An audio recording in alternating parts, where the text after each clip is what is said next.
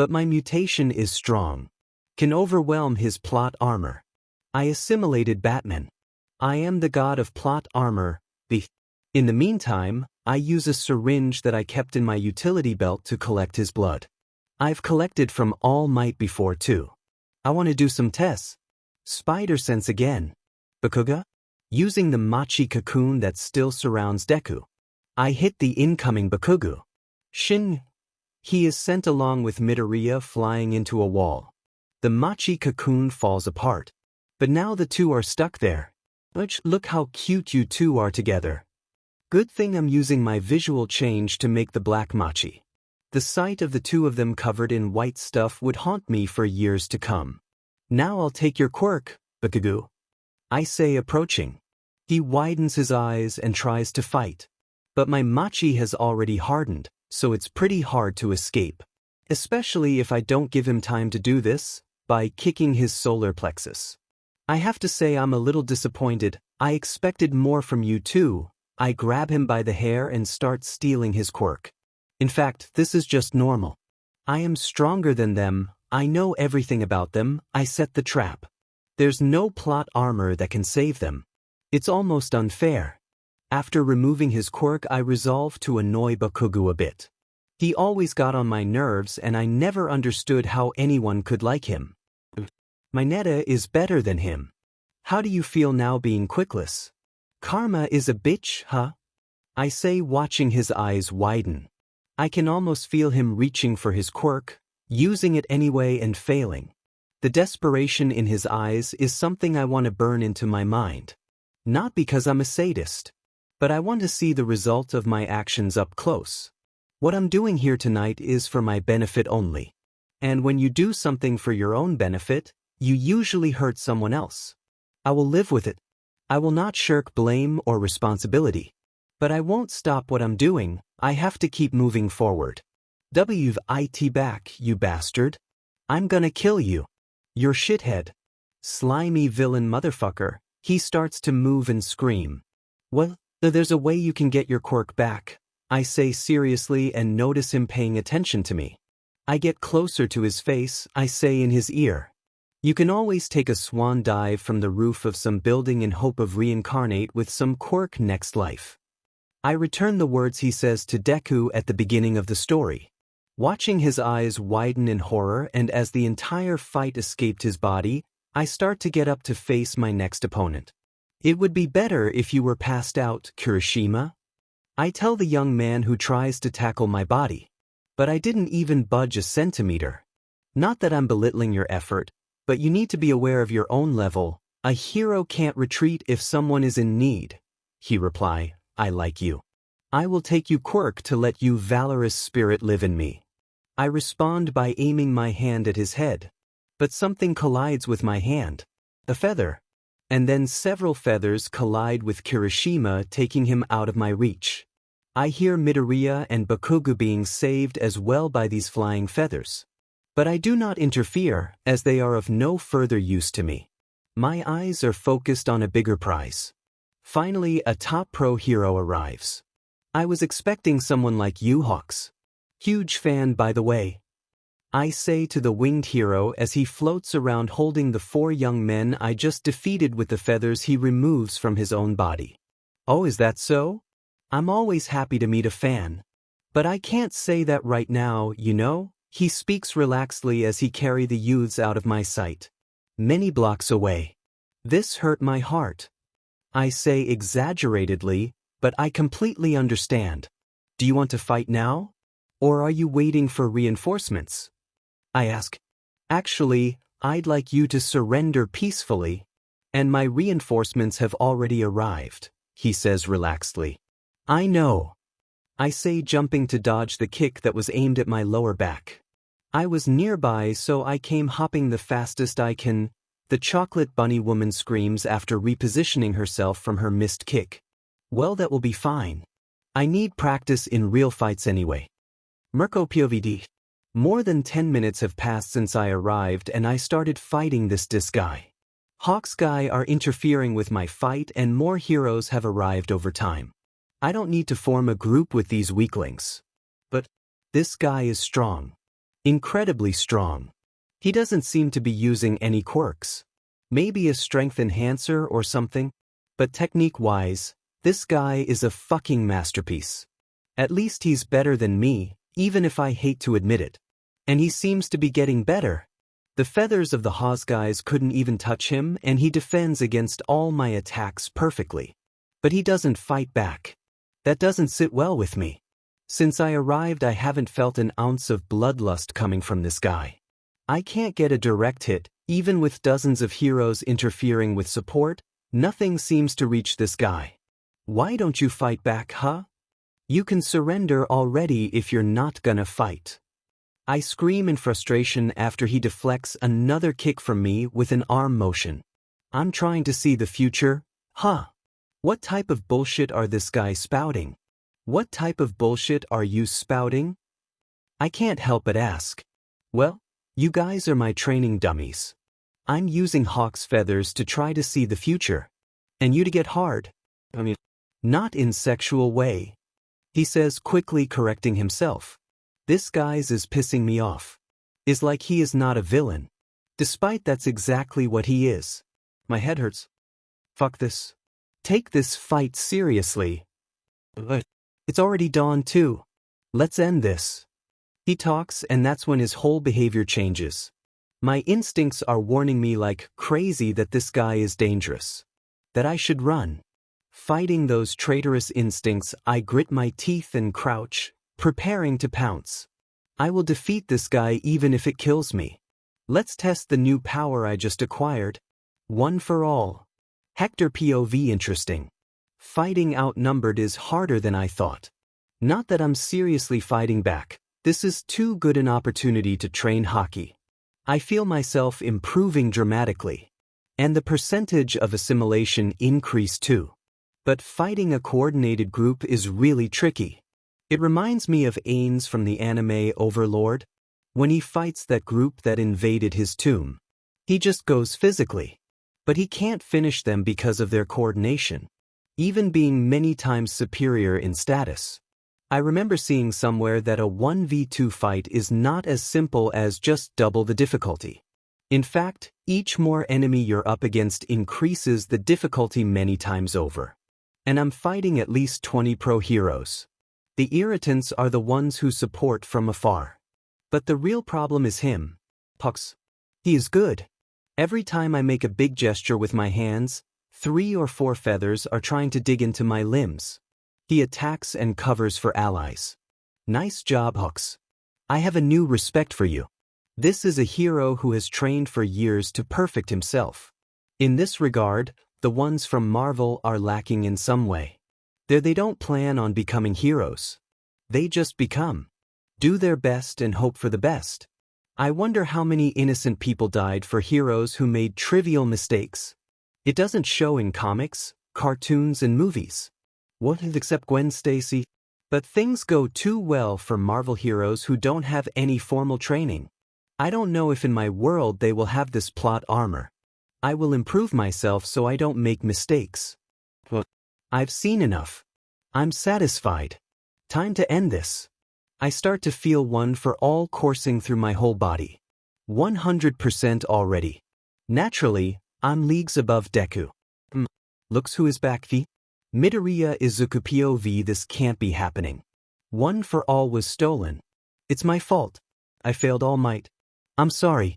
I watch from the top of a building the heroes fight against the villain Dis. More than 20 heroes have already gathered, but no one can even scratch him. It's like he's been playing with them. Kaken and the others are on my side watching too. The desperation of the situation sinking in for them. In the air, a news helicopter is watching the fight. My friend's despair is probably shared by everyone in Japan. It was then that I saw in the distance a glowing point approaching at high speed. Endeavor. He's back in the fight. Heroes can still win. Endeavor. You came back just in time for the grand finale, the villain Dis says ominously. You villain Kara will be of only one night. Dis, Endeavor replies from above. Using fire to stay in the air. My villain career has an estimated duration of 1 month, he replies, but we're not going to talk about that. I was leaving. Will you let me go? The only place you're going is to Tartarus prison. Endeavor says, throwing a pillar of flame at the villain. Several heroes follow your lead and launch their own attacks. So be it, he says before being engulfed in the attacks. Boom, waiting for the smoke and dust to clear, I can see the villain's silhouette floating to the ground. He is unharmed. Apparently he jumped high enough before the blow landed on him. My turn. I'll only attack once, he says, raising his arm. Know this pose, can't be. Detroit. No, smash. He then punches the ground, making a huge explosion in all directions. It's all over. Nothing can stop him now. Hector POV. After the shock waves ripple through the battlefield. I use, smokescreen, a quirk from one of the previous one for all users. Damn Deku, you are really useless, huh? What? I have Batman body.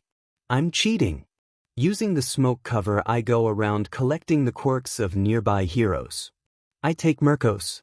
I don't care much for her bunny quirk, but it will lessen the number of my enemies.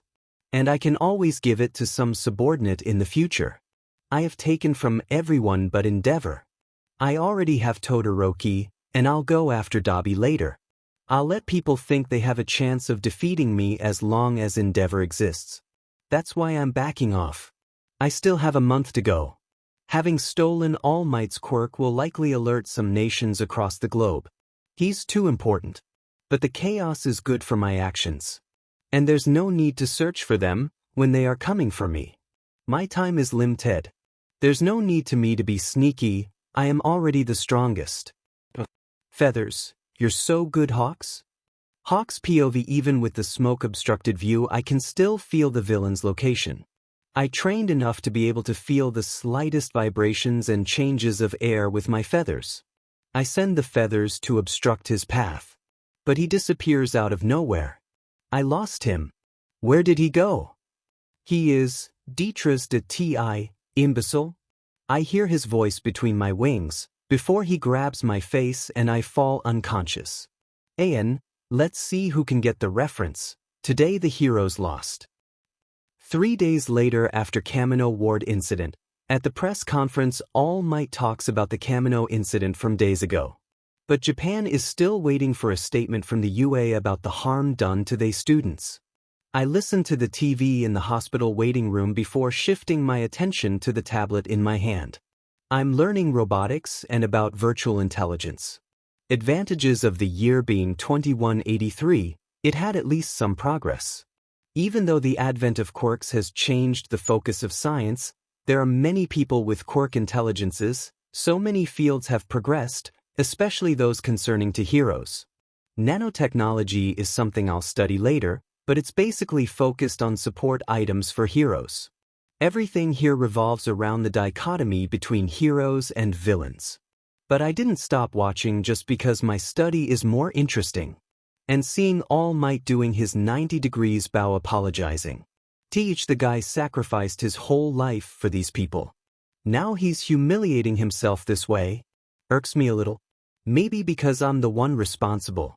Well, in canon he would apologize just the same. Japanese culture, I think. Even with the end of the symbol of peace and the threat that the villain dis brings to Japan, things are pretty normal. No chaos, no protests. I don't think it's sunk in yet. But the number of crimes is slowly increasing.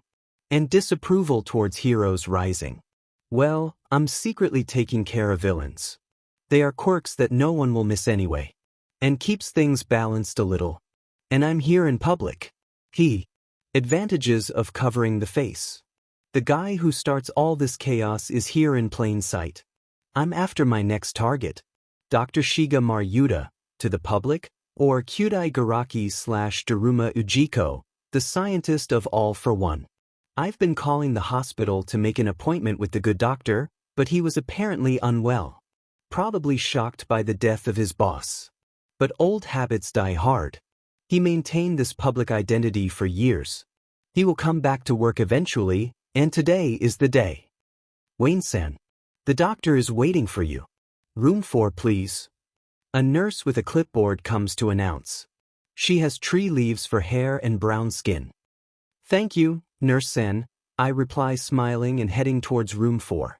The shapes and colors of the people of this world still amaze me. So cool. I have yet to meet anyone like that in the Marvel Universe, although I know they exist. And they are ostracized because of it. Well, I'm a mutant now. Maybe I should do something about it. Fast forward the events of House of X, in which mutants build their nation and carry political weight. I've always found it bullshit when heroes like Fantastic Four and others are cheered and the mutants just get hit in the chin. I'll think about it later. I've already arrived at the medical room. Oh, good morning, young one. You may enter and feel comfortable. The Dr. Daruma speaks after I knock on the door. Entering his room, I look around. And I use D4C to look more closely for hidden cameras. It looks like it doesn't have any. Patient privacy, huh? Hello, doctor. I'm Bruce Wayne. Bruce, the first name. I say reach out for a handshake. The good doctor extends his hand without a second thought. And I squeeze. Very strong. Breaking his hand. As I cover his mouth quickly, Sorry. I have to make sure it's you and not a quirk-made clone of Twice, you know. I see his eyes widen. But I'm not a guy who gives my enemies time to think and makes them pass out with a blow to the back of the head. I need to act fast. You know, power copying wasn't the only power I bought from Superpowers Stores Iowa. Before I came here I bought a pretty nerfed version of telepathy for 400 CP. At 400 CP I could have bought adamantium armor and web shooters. But I can do them in the future. The now takes precedence. Telepathy. You can delve into the cognitions of another person, learning their deepest secrets and thoughts. Comes with a free purchase of multitasking. When I return to the Marvel Universe, I intend to copy the telepathy of some characters. Preferably Jean Grey. It bothers me having to spend 400 CP now. But it will make my time here in the world of BNHA easier. And my time here is short. No losing time. I sink into the unconscious old man's mind. Interesting fact about telepathy that I only discovered when I used it. Telepathy is not as smooth as I thought. You don't read a person like a book or watch a movie of their life. A mind is much more complicated than that. As a kaleidoscope of images, sensations, smells, emotions, feelings, words. It's hard to filter what you want. Lucky I'm a genius now, and my processing power is very high. After an unknown time I finally have what I came looking for. His lab and information about the League of Villains. The main lab is here under this same hospital. I know where to enter now, how to enter and the password to use. Using a curtain in the medical room I cover the two of us and we appear against a wall in a deserted area of this hospital. Dr. Daruma leaves it desert like that on purpose. He talks about plans to expand the hospital into another section here. But he never goes ahead with the plan, because he wants this area really deserted so he doesn't have the danger of being discovered. Approaching the wall I press a specific point and a screen appears to enter a password. It has no letter or number. You need to know in advance where the keys would be for you to hit. It's no problem for me. After entering the password, a bigger door slides in and I walk in carrying the doctor. Now it's a hallway and at the end of it there's another door that needs the doctor's retina, fingerprints, and genetic identification. I know if I get it wrong, guns come out of the wall to finish off whoever is trapped here. After using the unconscious doctor to get through that last door, I finally get on the elevator that leads to his lab. Lucky for me, Dr. Daruma is paranoid and works alone.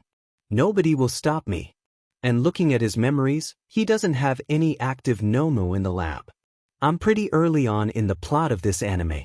The first thing I do is go to the lab central computer and start changing passwords to mine, making the lab my possession. Now I don't need you anymore, doctor. And I saw the things you did in your memories. I feel dirty just looking at them. Human experiments, euthanasia in patients who didn't need it, kidnapping and switching babies. I'm acting like an asshole, but this guy surpassed me by far. This guy is really sick. Well, to make his death more credible, I put the doctor back in room 4 and use D4C to go into an alley near the hospital. There I find a small villain that I had left here before. I didn't stay still in these 3 days. This guy has an armadillo quirk. Killed some people. Shell very hard. All I need. First I crush the villain's head with one punch. Then I grab him by the tail and start levitating after turning invisible with Miles' power, which I finally unlocked after the fights on Kamino. I use the infrared power to precisely locate the doctor's form. And I throw the armadillo villain towards the hospital. In room 4. Crushing the doctor. Boom, poor doctor. Another casualty of the villain's violence. Panic spreads quickly in the hospital. But I don't stay to see the mess. Using D4C, I head back to the lab. I have many things to do. UA conference room. Well, things could be worse. Present Mike, a hero and professor at UA talks to try to lighten the mood. The room is in a heavy atmosphere, as none of those present have spoken for the last few minutes. The group consists of former first hero All Might, Principal Nizu, and the teachers and pro heroes. Present Mike, Eraserhead, Cementos, Hound Dog, Midnight, Vlad, Snipe, and Ectoplasm. Hisashi, shut up. Aizawa, Eraserhead, speaks grumpy. Although the situation is not optimistic. Is not as bad as I initially anticipated, the Rat Bear Dog principle begins. Nothing seems to have changed. And this new villain, Dis, took no further action other than those in Kamino. He completes. But his actions were more than enough to destroy hero society as we know it. Midnight, the woman in a scandalous outfit, speaks seriously. And there is no guarantee that he will not act in the future. Maybe he's buying time for something even bigger. Vlad, the blood hero teacher of Class 1B, adds his thoughts, getting used to the powers of All Might and All for One, Ectoplasm adds. That's true, the principal concedes, but in order to prevent any incident like 3 days ago, we need to do something simple, but it proves to be complicated even for me. The principal pauses dramatically. Knowing the villain Dis' intentions and goals, he finishes. Isn't he going for the domination cliché? Present Mike asks. I'm afraid it's not that simple. We know close to zero about this new villain. He came out of nowhere, and in a movement led us and the League of Villains behind. Are we sure he's not part of the League? Vlad asks. He doesn't appear to have acted with the League's interest in mind. We can't discount that he might be a former member given his knowledge of All for One, but he's not on their side at the moment. This is possible to deduce because the principal explains before being interrupted, All Might is alive. In fact, no one on our side died. Aizawa complete. Exactly.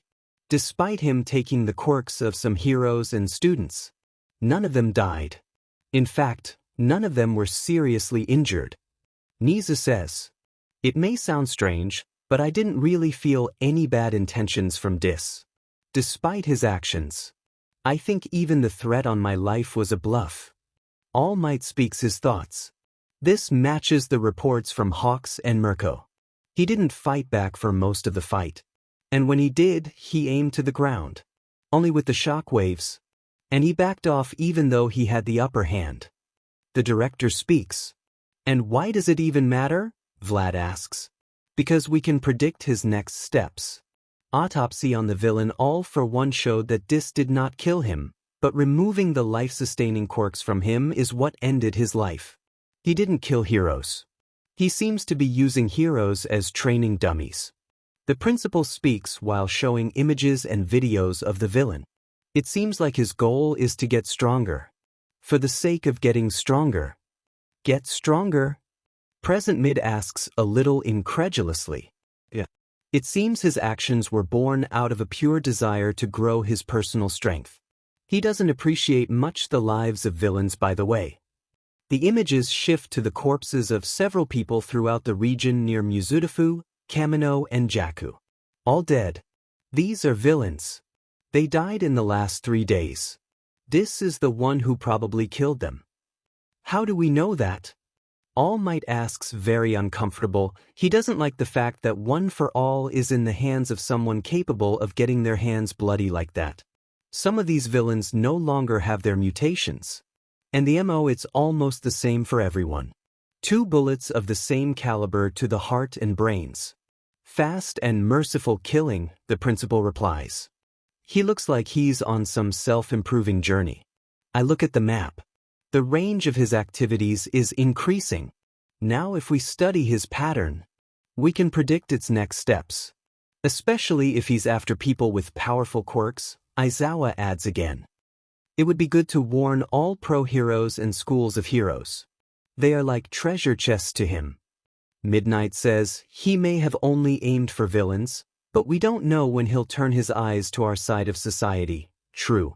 Now for a concrete plan to defeat this Aizawa-san, you will be our main piece.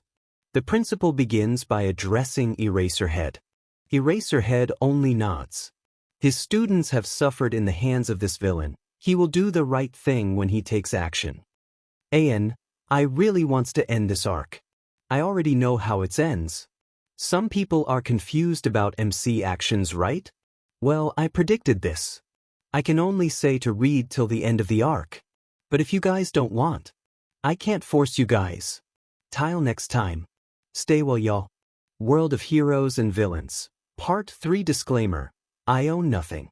This history have no interest in offend any party. Having the sole objective of only entertain the readers. Enjoy. I don't like the terms good person or bad person because it's impossible to be entirely good to everyone or entirely bad to everyone. To some, you are a good person, while to others, you are a bad person. Armin Arlert, Shingeki no Kyojin. Secret lab under the hospital. Huff coming back from a little trip to take out a gang of villains in the underworld. I take a deep breath after removing my mask and mantle and stay only in my tight UMF suit. Public order is declining, more villains are appearing and heroes are giving up the profession. I feel bad, so I can't leave the livelihood of normal people be affected too much. Things are changing, I feel like shit. A part of me says this would happen eventually in a few months anyway, you'll make things better here in the end. But the other part is killing me with guilt. I can't be everywhere, there are people suffering from my actions. Is it right to sacrifice some now to save a huge amount in the future? I do not know. That question was never answered. But I've already started, I can only keep moving forward. Stop bitching, Hector. And stop making excuses. You are the bad guy here. No self-righteous hypocrisy. Sitting in the armchair in front of countless screens, I prepare for the next phase of my plan. Tech villains. First I check my gacha, to be sure of my next steps. 1 quarter, gacha points, 8, general gacha, in setting gacha, Boku no Hero Academia, manga, anime, novel, Japanese, gacha mode, 2/4, Hector Bellucci de Carvalho race, mutant, homo superior, character assimilation fully assimilated, funny Valentine, Batman in progress, Charlotte Katakuri, 32%, Starkiller 21%, Miles Morales, 44%, summon characters, none powers, source of all living matter, Minecraft inventory, Miss Militia power shard, power manipulation, 1 for all. Various other stolen/copied powers perks, custom visual powers, imbue card mechanic equipped items, unstable molecule suit inventory, Minecraft Chakra Books, EDI Biomech Suit version 2.0, Neutralizer Gun, 13mm Auto Anti-Freak Combat Pistol, Jackal, Helsing, other miscellaneous items, 3/4, non-used cards, characters, Shago, Kim Possible, Flurkin, Loki, Earth, 199999/MCU, Package, Arcane Jace, League of Legends, Huntress, Helena Bertinelli, DC Comics, Taketo Michiro, Kimetsu, no Yaiba, Miyata Ichiro, Hajime no Ippo, Nagachika Hideyoshi, Tokyo Ghoul, Busujima Siko, High School of the Dead, Yagami Light, Death Note, Isabella, Yakusoko no Neverland, Items, Sword of Actuation, Berserk, Batch of heart-shaped herb, Zeta Flight Space Station, Earth 25271. Kaneki Mask, Tokyo Ghoul. Special Fire Force Field Uniform, Inen no Shibutai. D-Rouse Kitchen Knife, Toriko. Ika Series, Naruto. Murasame, Akame J Kill. Palantiri, Lord of the Rings. M41A Pulse Rifle, Alien vs. Predator. Powers and Abilities, Made in Heaven Stand, JJ Bay. So, Demon Blood Art. Infinity Castle Consumables Shonen Setting Travel Ticket Mid-Tier /1 month. Power Boost Card X03 Background Customization Card X05 Movie Setting Travel Ticket Weakness Removal Card X02 4/4. Saiwa Options, Saiwa Points, 250 Simplified Marvel Saiwa, Superpower Store Siwao. That high percentage of assimilation. Participating in a real fight really speeds assimilation. That is why it is convenient to be the enemy of the world. I can use a lot of powers from my cards now. I can now use almost all of Miles' abilities with the exception of his bioelectricity. And I can finally use Haki, not advanced ways like covering my body in a blackish armament or see the future. But it's only a matter of time. Interestingly enough is the character who is most physically human, Starkiller, is the slowest. Well, the Force is a pathway to many abilities some consider to be unnatural. I don't think I've even scratched the surface of what I can do with Force. It's good that I fought the heroes head-on. I could have been sneaky. Although it would be impossible to steal all for one sneakily in that situation, so this door was closed early on, but having enemies allow me to have serious fights with strong people. I want to finish assimilating these 3 cards in the time I have left this world. I almost feel regret that I waited for the All Might versus All for One match to end and just reap the benefits. If I had turned it into a 3-way battle, I would probably be above 50% in all. But there were too many variables. It was the most important step in my plan, nothing could go wrong. And mutant, is bothering me. Can I change to superhuman, parahuman, metahuman? Mutants remind me of the guys who used to hang out in the sewer in Futurama. As I think about it, the definition of my race changes as I think about it. I remember that the Gacha display is the one I have the most affinity for, I chose at the beginning. So it's a screen that resembles a PC. I try to change my race to Super Awesome Lord of Universe, but nothing changes. So it has to make sense. I'll leave metahuman like DC. Homo superior is very arrogant and mutant is very derogatory. I don't have to follow Magneto and Xavier's terms. Now going back to the screens in Dr. Daruma lab, I continue to study his research. It has everything I need, like replicating quirks with / without all for one, cloning, reconstruction of the body, quirk singularity theory and database about quirks and people with them. This guy even keeps people in a vegetative state, just alive with machines, like some twisted sort storage of quirks. Makes sense, All for One couldn't maintain as many quirks as before his injuries. When I got his quirks they could be divided into 3 types. Life support quirks to his injuries, weak miscellaneous quirks like telekinesis and quirks to fight All Might. Seriously, the powerful quirks were basically anti-All Might.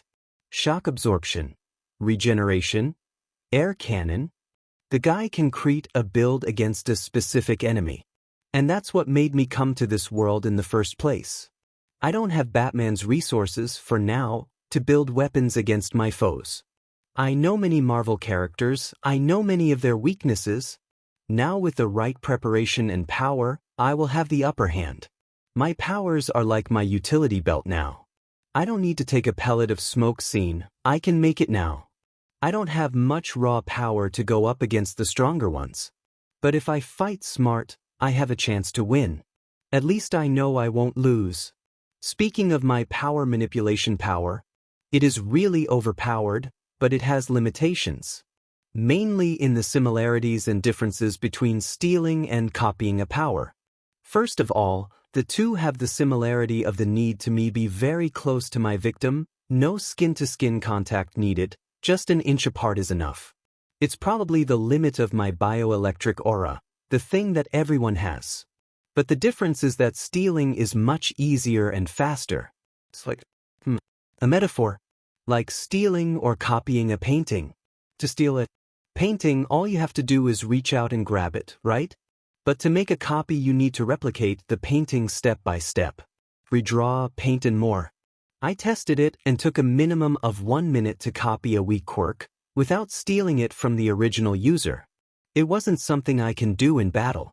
Heck, even stealing is better with the victim unconscious. Gran Torino resisted for a few seconds until I knocked him unconscious.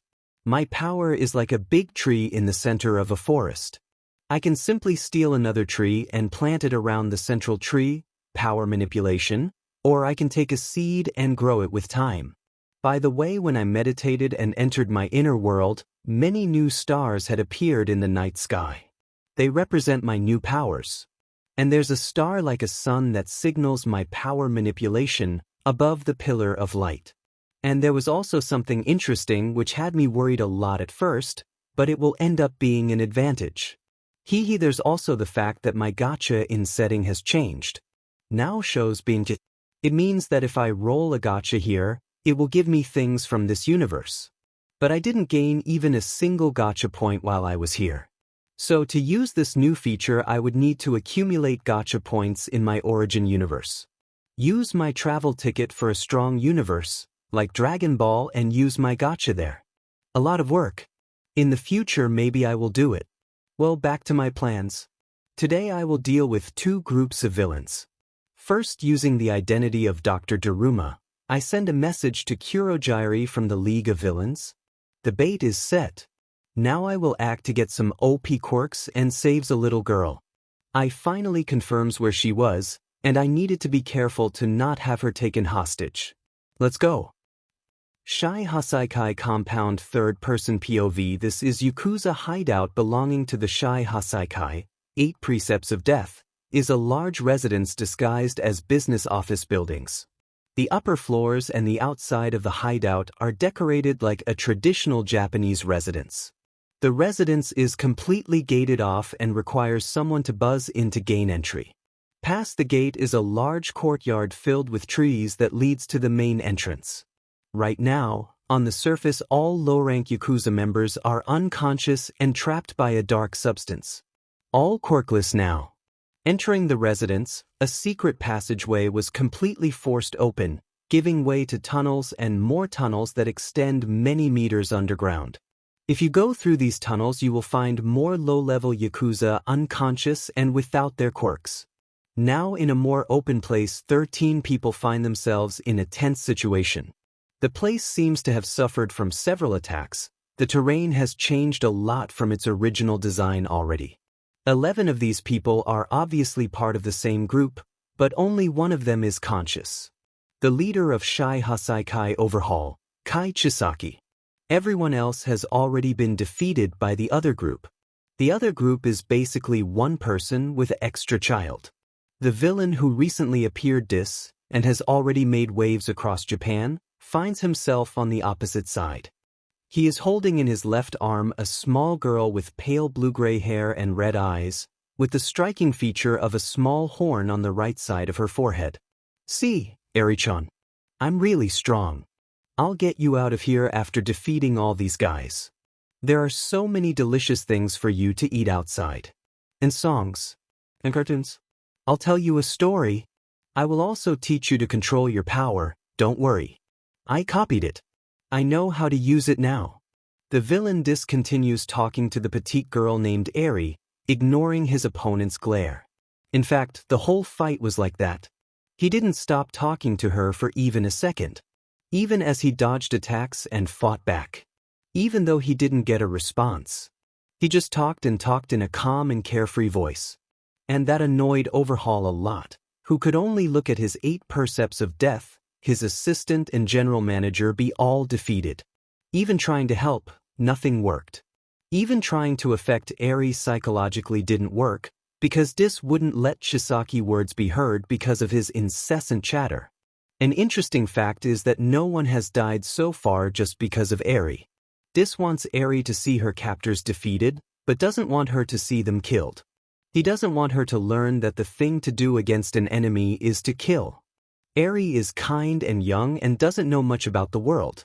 Dis wants Eri to see things for herself, live a little before she's forced to swallow other people's principles as absolute truth.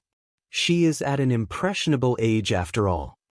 Eri, don't you see all the trouble being caused just because of your existence? Just come back here and no one else will be hurt because of you. Overhaul tries to appeal to Eri's guilt over the situation. Then Darth Vader said, "Luke, I'm your father." You see, Eri, Darth Vader didn't kill Luke's father. He turned evil for some reason. But how and why? This is complicated. The world is not black and white, it has shades of gray. Sometimes when you try to do something good for someone, you end up hurting someone else. Dis continues to speak while Eri listens intently. Overhaul can't take it anymore. He will kill this villain full of disease and recover Eri. For Overhaul, who considers quirks to be diseases, the villain Dis, who collects a lot of them, is nothing more than the plague itself. Overhaul slams the ground with both hands, destroying then reforming the ground into a crater with him at the center. Due to this, his subordinates' unconscious bodies begin to roll towards the center where he is. And when they are within arm's reach, he starts touching them and merging with them one by one. The villain Dis obviously sees this but doesn't stop him. Even if it were 100 subordinates instead of 10, it wouldn't matter. He allows Overhaul to complete his transformation to have a good opponent to train and to defeat him grandly and engrave Overhaul's defeat in Eri's eyes. To help her get through the trauma. In fact, this merging of 11 bodies into one is not very beneficial for Overhaul. His new body can barely withstand the pressure of so many powers. He is having to destroy and rebuild his body at every moment to maintain his form. This is natural. Even people like Nine and Gigantomachia can handle only less than 10 quirks. Only All for One endures more because his body was made that way. And now Dis too. Even Shigaraki had to go through a painful process of months to be able to accept All for One. Well, Eri, time to get this over with. Look carefully. Dis speaks while holding Eri tightly. In an instant he appears beneath Overhaul's giant form and uses his power, Air Cannon. Air Cannon could one-shot the top pro hero Best Jeanist when All for One uses it. A power that could throw All Might far away. And that was just with the improvements of All for One, which used the power along with spring-like limbs and several other power-up quirks. But Dis doesn't have a normal human body like All for One. His base body, even without any other power to strengthen it, is many times stronger than that of a normal person. So his Air Cannon has much stronger potential than All for One. When he finishes using, Overhaul is now among the clouds. I'll take a page from Midoriya's book. I can't let him harm the neighborhood. Dis speaks to himself. He flexes his legs and in an instant he's in the air above Overhaul. The view is nice, right, Eri-chan? Dis speaks, casually causing Eri to open her eyes to look at the scenery. Overhaul, hearing Dis' voice, tries to reach out to grab him, but another air cannon throws him away, and then disappears behind him and repeats the action. And again. And again. Dis wants to show how powerless Overhaul is for Eri. The truth is, he doesn't know how to heal her trauma. So he's trying to replicate as much of the original plot as possible that he knows. Because he knows it worked out in the end to her. But there are things he can do that the original plot characters can't. Look, Eri-chan, he says, removing his hood. He's only wearing a mask that covers up to his nose this time, keeping the eyes up exposed. The difference from his normal appearance is that his black hair is slicked to the back. And his eyes change colors constantly because of him practicing with various types of quirks. On his forehead is a horn like Eri. We're the same. Cool, right? He says, and see Eri widening her eyes. Look to him, he is in pain. He wounded his own subordinates. Let's save them, okay? I will lend your power to save them. I will show you potential for good. Dis finishes and his horn starts to glow golden. His hand also glows in the same way. And he propels himself towards the monstrous form of Overhaul. After one last air cannon towards the ground. This follows Overhauld's falling form. And before he touched the ground, it attacks with golden glowing hand with Ares, rewind, power. Boom after a shockwave and blinding light. It is possible to see Kai Chisaki and all his subordinates lying on the ground. Unharmed, but unconscious. Thank you for lending me your power, Eri-chan. This say giving Eri a victory sign. See, can I do something like that too? Eri asks shyly. Can I heal people too? Yes. You can. Dis responds cheerfully. He's pleased to see how Eri's eyes sparkle. Hector POV. After a few minutes Eri falls asleep in my arms. Now I can steal Chisaki's and others' quirks. And kill Chisaki. Only Chisaki this time. It will be painless. More merciful than what he deserves. The thing he did with Eri and his foster father. Even later in the series he has no regrets. The fact that he is the most responsible is also what made me hold my hand in killing all the Yakuza. I know many follow the old boss. Speaking of the old boss. Hearing the police and heroes approaching in the distance, I move to the room where the old boss is in a coma. I examine him and see that Overhaul has used his quirk to relocate some arteries in the brain, putting him in a coma. I can reverse this. But not now. I will have to practice with the power, Overhaul. I will look for him later. With the search quirk I can find it any time now. Search is a quirk that is used to observe and mark people. Individuals being observed are visualized through the quirk as star-like vestiges, and can allow the user to know their location up to even miles away. Search also permanently stores the information gained after its usage. Very useful. If I empower with one for all then, using D4C, I get away from the Yakuza compound, but not before stealing and destroying all of Chisaki's research equipment on quirk erasing bullets. Not that I'm going to use Eri for research. I can use my own blood now. While I watch the actions of the police and heroes from the top of a nearby building, I see a familiar face. Sir Knight, All Might former sidekick, with a quirk that can see the future. Sir Knight IPOV looking at what was supposed to be the Shai Hasaikai compound, which now has a big hole leading into the underground. I know exactly who the responsible is after looking at the black substance that bound the Yakuza members. A man I feel a lot of conflict when I think about him. During the Kamino incident I was very nervous, thinking that would be the moment when All Might would meet his gruesome death. And when it didn't, I took a deep breath and did something I'd sworn I wouldn't do again. Use my quirk to see the distant future. I refused early because I didn't want to see anyone else dying. But a villain who has all for one and one for all is very dangerous. I need to know what future awaits us all. And what I saw, I am conflicted. I want to hate this. I really want to, but... Going back to my hero office, I dismiss Centipede and Bubble Girl because I know what's coming. I sit in my chair, link my fingers together in front of my face to support my forehead, and close my eyes. Did you see the future and that's why you gave up? I open my eyes after hearing his voice. He is admiring one of the many paraphernalia of All Might. He has his back to me holding a small girl in pale gray-blue hair who is sleeping. I see the future. I see a month far in the future. I say, and that makes him turn to me. Did you see it all? He asks and I nod. I did it, he asks. For the first time I hear uncertainty in his voice. Insecurity for the path he is taking, I believe. You did.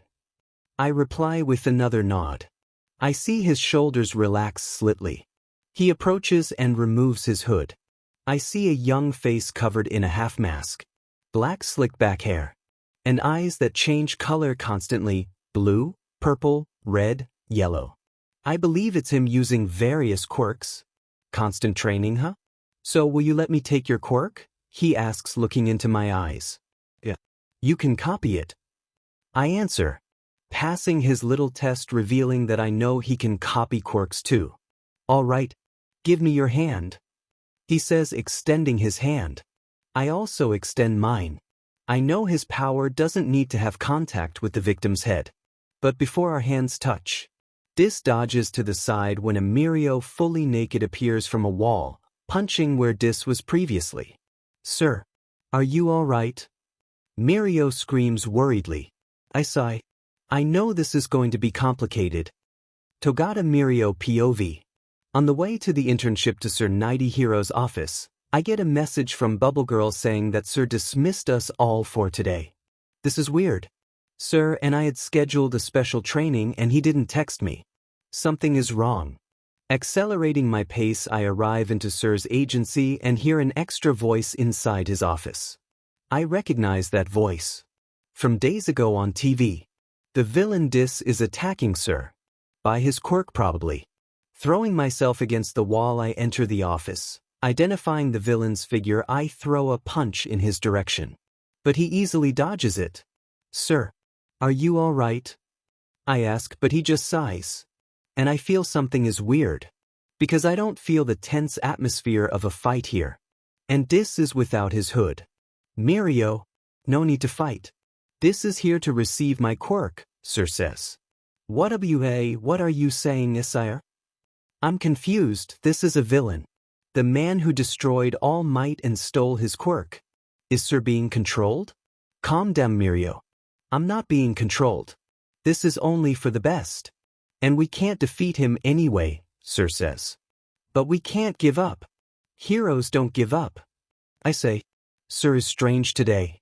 Mirio, do you trust me? He asks me. With my life, I reply without hesitation. Then trust my decision. I can't explain it to you now. But it's for the best. I don't know what to say. Sorry for the interruption. Can we continue? Sir turns to the villain and extends his hand. No problem. Your intern's reaction is natural. We are the strange ones here. Dis speaks and Sir give a smile. One smile. As if Dis had told a joke that only the two of them know. Indeed we are, and with that the two hold hands for a few minutes. Done. Sorry for wasting your time. Dis speak. Very politely for a villain. So copying takes so long. I see now why you stole it instead of copying it in Kamino. Sir speaks as if discussing the weather. And also to they not to go after me. Reduce the numbers of heroes without fatally hurting them. Dis responds equally nonchalantly, what's going on here? I'm getting crazy? Can I copy the quirk from your intern too? Dis question. What? Mirio, let Dis copy your quirk, Sir says turning to me. But Sir I begin. Believe in me, Mirio. Believe in Dis too. Is all Sir says as he sits back in his chair. Dis reaches out to me and leaves his hand hang between us for a while. Not forcing me to do anything. Patiently waiting for my decision. After a while of intern turmoil, I decide to trust Sir and grab the hand of Dis. Thank you, he says. I like you, dude. You will be a great hero in the future. He continues and Sir nods. I'm feeling weird being complimented by this guy. You are the one who attacked Shai Hasaikai today? Sir asks as Dis holds my hand. I know you already know the answer. But yeah, you see this kid here? Then Dis starts to tell the story of Shai Hasaikai. And I am deeply shocked. Even Sir appears outraged. Quirk erasing bullets, experimenting in this little girl, the old boss in coma. Sir just sighs. There are a lot of problems in the underworld of society, Dis says.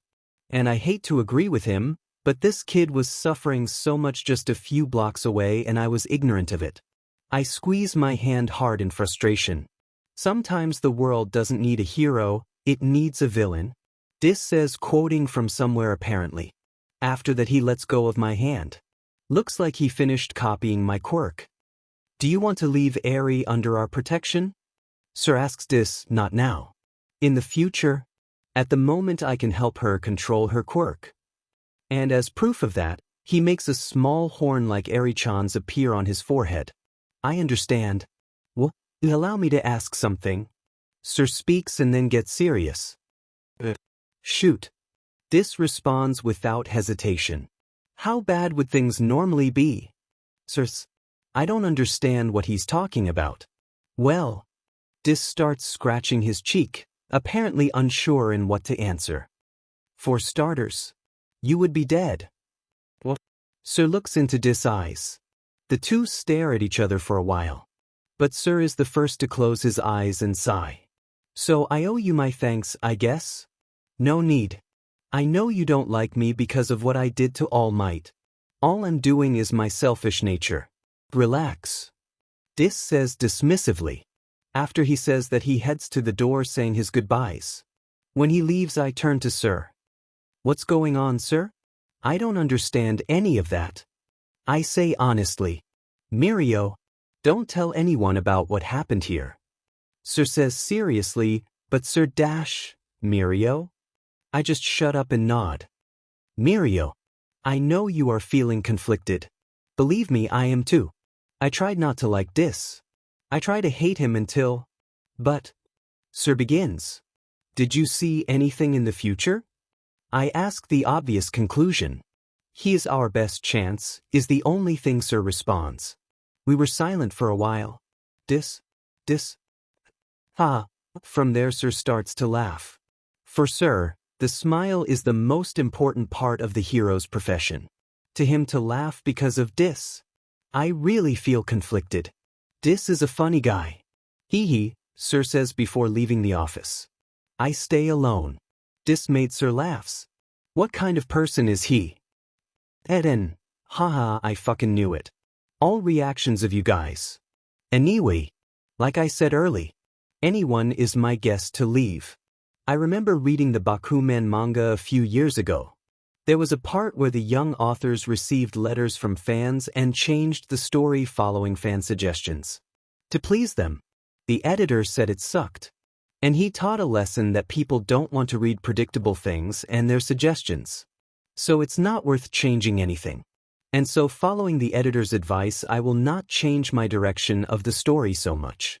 I have a path to the story in my mind, and this BNHA arc is going to shape the MC morals. He's growing up. When this is all over, that is the moment that his challenges in the world of Marvel will begin. This was all a prologue. Well, to be honest, all the comments that only released rage put me off a little. Criticize constructively, goddamn. Not just, trash, drop. Fuck you, author. Anyway, thanks for the ones that supports. Maybe I'll finish this story with 30 chapters. I can do this. I can just give the MC a OP character in the gacha. Like the Beyonder pre-retcom. And bam. Game over. I will go back to writing for myself only. Anyway, I will continue writing for those who stick with me and want to see the MC grow. He is not perfect. His method is not perfect. Will be good? Does he even know? Can he predict the result of his actions? The consequences? He's trying. Testing. Growing. And as cold as it sounds, he better do these tests in a world that's not his. Well, that's it. I wanted to finish this Banha arc as soon as possible because I knew that many people would not like the beginning. That's why I released 3 chapters today. More than 13k words. This is the last. No provision for the next release. But I will finish this arc at least. Till next time, dear readers. I love all of you guys. Even the assholes. By World of Heroes and Villains. Part 4 Disclaimer. I own nothing. This history have no interest in offend any party. Having the sole objective of only entertain the readers. Enjoy. No matter what kind of wisdom dictates you the option you should pick, no one will be able to tell if it's right or wrong till you arrive to some sort of outcome resulting from your choice. The only thing we're allowed to do is to believe that we won't regret the choice we made. Levi, Shingeki no Kyojin, AN. This chapter is a flashback. Let's see how many people are triggered because the MC do stupid things now. In the night of the Kamino incident, after having finished stealing the quirks of the heroes that faced him in the central plaza of Kamino, leaving only the one of Endeavor and some others, Hector retreats to a desolate area in the woods. In fact, he had arrived in this world a day earlier to prepare. Due to his meta-knowledge, he knew that the attack on the training camp took place 2 days before the heroes' raid in Kamino. In those 2 days they found the location of the League of Villains due to police investigation and the tracker that Yaoyorozu Momo placed on one of the nomis with the help of a student from Class 1B, Owa's Yosetsu. And that the UA would trick the villains into thinking they had no clue of their whereabouts, using a press conference where they would apologize for their mistakes and receive reprisal by the public. When Hector arrived in the world of Bianiche and saw the groundwork of the recent events of Katsuki Bakuga's kidnapping, he was able to trust that the world he just arrives is exactly as shown in the manga/anime. He would just have to wait on Kamino until it was time to attack. And everything goes according with the plan. After accomplishing the objective of that night, Hector enters his tent that he had brought from Minecraft inventory and meditates. This was not one of his daily meditations. He had something important to check. Hector POV starting to focus on my inner world and my new acquisitions and powers. My consciousness is moving to a very separate place in my mental world. A place I prepared early while giving that cringe edgy speech on TV. I couldn't fight without figuring it out first. The thing is, in the final chapters of the BNHA manga that I read before being transmigrated, it was shown that quirks possess some of the original wielder's personality and consciousness. And complementing this, there is a fandom theory that quirks affect a person's personality as well, such as Bakuga's explosive attitude and Toga's obsession with blood. That is, when quirks are stolen, transferred, or passed on, there is a possibility that the person will inherit personality traits from the previous quirk bearer. And this can be even more extreme in people with incredible egos and willpower, and special quirks like All for One and One for All. I have both quirks now, and as I predicted, I'm not a fanfic MC with plot armor that has some special defense pulled out of his ass against mind attacks and possessions. That's why I've worked hard on strengthening my defenses every night since I got the chakra books. Now I have some loose ends to take care. Hector Inner World. Now this is a surprise, I say looking at the 9 figures in front of me. I am in a separate corner of my inner world. And in front of me is a fragmented room floating on the calm endless lake that is my mind. The room is divided into 2 contrasts. In my left half is lit and in my right half is darker. On one side, the brightest one, sits 8 figures, all strapped into their respective chairs. These are the 8 users of One for All. Or at least what was left of their conscience and spirit. All Might is the only faded one, like a flame with the shape of skinny might. And on the other side, darker, there is only one chair. A throne. But the figure seated on it is similarly tied up. In fact, chained all the way down, he can't even move a muscle. Very extreme, but necessary, because this figure is All for One himself. None of these consciousnesses can do anything in my inner world. I prepared myself for the possibility of this happening even before I came into this world. With my training, I created this split part of my mind to trap them. Now they are at my mercy, I can erase them at any time. But like those wuxia/xianxia novels, I maybe have something to gain from them. At least with the One for All users. I know from the theory that quirks carry personality traits and desires of their users, but you guys are really awesome. Or rather, your quirks are awesome. Full consciences. With egos, feelings, and memories. Ridiculous. Ha, I say just to get a glare from everyone but All for One who seems to be enjoying it all. Keeping an eternal smile on your face. I never thought I would get the chance to see so many dead people. The nostalgia. My silly little brother. I would hug you if I could. All for One says. Apparently he's been talking and talking to getting under the skin of all One for All users. Keep your sarcasm to yourself, brother. The first One for All user simply responds. He has white hair reaching to his shoulders and a frail appearance. And you're not much better than us All for One. Dead too. Finally, you got what you deserved. The 5th user, wielder of the quirk, Black Whip, speaks from his seat. A bald man and with a bulky appearance. Honestly, this situation sounds like a lot of fun, but I have things to do and I don't like people living in my head. Walking to the room, I make a seat appear for me there. Much simpler than theirs. Just a wooden chair. Well, this is awkward. But I will have to erase you all, I say while scratching my cheek. With that, many start talking at the same time. Their talks have almost the same subject. Who am I? What am I going to do with One for All? After seeing me ignoring their every word, they calm down. And it seems that an order has been established. What is happening in the real world? The first user asks. It looks like he wants to start small. And they lost whatever connection they had with their powers. They cannot interfere with One for All, nor can they observe the world through my senses. Unless I allow it. Nothing for now. Only a few hours have passed since I stole you guys?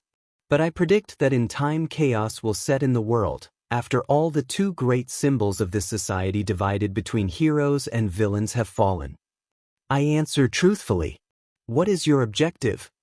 The fourth user, wielder of danger sense, asks. A white-haired man with lines on his face. Self-preservation, I answer simply, I need to be strong to protect myself. If you need protection, you could have asked the heroes for help, Nana Shimura. All Might teacher and seventh carrier speaks. She is fair-skinned and has a small mole below her bottom lip, centered to the right, and sharp, intelligent eyes with long eyelashes. Her hair was dark and straight, kept shoulder length with the exception of a clump of short bangs hanging above her forehead. It's more complicated than that, I reply simply. It wouldn't be a problem to tell these dead guys more, but the explanation would take too long. They look confused. Understandable, I think. You should get rid of All for One as soon as possible. I don't mind disappearing. One for All goal has been accomplished anyway. The second user speaks. He is a man with short, spiky hair, a large scar across the front of his face, and wears a combat jacket with a large black collar. Don't worry about him. He's dead and there's nothing else he can do. In fact, his power is already mine in a completely new way. He is much weaker than each of you here now. I say, and it's the truth. My new power will not allow rebellion from the powers I copy or steal. So I can now use all of One for All's secret abilities, which Midoriya needed the previous user's approval to do. These guys are fragments of consciousness that haven't been dissolved by my sea of consciousness because I'm curious about this whole situation. It's a good experience. Even if All for One tries, he won't be able to take my body or anything. I have Haki, Wild Power, D4C, Mental Training, Telepathy. Various defenses. Consciousness of a dead person in a low-tier world like this can do nothing. But this can be a good opportunity to test all these defenses in a safe and controlled situation. Actually, I'd like you to try it, I say to everyone's confused gaze. Where I come from there are people who can do much worse. Hijack my body, mind and soul. A bunch of fragments of consciences from one such low-level place. It will be a good practice for my defense. With that I get up and walk away, leaving them tied up. In a few weeks all of you will cease to exist, be helpful to my growth. Thank you. My voice echoes after I'm gone. Before taking the laboratory of Dr. Daruma, because he don't appear in the hospital till days later, every night I visit my inner world to observe the fragments of consciousness. Just as I expected, All for One constantly tries to attack my mind and try to somehow take over my body. And as I predicted, it's been a good workout. A good practice, I would say. My defenses are good and All for One doesn't have much experience taking bodies, I think. Never tried probably. But his attempts now make me aware of several small weaknesses in my mind. It's like, you have your skin, but you don't feel your skin all the time, do you? You're used to it? You only feel it when your skin is touched, tickled, bruised. All for One's attempts are like little tickles in my mind. A little irritating, but I'm getting used to it. Getting stronger. In DC, Martian Manhunter has a hard time invading the minds of people. With great willpower and strong mental barriers, even when they are not telepaths. I believe I am the same now. Another good opportunity to growth I seized upon coming into this world. Now about the other 8 ghosts. They usually try to stop me from using their quirks and one for all. No success either. Every night I go back there and surprising myself I started to form a certain relationship with them. One day I shameless started asking the one for all users for tips on being a hero. At first only one person answered me, Shimura Nana. And we started talking. Others, over time, entered as well. I think they are bored. People are scared. So you can't show that you are either. The best way is to smile to reassure them that everything is going to be okay. Nana Shimura talks to me after I ask about what it's like to save people. I've never saved anyone until now.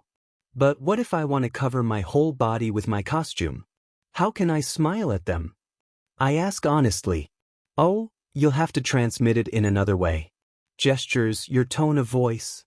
She says. I nod. This is weird. And everyone here must think so too. Here I'm getting advice on how to be a hero from a dead woman who inhabits my mind with her other ghost friends. Well, my life will only start to get weirder from here on out. I'm sure. But this dynamic has continued for a few days. Even after taking care of Dr. Daruma, I still visit constantly. None of them know what's going on in the outside world. I don't allow them to share my senses. You can go with a BM and HAR, it always works. You have to be flashy.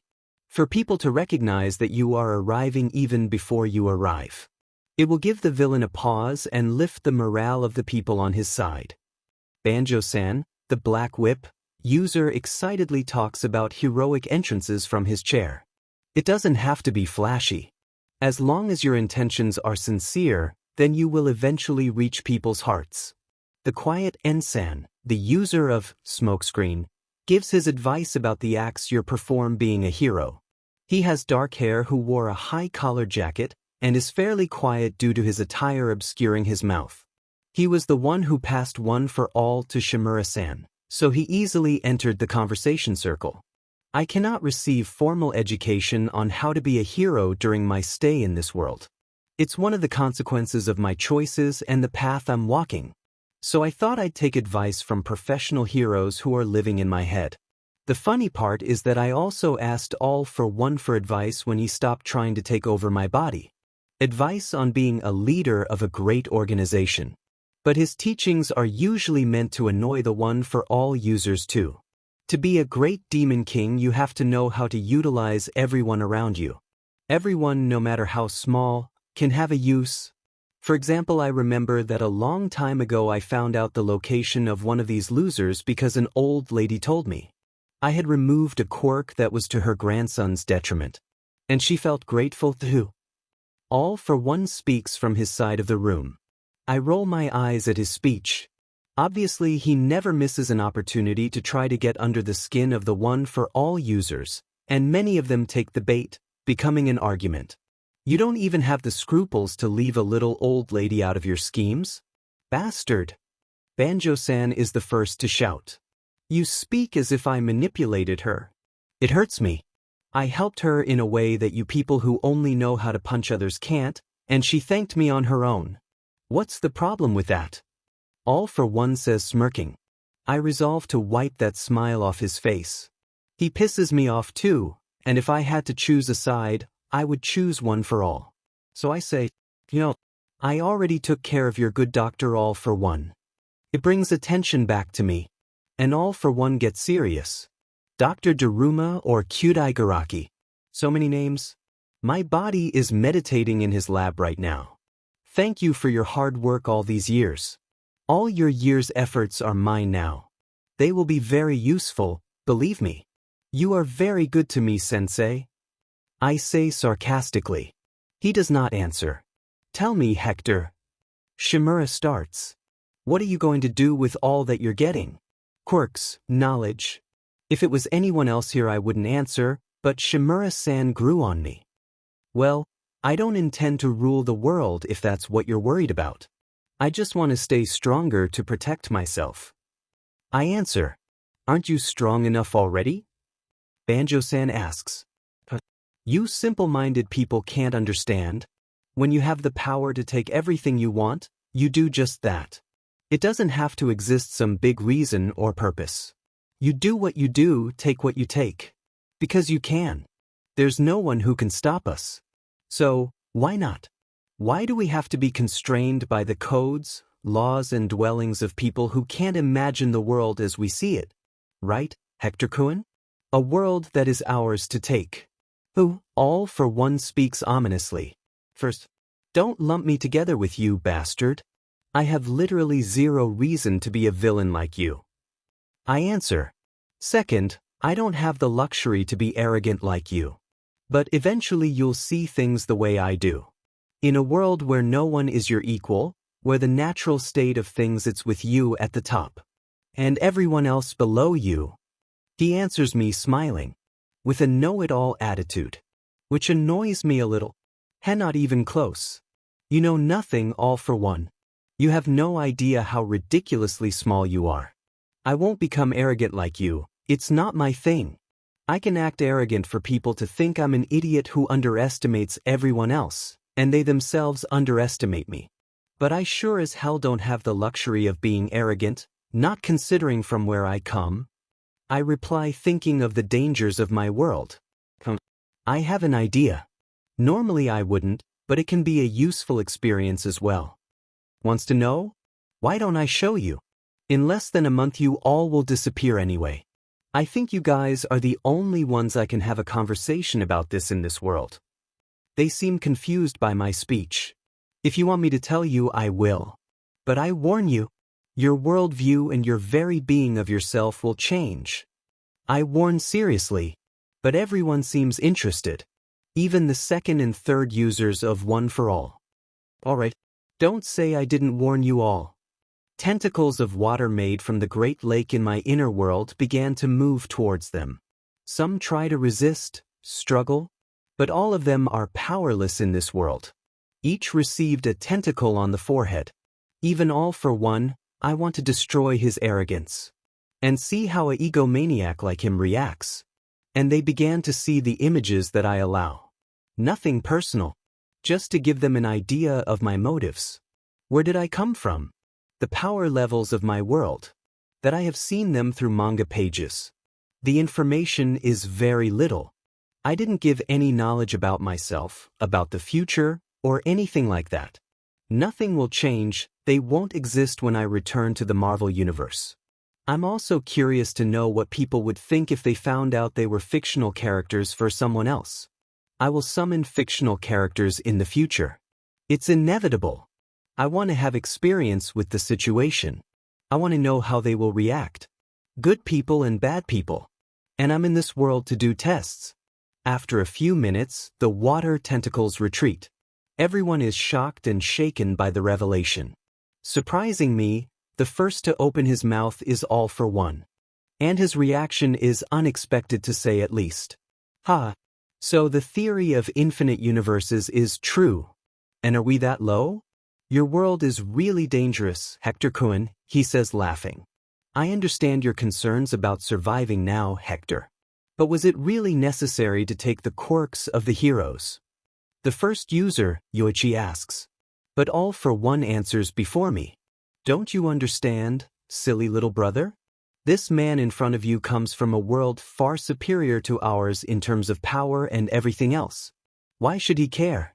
For him we are just NPCs, background characters in his story, he says laughing. I thought I didn't care about dying. But knowing that there are endless possibilities out there ignites a flame that I thought was long gone in my heart. He continues. I admit my defeat. All for one turns to me. I know my disappearance is inevitable now. I know that Tamura-kun doesn't stand a chance against you. This whole world doesn't stand a chance against you. I will help you, teaching everything I know in this little time left. Then I will live. I will live in my teachings to you. He completes. And the worst thing is that I do not detect any falsehood in his speech. Inside here I can feel all the emotions and thoughts of these guys. All for one really accepted its fate. That's a strange way to take all this. So that's what you are, brother? The soulless being. You never cared about other people's lives. But now I know you never even cared about your own life. You always treated it like a game, and you were just petty enough not to want to lose. The first user speaks. But All for One just smiles without responding. All these lives, all these losses, for no reason, no purpose. Just because you could? The first user is shaking in rage. It would be a waste to have all that power and not use it, right? I just wanted to see how far I could go. Al for One responds. And if they didn't have the restrictions on them, I'm sure it would become a fist fight here. Whatever, you can speak up and I will listen to what you have to say, old bastard. I say to All for One. Who knows what the future holds for me? Any experience or knowledge can be precious to me.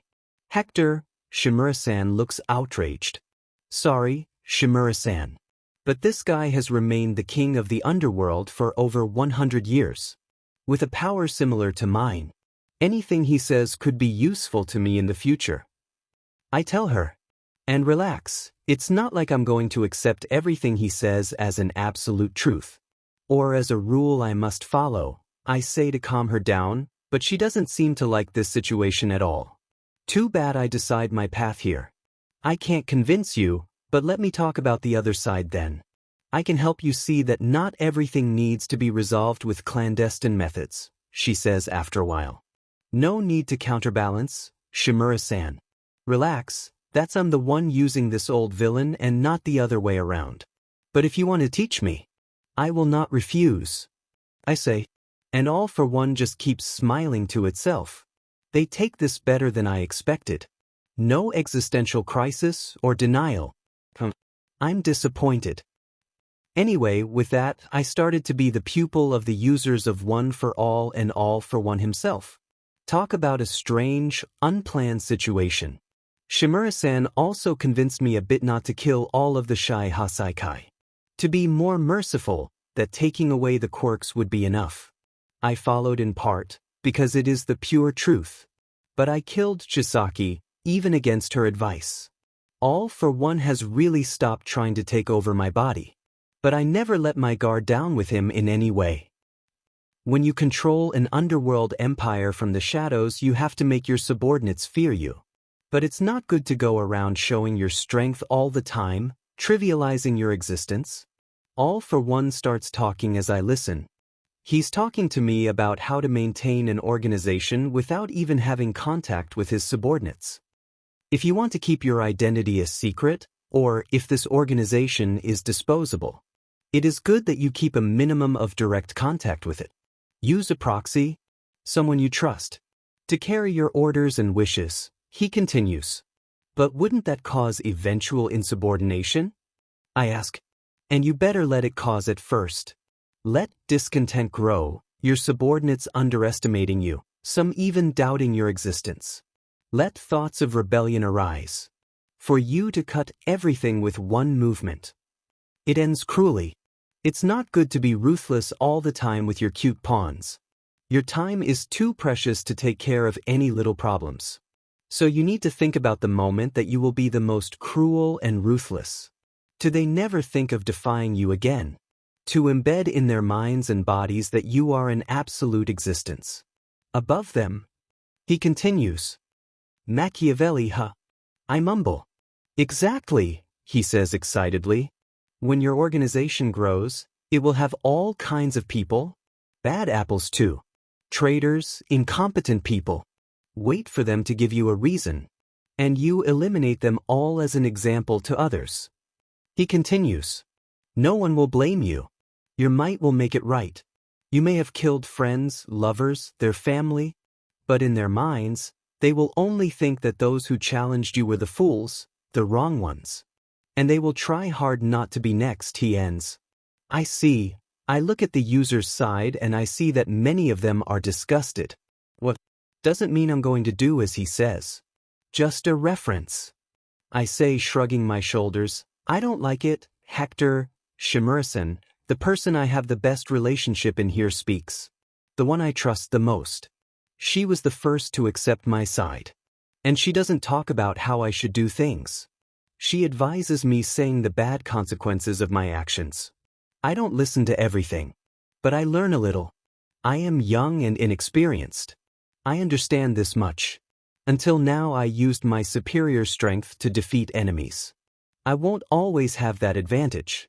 I know that, Shimura-san. But you know I'm not a heroic figure, but I'm not a psychopath villain either. I want a perspective from both sides.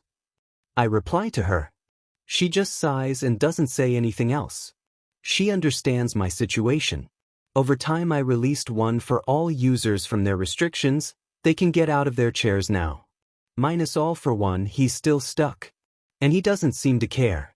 I can't understand this guy's mind.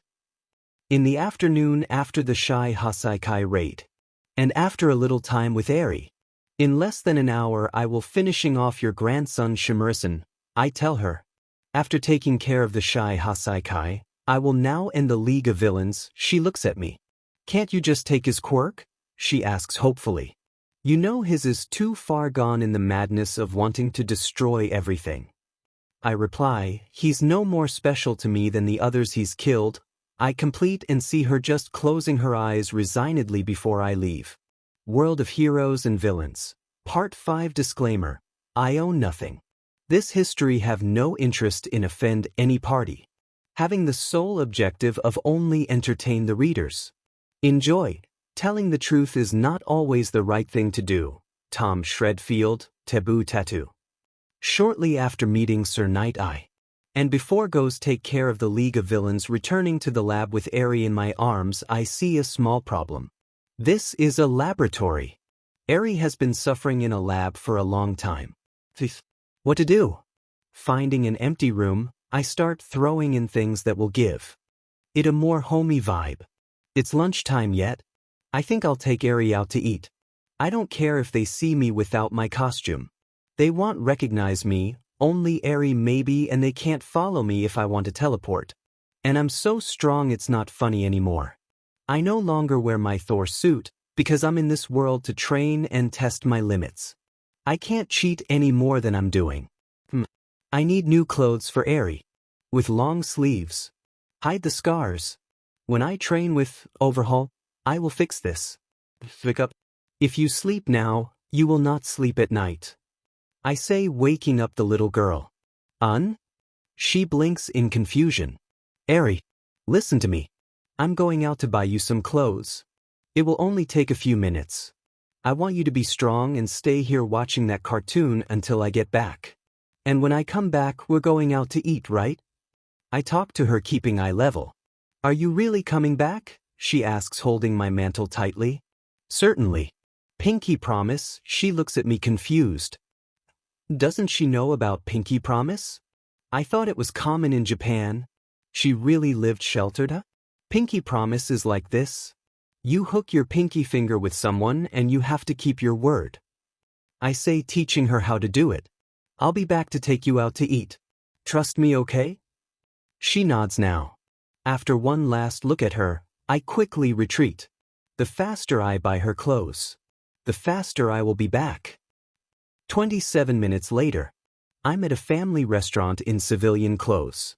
I keep Eri's quirk horn to pass as her older brother. Eri is sitting next to me so I can help her eat and wipe her mouth occasionally. There's a woman giving me coy eyes. Am I triggering her maternal instincts? Or something like that? The time is still 14:06 in the afternoon. I have time until my League of Villains assignment. I think I'll go for a walk with Eri, buy more clothes, sweets. Am I spoiling her? After an hour of walking around the commercial district, Eri got tired again. Looks like she doesn't have much stamina. Today was also a roller coaster of emotions to her. So I decide to go back to the lab. Eri, I have to tell you something. I start by carrying her in my arms along with several shopping bags. When she looks at me, I keep going. You know I would never hurt you, right? She nods. The place I live is very similar to the place that man used to hurt you. I'm telling you this so you don't get scared. Hospitals are similar too. They are used to heal people. When I come back, I will have to leave because of an appointment. So when you're alone, don't be scared by anything you see. You are safe. I explain. She is not stupid. I will be direct to avoid misunderstandings in the future. When she nods, I say, then let's go back. Placing her on the makeshift bed, I wait until she sleeps before moving out of the room. I told her I won't lock the door. But there's nothing fun out here. And to be careful not to touch anything for her own safety. I don't know where I'm going with my decision to take care of her. But I'm the only person in the world who can help her control this dangerous power quickly. Returning to my central computer, I resend a message to Kurojiri with the identity of Dr. Daruma, letting him know that in less than an hour I will pass on the coordinates of the meeting. And it is for him to take all the remaining members of the League of Villains to that place. Because he needs to impress the person who is going to meet them. I'm already going ahead to find that person, Gigantomachia. In the middle of a forested area, I arrive by levitating to the location indicated on the device in my hands. In my inner world, there is a screen in the ghost's room where they can watch what I see and hear what I hear. No sharing of my senas, this is the most I'll do for them. Gigantomachia is a loyal servant of All for One. A guy with a simple mind. He just follows his master's orders. He walks around naked, with the exception of an occasional coat and the radio he wears around his neck.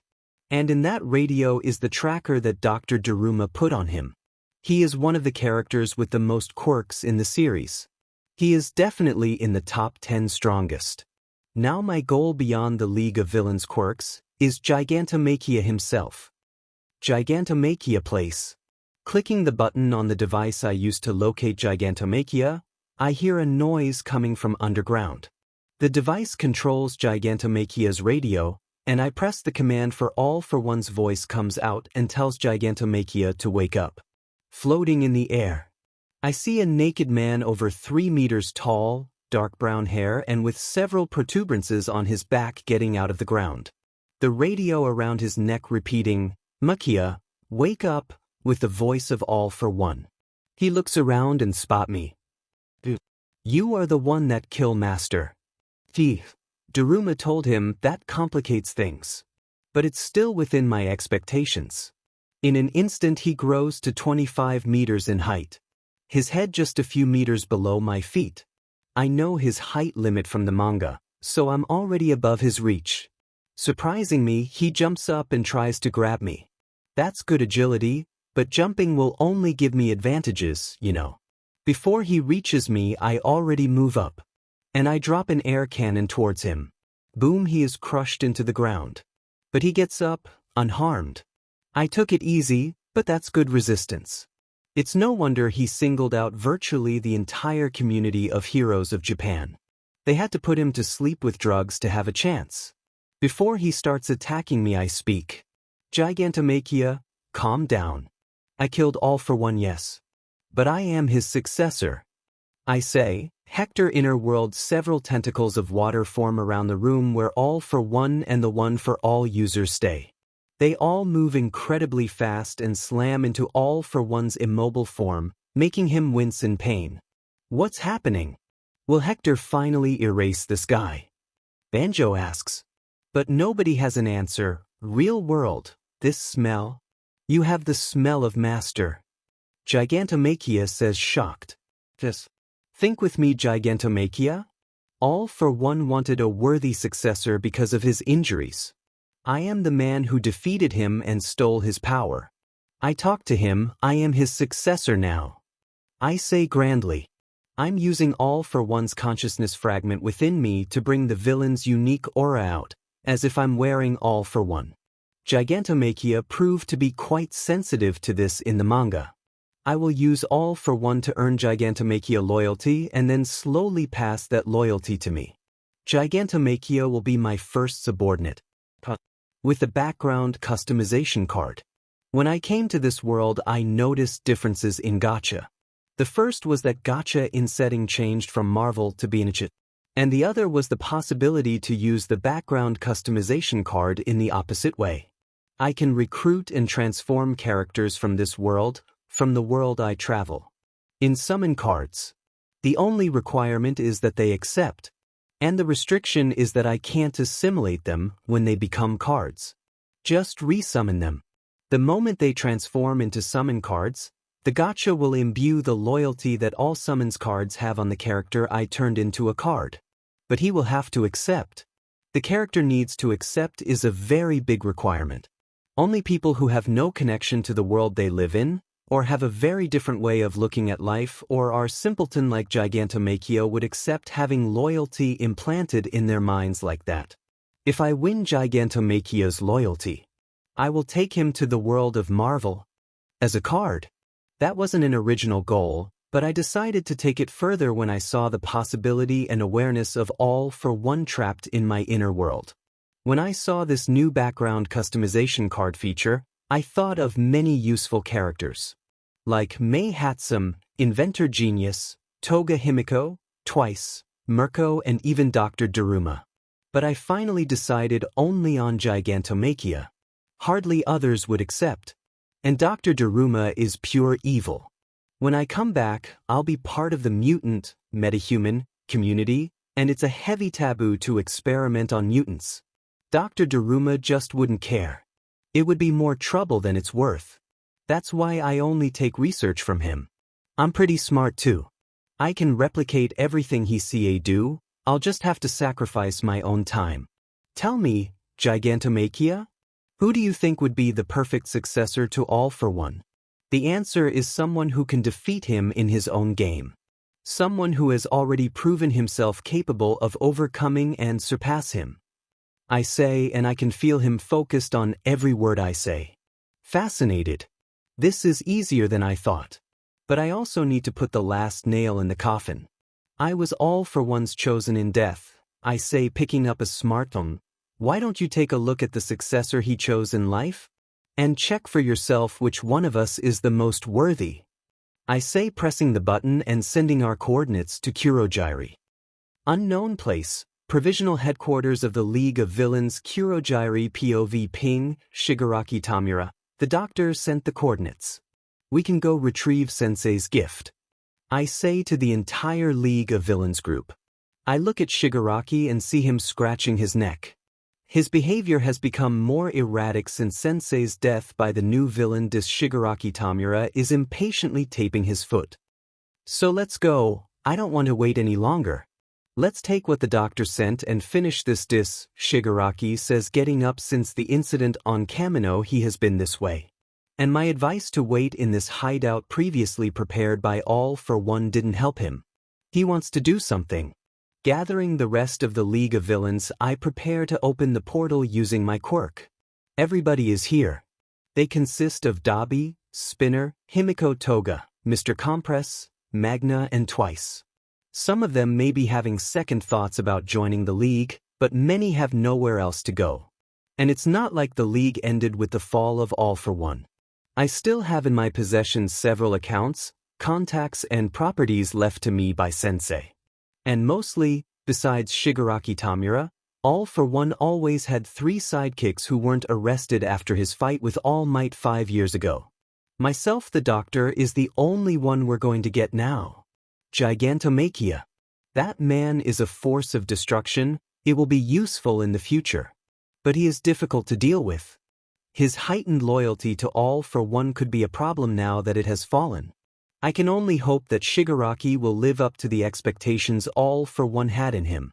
Get ready, I say to the group, opening a fog portal to the coordinates. After looking first, I see Gigantomachia sitting in the middle of a forest. It has some craters and uprooted trees. I think it's normal if he got the news of Sensei's end. After checking that Gigantomachia is alone, I allow everyone to go through the portal as well. But when everyone crosses and the portal closes, I feel something hit me from an impossibly close distance, where I didn't even notice it approaching, and then darkness. Hector POV. First thing to do is always take care of the teleporter. Holding the unconscious Kurogiri for his metal neck brace, I begin to steal his quirk. Observing from above is the best. I can already imagine how this will end. Kurogiri. You. Shigaraki says when he spots me. He seems pretty annoyed to see me. I can't even imagine why. I ignore him and speak. Gigantomachia, these are the League of Villains. You can draw your own conclusions in any way you want. Chat test them. The choice is yours. Don't kill them for now. I say, already knowing this will end in a fight. One of All for One's advice is to give your subordinates the illusion of choice. You give them alternatives, but with only one good enough for them to choose from, the one you want them to choose. Evil Empire Management 101. Am I evil for using your tactics? Maybe. But I can learn and adapt later. Everything is situational. And as expected, Gigantomachia gets up. Successor. Fight me. He says, growing just a little to 12 meters. Using me to brainwash Gigantomachia? I think I'm very proud of you, Hector-kun. All for One says from my mind. Even in pain, he acts carefree. You teach me well, sensei.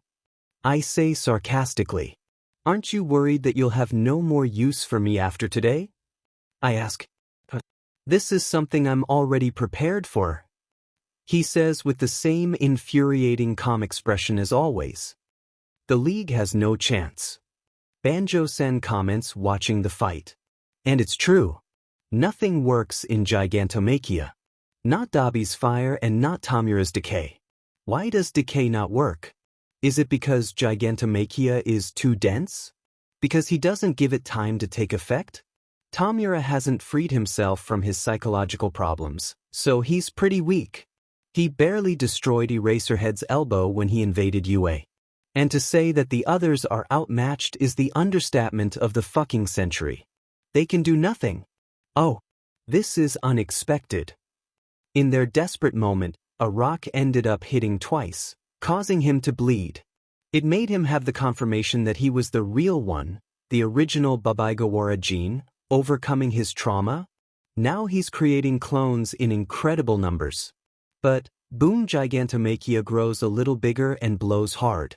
Almost all clones turn to mud, but some don't. They're running away carrying the rest of the League of Villains. This cannot happen. Moving very fast, I block their escape route and touch my right hand to the ground. Ice starts to be generated in large quantities, covering the clones being made. But many members escapes my attack due to the twice clones throwing them out of the way while sacrificing themselves. Good choice. Blocking the escape route, and you even froze the original twice, preventing it from spawning any more of his clones. Impressive that you were able to tell him apart from all these. Shinomori-sen, the user of Danger Sense, comments from my mind. The clones produced are based on the ideal image he has of himself. That is, they do not have the dirt and blood that he acquired during this time. During the fight. I answer. Don't run, successor. Gigantomachia explodes towards the reanimating League members. Meanwhile, I approach the frozen twice. I was lucky to catch Toga and Mr. Compress too. I steal the quirk of the three. Are you going to kill them? Shimura-san asks from my mind. Today only Tamura dies. I simply answer. All for one. Why? He is so weak. Why is he so weak? Turning my eyes to the battle, I see that it is already over. The entire League of Villains is on the ground struggling to get up. And Gigantomachia is crying rivers over there. Calm down, Machia. Tamura has potential. All for One didn't make a mistake. But is a pity Tamura will never live up to it. I say, floating to the giant man, already treating him like my subordinate. Master. Hoo-hoo. As I float closer to the fallen opponents, Machia places his hand as a platform for me and I land on his palm. I understand you all have your own circumstances, I say, looking at the villains. But now I will take your quirks and throw you all to the heroes. Except you, Tamura. You won't see tomorrow and your dream of destruction will never come true. I say. Now I move closer to remove their quirks, but my spider sense and danger sense flare. He's not defeated yet, apparently. But I don't stop walking confidently towards him. I will not show uncertainty now. When I get to less than 2 meters, very quickly Tamura lunges towards me with an outstretched hand. He's faster than before. Some type of power-up bullshit? But I don't even seem to move when he finally catches up to me. He no longer has both arms to use his quirk. Watching him fall to the ground, I cover his body with ice, just in case, and touch his head. Stealing decay for good. Now removing Jackal from my inventory, I prepare to give him his merciful death. Hector. I hear Shimura-san calling my name. I'm not surprised by her intervention. I already have a pretty good idea of her personality. She just can't stay quiet seeing this happen. But she won't change my mind. Taking my attention to my inner world, I say. Shigaraki Tamura will not be allowed to exist, Shimura-san, I say. Seeing her in my mind, I wait to see what reason she'll give me to convince me. The least I can do is listen to her. But she just drops down to a Dejiza. Exclamation point. Hector, I know it's shameless for a worthless adult like me to ask for this. Just because he's my relative. My failures in the past now haunt the present. And it's up to people like you to solve them now. She says with her forehead touching the room floor in my mind. As a hero, I cannot ask you to spare him. I understand that you are not wrong in deciding to kill him. But as his grandmother, I have to try to do this one thing for him. Please, I beg you. I am a failure as a mother and a hero. But I want to do this first good thing for Kotaro's family. Spare Kotaro's son. Spare Tenko. Please, she says while in Dejiza. You can get really uncomfortable with someone bowing to you like that. What to do? While I'm shocked, Yoichi-san and En-san do a Dejiza too. Please, Hector. Grant Nana-san's request. Yoichi says. M-san just keeps silent in his Dejiza. Then Banjo-san and Shinomori-san prostrate themselves too. We can't stop you from doing it, but you can't stop us from begging either.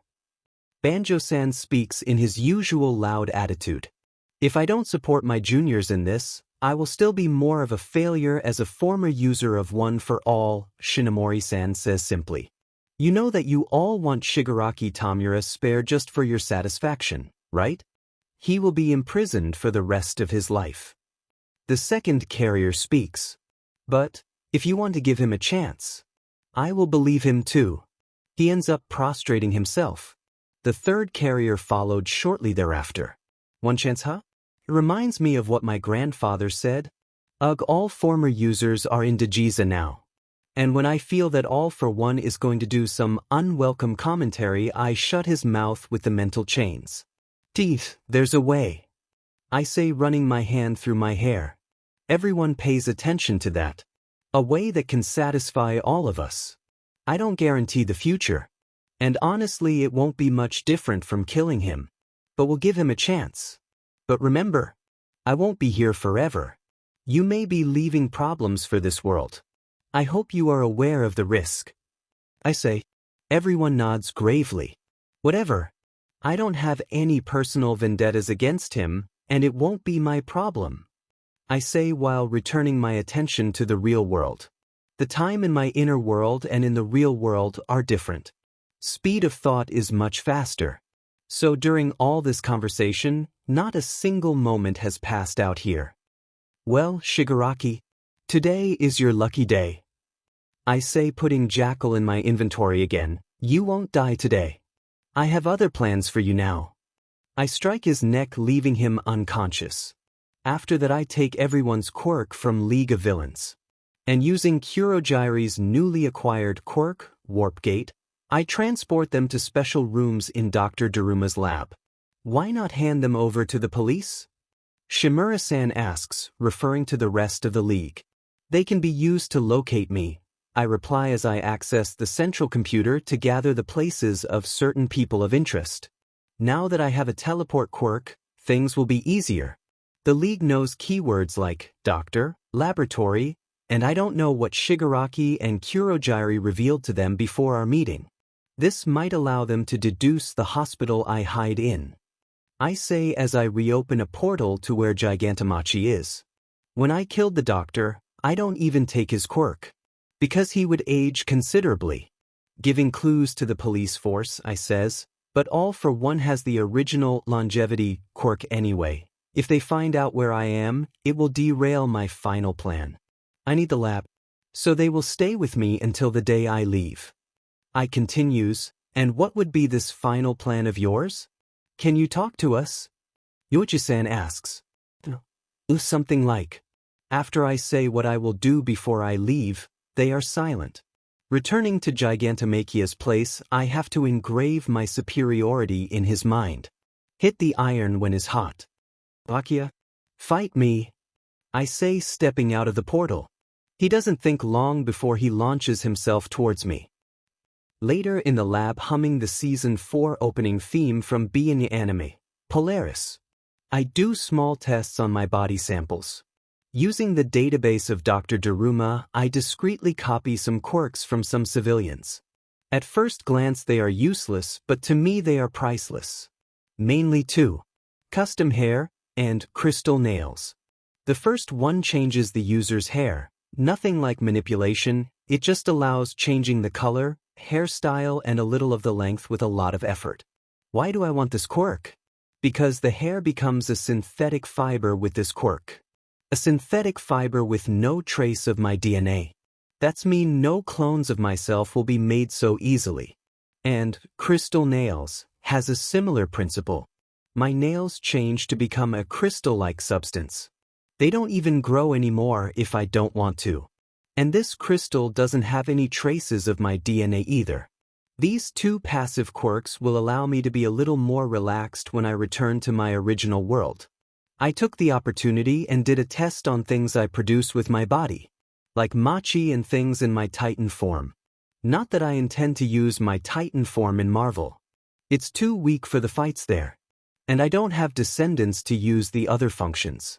I like it because of the ridiculous regeneration. But I already have super regeneration that all the Nomas have. So I'm really hard to kill. Result: the machi is just machi, the mud that is formed with twice clones too, by the way. And several other secretions. Looking at myself in a mirror, I start to take a test. Due to the use of some quirks, mainly the one taught need to use my eyes, it became a nuisance to cover my entire face. Then I cover just the nose down. A ninja half mask.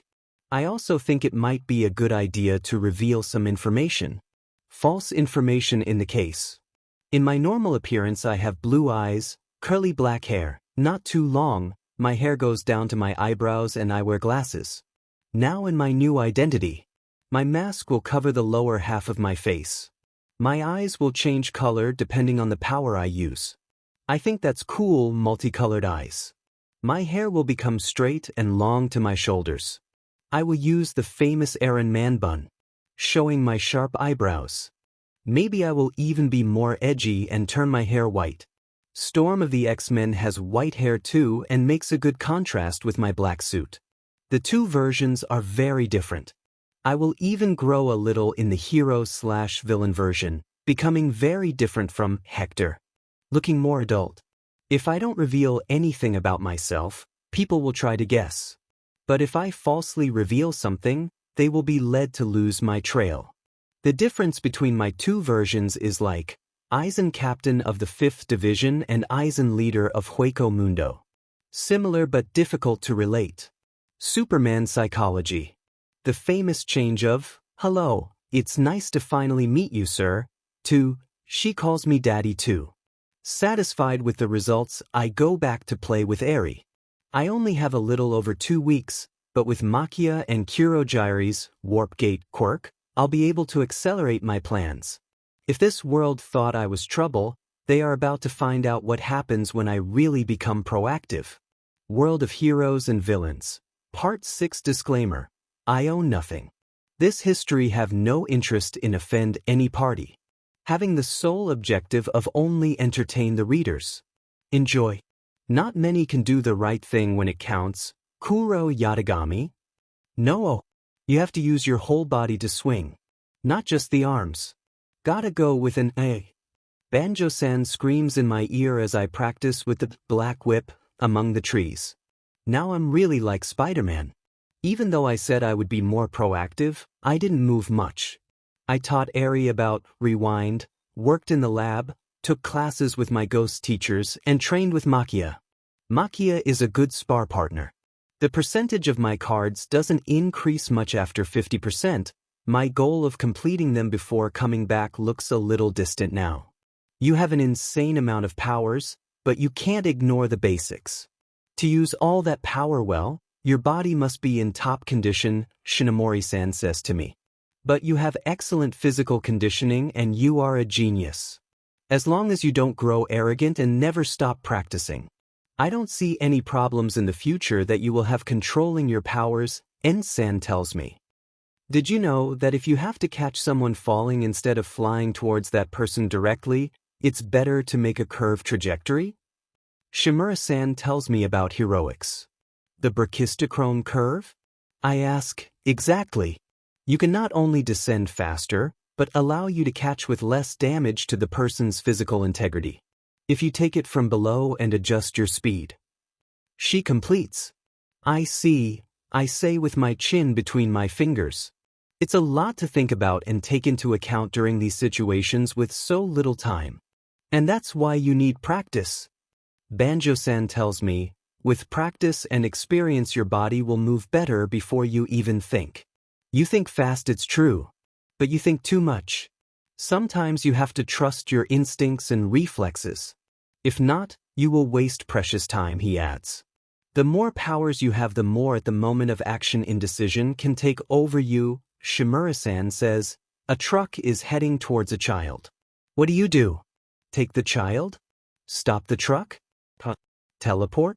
Telekinesis? Shield? Diverts the truck trajectory with earth manipulation? With ice? Having a power and knowing when to use it and when not to use it will be very important to you, Hector. She completes. Absorbing her advice, I start to think. It's true, the number of power and abilities I will have in the future will be ridiculous, and if I can't use them, it's a waste. You can keep a certain group of powers and give the others to your subordinates. All for one speaks to my mind, as he is the only one with no freedom to materialize in my view in the real world. Many powers will be similar. Choosing the strongest or the most compatible with you is important too. Don't be stingy and empower trusted subordinates too. He completes. Everything they say makes sense. I'm glad I didn't delete them without giving them a chance. This trip is really worth it. It's hard to make a copy of a power that I already have. It's like having to grow a seed from the scratch. I don't have infinite resources to replicate powers. 2 days later, same routine. That sword doesn't look very practical, Hin comments beside me as I hold the sword of actuation, but in its sword of thorns form. His comment is because the grip is full of spikes. It's not a sword that just anyone can use. I say, one of the advantages of coming to this world is that I have more freedom to test my assets. The sword of actuation was in card format until now, because I was afraid to use it and some demon or eldritch abomination seize the chance and invade my world. Like Femto took advantage of the slash of Skull Knight in Berserk.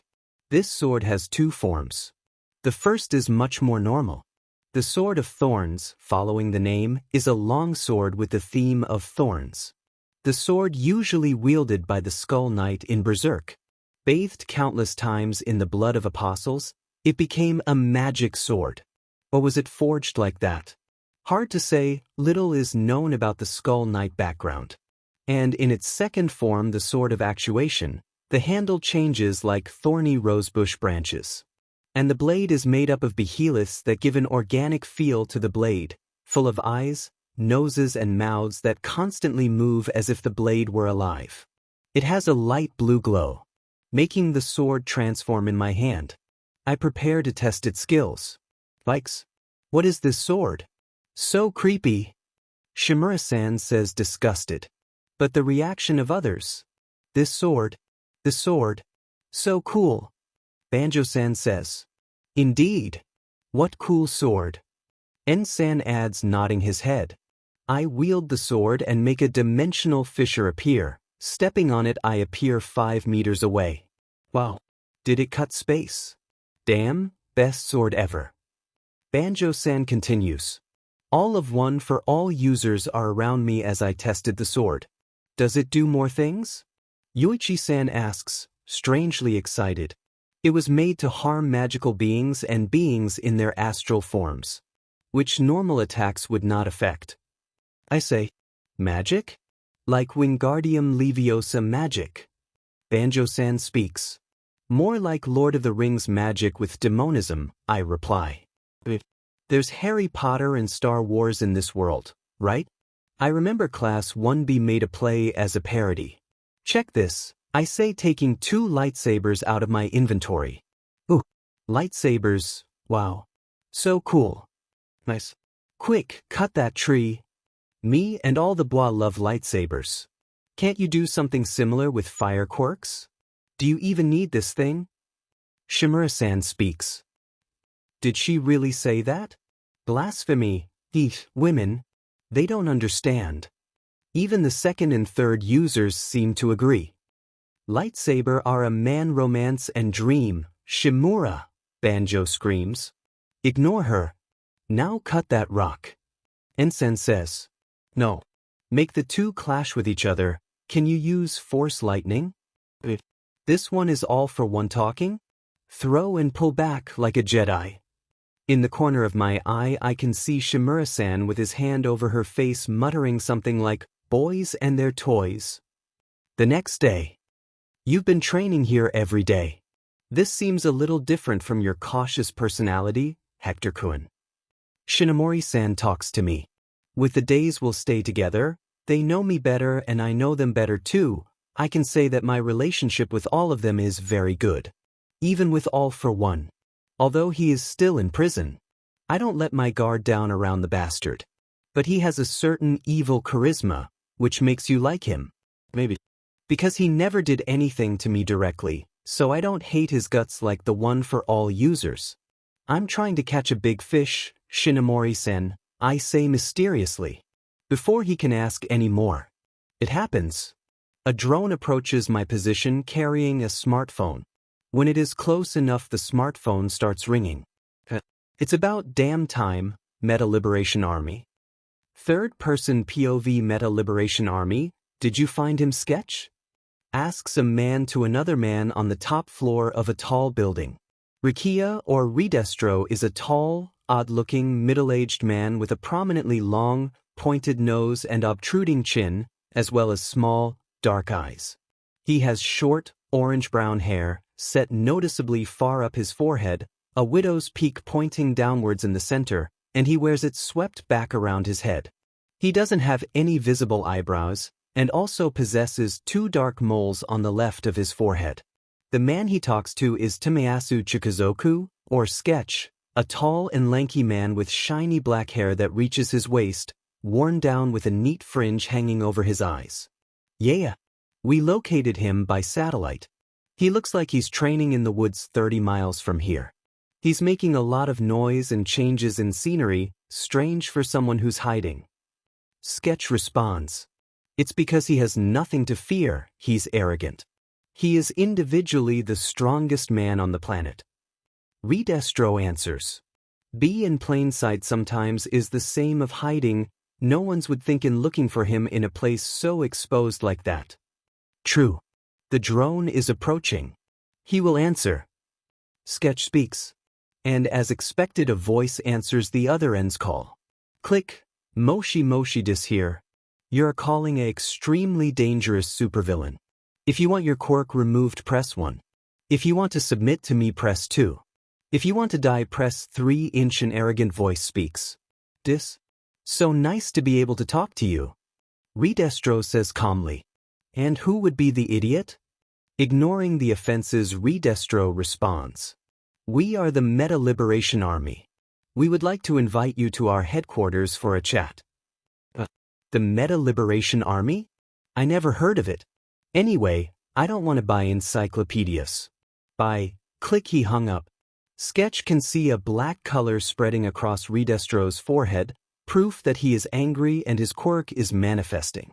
Ridestro, feigning calm, calls again. Click. Moshi Moshi. Kisatsu desu ka? Officer, there's a stalker calling me all the time. Please help me. You wouldn't want your location disclosed to the heroes, would you? I'm sure even you would be inconvenient to be surrounded by heroes. Ridestro speaks through gritted teeth. Oh ho, Are you threatening me, dear? Just stating a fact. I don't advise starting a fight with me, Meta Liberation Army. Are you sure you want to proceed with that plan of yours? Absolutely. Fine. Let's make a bet. Say the location and time. Me and mine versus you and your group. If I win, I will take your quirks, your lives, your money. Be prepared to forfeit everything to me. Dis speaks ominously, and if we win? Redestro asks smiling. I'll give you what you really want. All for one. Says seriously. Exclamation point. So, say the hour and location. Are you serious? We have over 100k members on our side. Even a million ants can't threaten a dragon. Okay then. You're arrogant little fella. Daika City in 1 hour. Redestro accepted. And one more thing. With your army there, only call whoever is absolutely prepared to die. Click the office was silent for a while. Notify Curious, Trumpet and Geeton. The Meta Liberation Army is going to war. Redestro says with his entire face was covered in black from his quirk. Hector POV click hook, line and sinker. Making the smartphone decay with Tamura quirk, I send an air cannon at the drone destroying it. Are you sure about this, Hector? Shimura-san asks me worriedly. The Meta Army is a problem for this world. They grew absurdly in numbers while staying hidden. And it has fingers in various sectors of society, press, support items, politics. Do they really have 100,000 members? Shinomori-san asks me. And they all trained with their quirks. Apparently they are an organization that follows the philosophy that the free usage of quirks is a basic human right and emphasizes liberation over regulation.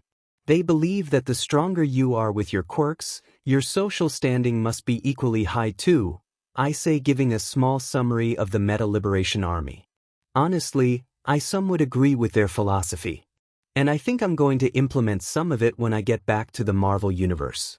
Not all about the weak being lower in society, but that all metas can use their powers freely and have practice with them, to avoid accidents, and seek self-improvement to improve the society as a whole. 100,000 villains hidden in plain sight. This present is full of problems. The third user says, this is All Might's fault. I say without thinking too much. And when I see Shimura-san's head turning quickly towards me, I feel like I have to explain myself. Okay, All Might did a great job. It brought peace and order to society. But the system is not perfect. It is too closed off with its dogmas to maintain this fragile peace carried on the back of a single person. It restricts people and rejects the different ones. Also, All Might is very strong. Villains aren't stupid, they'll hide well. It's hard to punch an enemy you don't even know exists. So the more dangerous ones will stay hidden, amassing strength like that. Meanwhile, All Might and society in general is blissfully unaware, I say. The one for all users are silent. Not everything can be solved by punching, that I can agree with all for one. Changing the subject, why do you act like a third-rate villain when you're in your persona? Banjo asks me out of the blue. I shrug. I act as different as possible from my real self. Let them chase someone who doesn't exist and far from Hector as possible. After answering, I head towards the place where Makia and Eri are. Eri is drawing on Makia's skin as he takes care of her. Eri, Makia. I call and they turn to me. Eri, I'm going to fight some bad guys now. I need you to be a good girl and wait for me in your room. Behave, okay? I'll be back soon. And I say, kneeling down to keep eye level with Eri. Makia, wait for me here. Let's go together against the enemy, I say as I take Eri in my arms and walk through the portal I opened. Yees, master. I will destroy all that stand in your path. After putting Eri in the room with some anime, I go back, but I'm surprised when the second user talks to me. Are you going to kill them? He asks me. Most of them, I answer simply. Good. This surprises me. Such a large number of villains is a problem even if they are arrested. It will be good if you resolve this before you leave. He says. Some seem uncomfortable with the possible massacre that I will do now. But I don't care, I've already warned the enemy, and they are ready to die. Hector, we're talking about over 100,000 lives. You can't trivialize them like that. I'm afraid of what you might become. If you walk this path of no return, think about your own life and try to weigh it against others. She tries to advise me, but my resolve is already made. Tisi Shimura-san, I've been prepared to die since the day I decided to walk in this path. Do you think I started all this thinking it is all a game? Like the Children of This World hero course? As if I know very well that I can die at any. Really? I won't even be angry. I have already taken many lives. What right do I have to be angry if someone tries to take my life? I say seriously, and something in my eyes must have shocked her. Because she is mute. Make no mistake. My life is the most important thing to me. Is the ultimate gift given by my parents. I will do anything to survive. But I'm not so hypocritical as not to conjure up the possibility of my death. I have a vision for the future, Shimura-san. But if I act like a hero, considering all life equally precious, sacrificing myself for others that aren't worth it, I won't be able to accomplish my objective. The changes for the better that I want to my world. I'm sorry. I'm no hero material. I will try to uphold you guys' teachings the maximum possible. But at the end of it all, I am a selfish human. The Meta Liberation Army plans to bring chaos to all of Japan to make their thinking the only solution to an unprecedented crisis. Ending millions of lives for this. I will stop them. I will stop them for the people of this world. So that the real heroes don't have to make that hard choice. Trees began to be pushed by an unseen force with me at the center. A force that represents my will. Haoshiku no Haki. With that I put on my cloak and float onto Gigantomachia's back. Matia. Southeast. You can go slowly, we're not in a hurry. Let the enemies savor their last day in this world. I say, yes. As Makia moves, I pull a smartphone out of my inventory and make a call. Changing my voice, I start to speak. Moshi Moshi, Kyatsu desu ka? I'd like to make an anonymous report. I'm from the Meta Liberation Army. And I hear just now that we're going to be attacked by the villain This one. Actually, the Meta Liberation Army is an organization of villains. Please help me. I don't want to fight this, he scares me. Please. In Daika City. In 1 hour. Click destroying the smartphone, I focus forward. Principal Nizu must be planning some trap for me. Why can't I make him use this trap on my terms? Heh.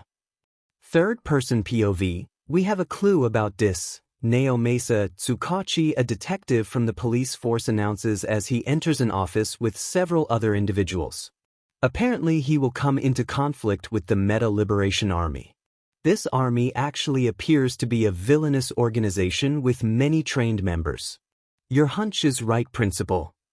Neo Mesa finishes, looking at the mouse bear dog in the room. I thought he would go after the Meta Liberation Army at some point, but I didn't think they would be a criminal organization. They advertised as a group to help you control quirks and gain a better understanding of yourself. So they will make a good prey to dis. Principal Nizu speaks from where he is sitting on Aizawa's shoulder, the hero Eraserhead. Thanks to Hawks sharing his informations after his retirement, we can be sure that this lead is true. Aizawa adds, it's sooner than I expected, but we can put the plan into action. All characters of this play are here. Are you guys ready? The principal speaks looking at two figures seated further away, next to All Might in his skinny form. You need me. And here I am. I owe Japan a lot, I will not back down now. A muscular man speaks. I can't deny a request from All Might. Let's tackle this villain. Another tall, muscular woman responds. Those two are Captain Celebrity and Star and Stripe, the two top heroes in America. Daika City, 1 hour later. Third-person POV. Two people approach the city of Daika via a deserted route. Arriving at a point where it is possible to see the whole city, they are accosted by a hero. The hero Sliden Go is secretly a member of the Meta Liberation Army and will be Dis and Gigantamachia's guide to the stage of confrontation between the two groups. Greetings, Dis. Please follow me. You should be surprised that a pro her dash. Just lead the way, traitor. Dis interrupts him, still on Gigantamachia's shoulders. He doesn't even look at the hero. Okay. After a few minutes, they approach the entrance to the city. Every city is the battlefield, right? Dis question. Exactly. This is the base of the Meta Liberation Army. All citizens are part of our great group. Sliden Go responds by making an L with his fingers in front of his forehead. I see. And have all the children and old people, people who cannot and do not want to fight, been evacuated? Dis questioned the hero. There is no one who didn't want to fight. But we do evacuate children and people who cannot fight. The traitorous hero responds. I understand. That's good. You can start by being the first causality, he says, and disappears from where he is. The hero was not unprepared. He's trained for it. He hasn't let his guard down, but Dis is just too fast. He has no chance. Grabbing Sliden Go by the head, Dis steals his quirk in an instant and then decay him in the next. A quirk that eliminates the user friction with surfaces is very useful. As he says this, several figures begin to float in the sky of the city of Daika. All these figures were invisible until now. And all of them are Dis. The clones made by the quirk, twice, extend one arm each and point towards the city. From each arm an electromagnetic pulse is emitted, boosted by air cannon and other quirks. All electronics in the city, with the exception of a few more protected ones, were disabled. The massacre begins now. Hector POV. Seeing all electronics disabled, I prepare for the fight. I don't believe all the electronics were destroyed. They sure must have some protection against EMP. But it's already a plus. You can use large-scale attacks. Using decay, cremation, or twice, all this will be over in an instant. The second user says he is being surprisingly helpful in this mission. He seems to be the ends justify the means type of guy. Time to train. I say while jumping on the roof of a house. Desert hut? Planning an ambush? They could be hiding underground, inside houses further down the road, or even above the clouds. Stay alert. The third user speaks. Let's start big then, since they don't want to get out of their holes. I readied my arm. My body alone is far superior to that of a normal person. So I can use a stolen quirk much better than the original user. If I combine with other quirks, the power will increase even more.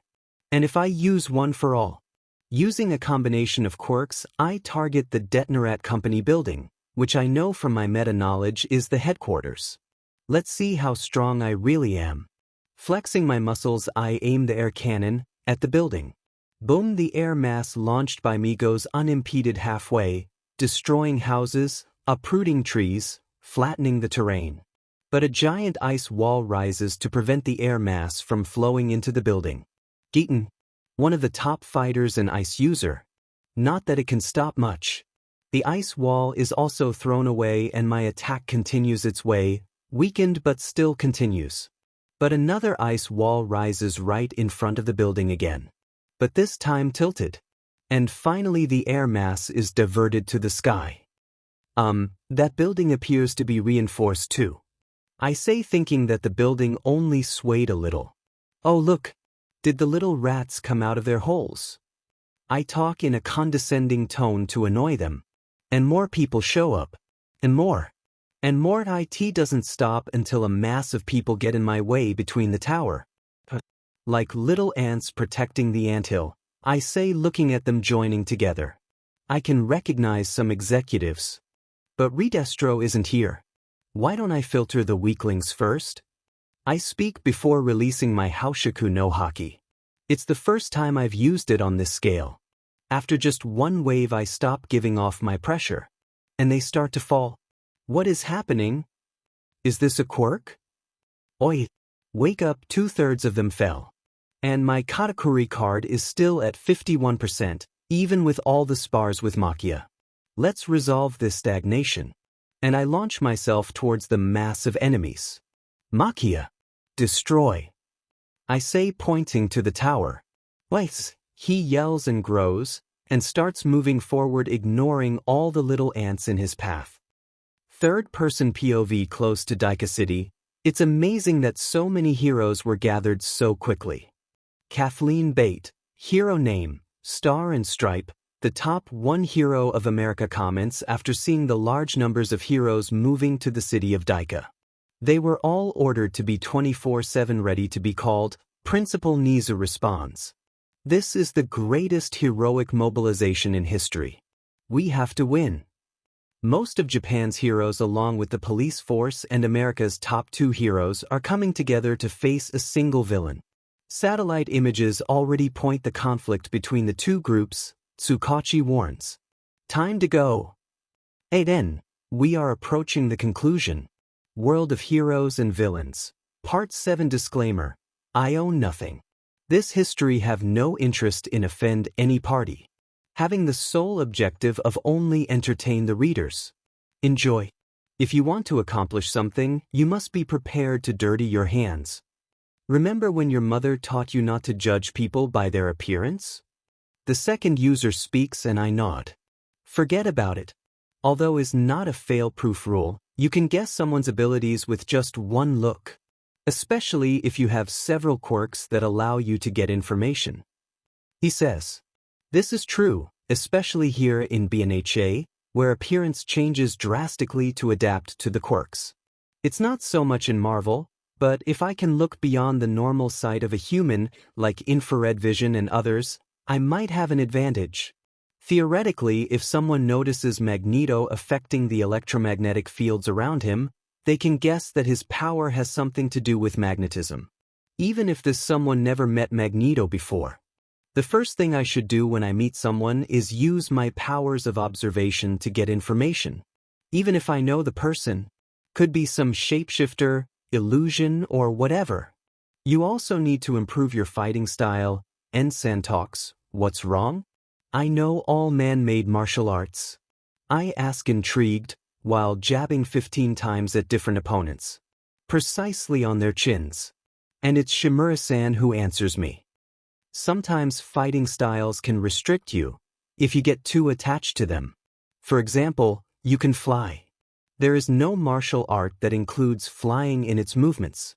You and I can fight a three-dimensional aerial battle. It's an incredible advantage against someone who can't fly. No need to have a stance into the ground, leverage in any direction. If you stick to normal martial arts, you're limiting your potential. She says. And you can change your body too much to be grounded by conventional martial arts. And Sen adds. That's why you need is to create your own style. Banjo-san speaks animatedly, intruding on the conversation. Creating my own style. Sounds difficult. I say as I dodge a guy who releases some kind of liquid through his mouth. It seems to be just glue. But I will not leave anything secreted by an enemy and touch. Not really, the second holder says, you already started creating unconsciously. This surprises me. I did. I ask. Yeah. We notice that your fighting style tends more towards counter one-hit kill. You watch the opponent, and when he attacks you, you fight back with the aim of being over in an instant with no second chances.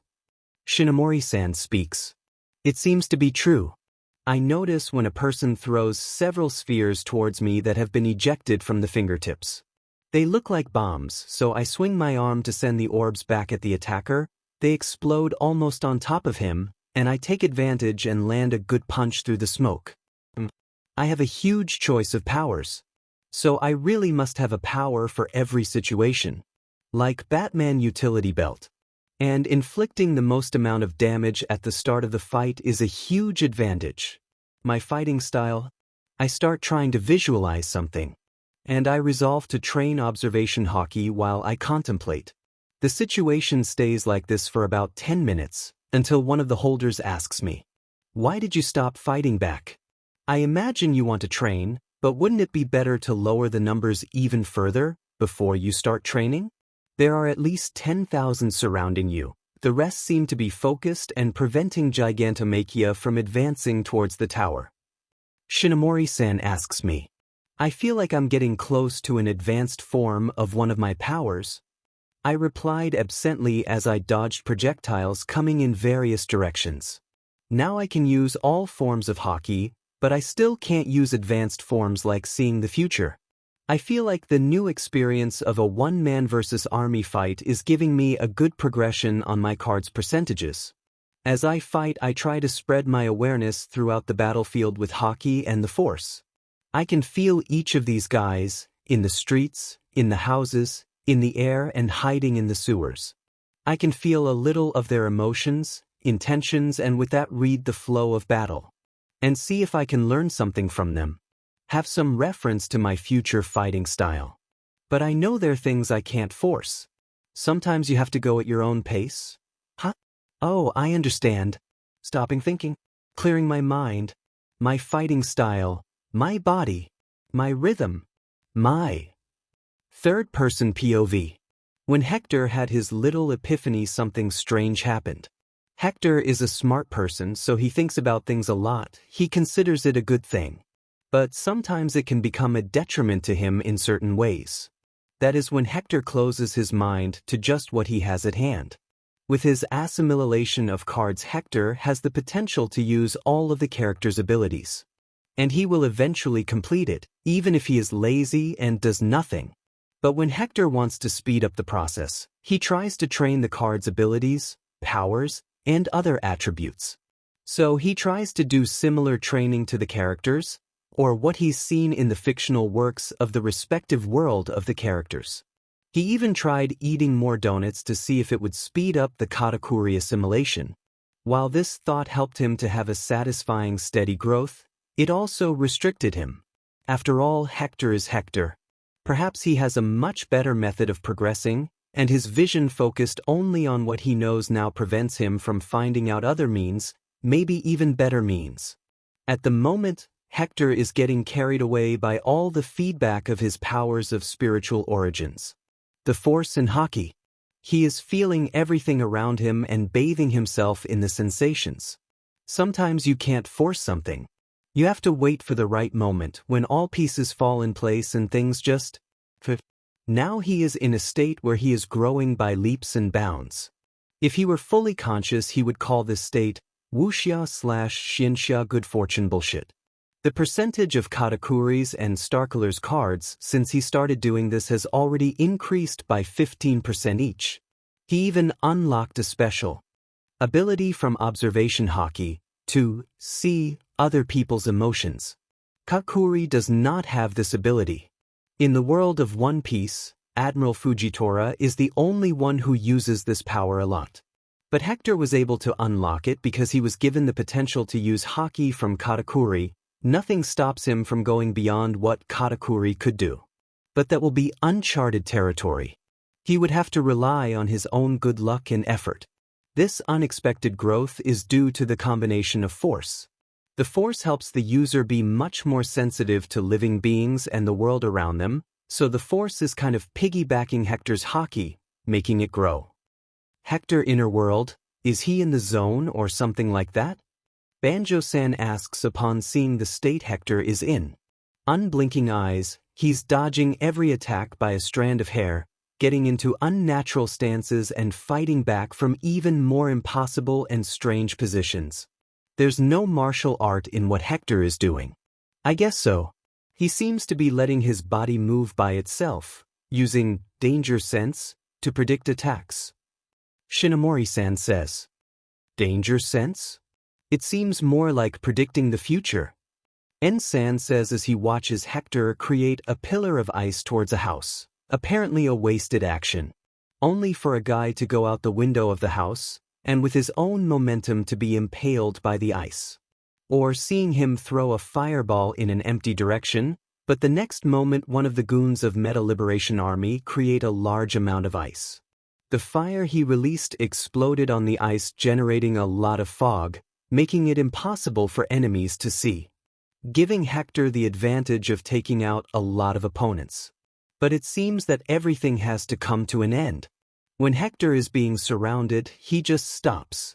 Seeing a few seconds in the future, he knows he has no escape route, although the next attack by the Meta Liberation Army won't hurt him, but his body chooses to stay still.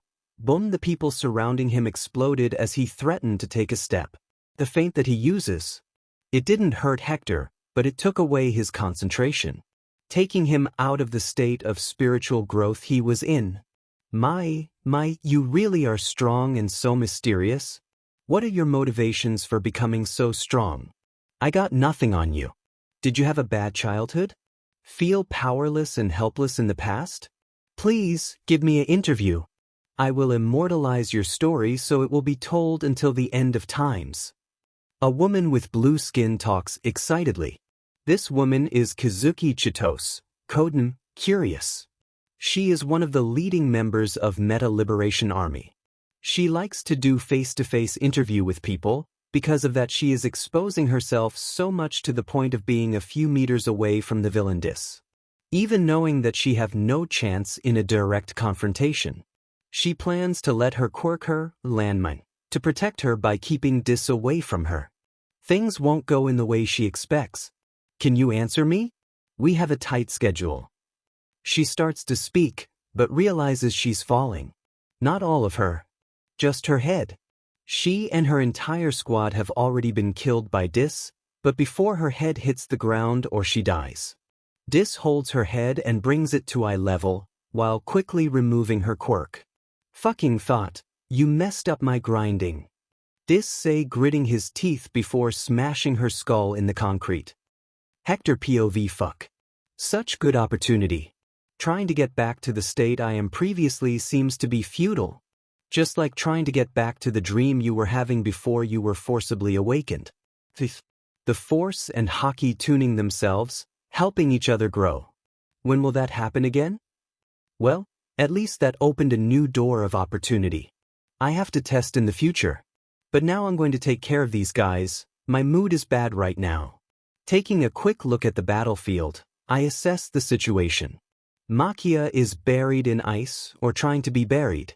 He just keeps moving forward. And the people of the Meta Liberation Army are throwing themselves at him like moth to a flame. Kamikaze-like strategy. That guy who can boost crowd morale seems to be there, urging people to do whatever it takes to stop the advance of Makia. Geaton is also there apparently, in someplace close to that ice. I just killed Curious, so Skeptic and Redestro must be in the tower. Time to end this. Doofensmishmerts Saftra breakup.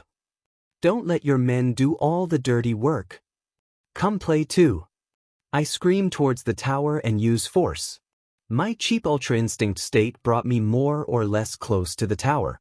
About 3 kilometers, so I throw my hand towards the tower and pull. Force pull.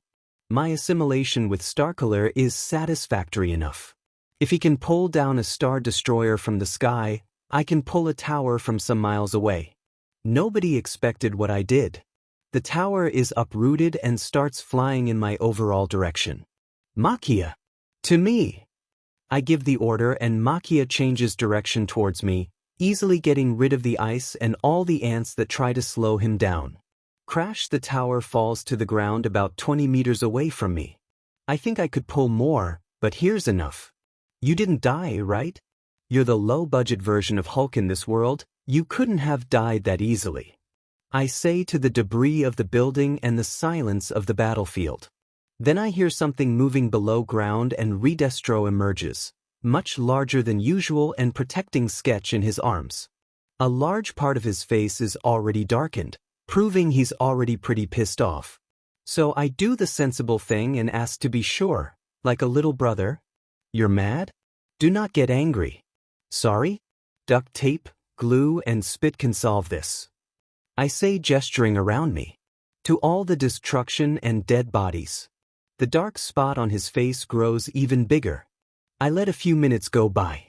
Makia approaches to stand beside me, while his army gathers on the opposite side. I'll give you one last chance. Let me remove the quirks from your strongest, and I'll be gone. I say, making one last offer. Looking at the previous battle, I see that many quirks have similar effects or are downgrades version of some that I already have. I just plan on picking up some elemental powers, some weird ones, and that's it. Aside from the executives, I've only seen a guy who uses electricity and one who makes plants grow interestingly. I never planned on collecting all of their 100,000 quirks. I don't even know if my body can take it, for now. In the future, yes, I know I won't have a problem even if I have trillions of powers. My secondary mutation and my growth assimilating characters will make sure of this.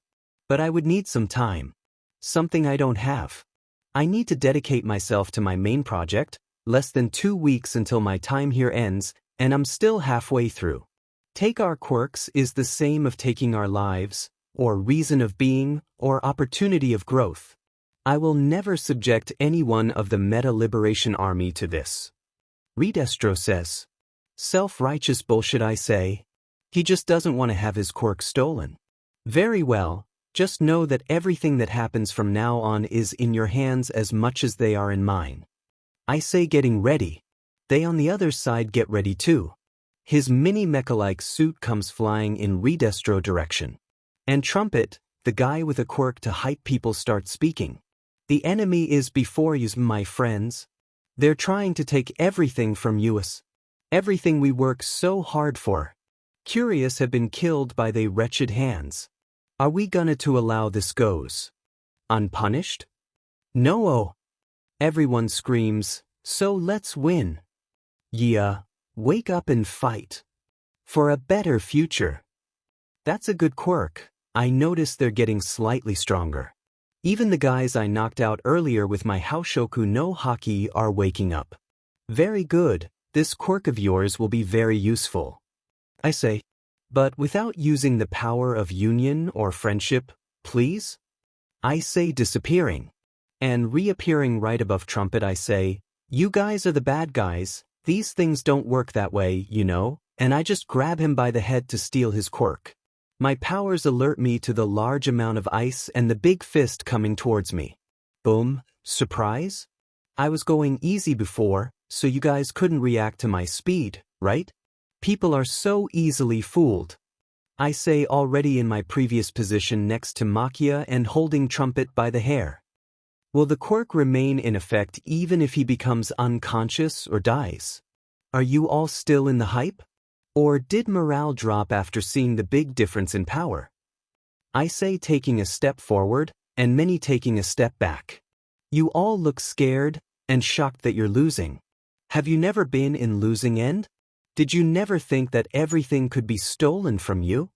I say as I start to float, after having tossed Trumpet's body aside. I see. You guys hide your weakness in numbers. You guys are really pathetic. Makia, destroy the ants, but let the slightly bigger ants to me. I say, looking at Redestro and Geeton. Yes. Makia says and clasps his hand loudly in the direction of the army. The shockwave hits the army, make many stumble. After this, Makia goes berserk with them. Now, it's our turn, I say before closing my distance with my dance partners. A few kilometers away from Gacha City. You won't believe the images the satellites are capturing. A policeman speaks alongside Tsukachi on the convoy that transports the main heroes to Gacha. The situation in Gacha City is shocking to say the least. At least a third of all of Japan's heroes were gathered, along with the police force and the support of America's heroes. Principal Nizu watches the images on the monitor and speaks. It looks like the situation is at its peak there. That gives us two options. We can either step in the moment we arrives, or take a page out of Dis's book and wait for both sides to tire each other out. After saying that, he looks around at the people around him. Star and Stripe, Eraserhead, Captain Celebrity, Endeavor, Edge Shot, Crust, and many others. The answer is obvious. We'll not hesitate, let's move forward and stop this destruction as quickly as possible. Star and Stripe talks from your seat. Nizu smile with this. That's how heroes are, they don't always take the easy way out. But after a few minutes, after they arrive in Gacha, they are met with a catastrophe. floating in the air, over a mountain of debris and bodies, some people alive but unconscious. There is Dis and a giant man on the floor next to him. Dis had already won. "Oh, you really came. I thought about doing a battle royale or something, but these guys were weaker than I thought." Dis speaks after seeing that they had already arrived.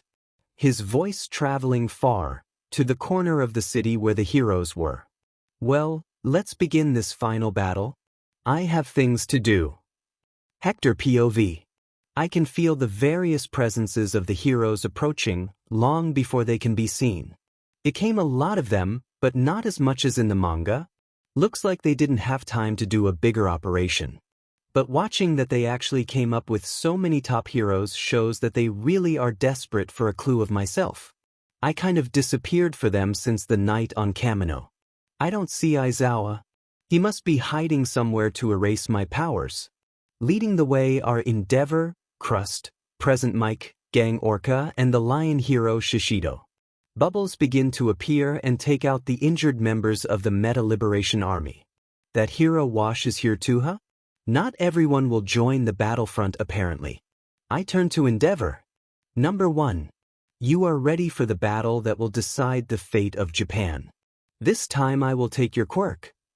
I say, "This," he says gritting his teeth, "I'll make you give back Shoto's quirk."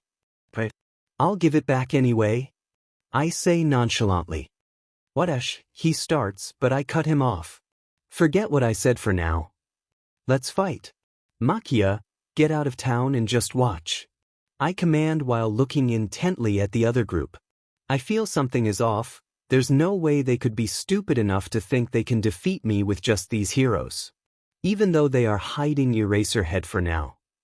I have the strongest hero and the strongest villain powers. Are they planting a bomb? But I called they here just for prevent that. With so many people they can't use weapons of mass destruction. Do they want to buy time to rescue civilians and then nuke me? Maybe they have backup?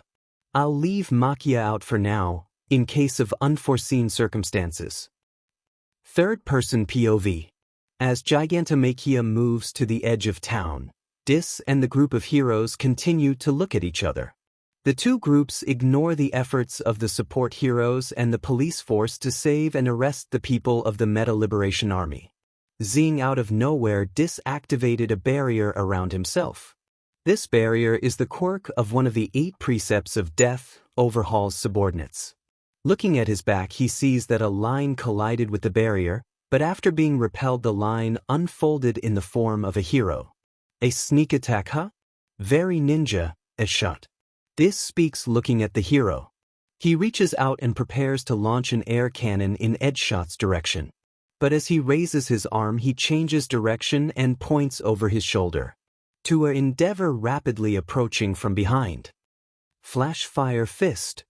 But the air cannon clashes with Endeavor attack sending shockwave that moves Endeavor several meters back. But before he goes too far, the hero Crust creates shields on its arms and stops Endeavor from being sent to out of the battlefield. I thought you had already suffered this attack, Endeavor. Are you getting old? Or did I hit you too hard on the head last time? Dis provokes, and to add salt from the wound he puts his right hand on the ground and creates an iceberg towards Endeavor and Crust. Endeavor obviously melts the ice before it gets there. But Dis doesn't stop generating ice. And Endeavor can't stop now either. After a while Dis replaces the ice with blue flames. The abrupt change of attack causes Endeavor to suffer a direct hit. Are you overheating, Endeavor? Hector asks as he continues to send flames.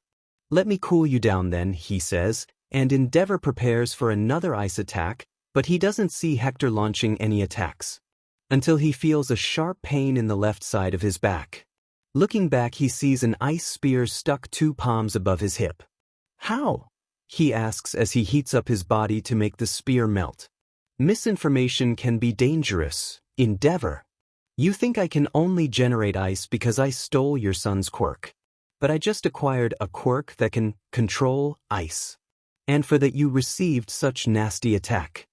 This says as he floats high in the air. Out of reach of most heroes. But Endeavor obviously didn't give up. He and other long-range heroes launch a joint attack against Hector who are still in the air. Arg! Hector just reaches forward and uses an air cannon to fend off the attacks. The explosion of the clash makes his mantle flap in the wind. Dis exclaims as he slowly begins to fall headfirst to the front.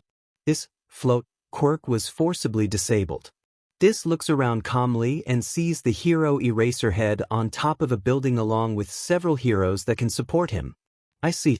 The place I'm in has good visibility all the way to the ground. And that last attack was to blow off my hood and reveal my face.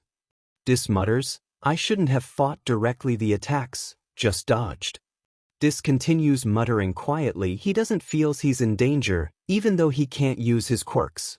A sound of sharp wind approaches Hector, and his observation hockey shows that Captain Celebrity will arrive and try to pull more of his cloak while trying to punching him. Reinforcements. But you all really are uninformed.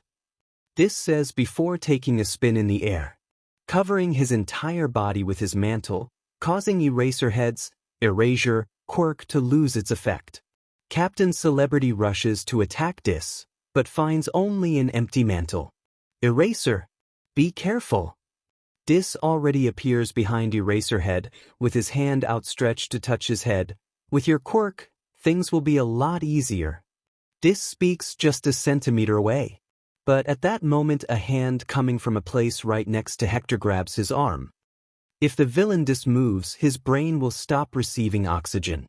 Star and Stripe says after revealing herself right on Dis' side. With a big smile on her face she continues. Star and Strip is invisible to all senses, is a neat order, right? She says to the wide-eyed Hector. I'm back. I will not write a huge note because we'll have another chapter today. Wait for it. World of Heroes and Villains. Part 8 Disclaimer. I own nothing. This history have no interest in offend any party. Having the sole objective of only entertain the readers. Enjoy.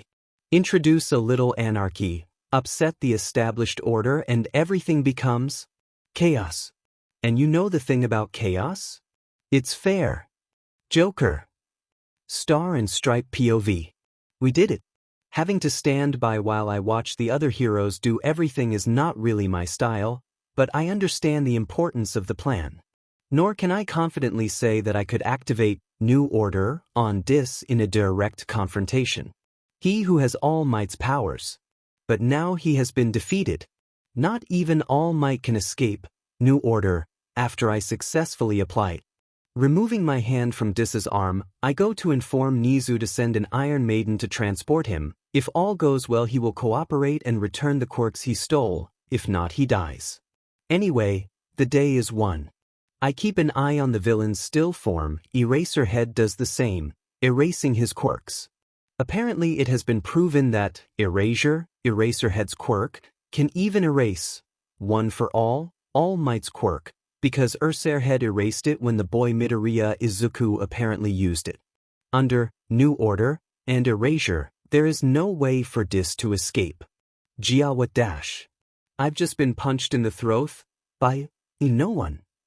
And thrown away. I try to quickly recover.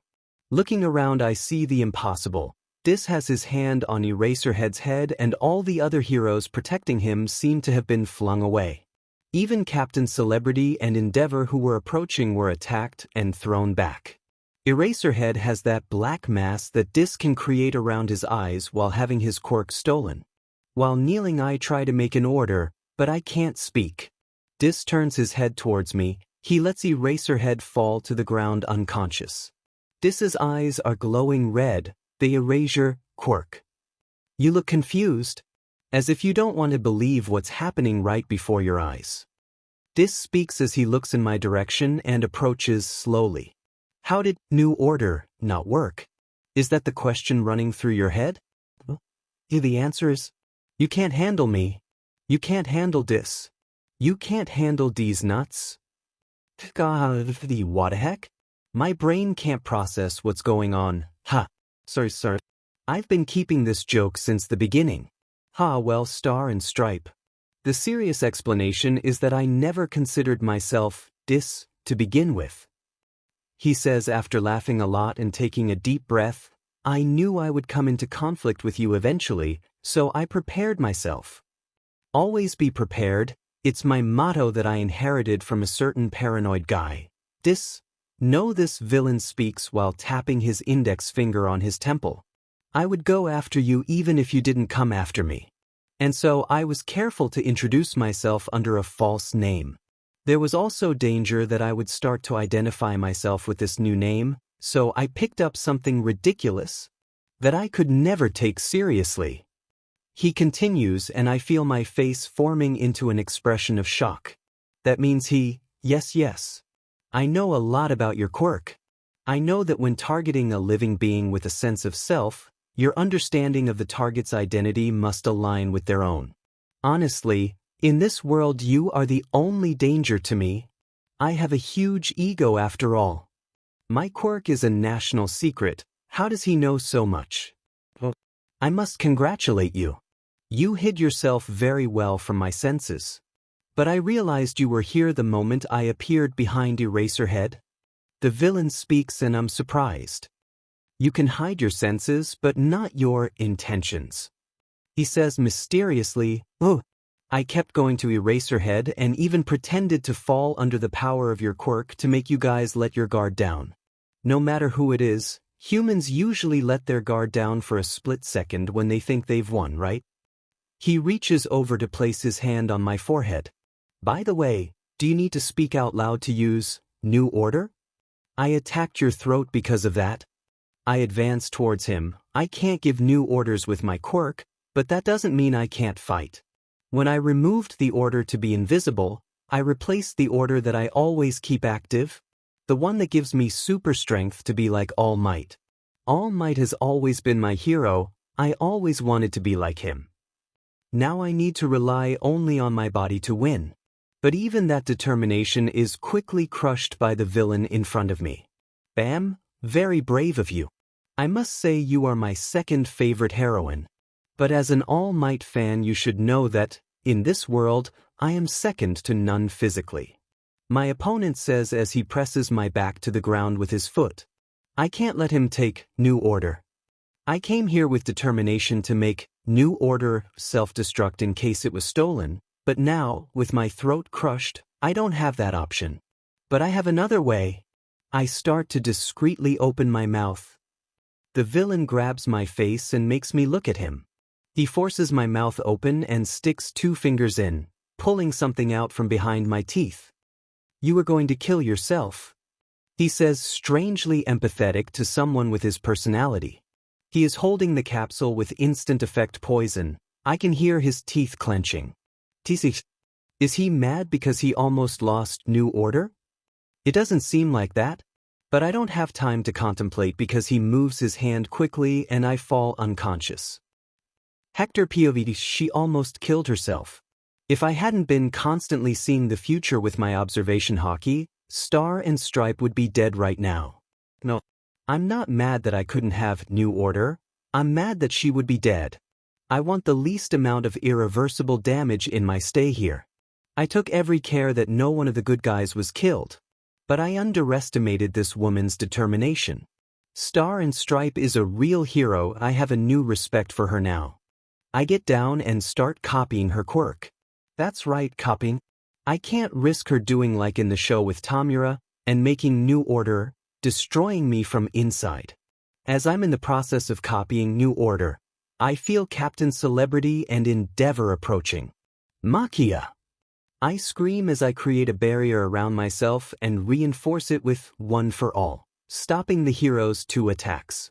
I feel like it's going to take time to copy the Star and Stripe quirk, so my hands are tied. I'll give you all the chance to back off. When I'm done here, I'll go after you too. I say, watching the 2 of them through the barrier. Never! Endeavor says as he tries to bombard me with attacks. I won't let you hurt my fellow compatriot anymore, villain. Captain Celebrity screams, attacking me from the side opposite Endeavor. Less than a minute, Makia's big shadow appear above us. And with the swing of one arm he sends the 2 heroes away with the air pressure. Master, he says as he looks at me. Makia, Don't let these heroes stop me from getting this woman's quirk. I say, yes, he says and moves protectively around me.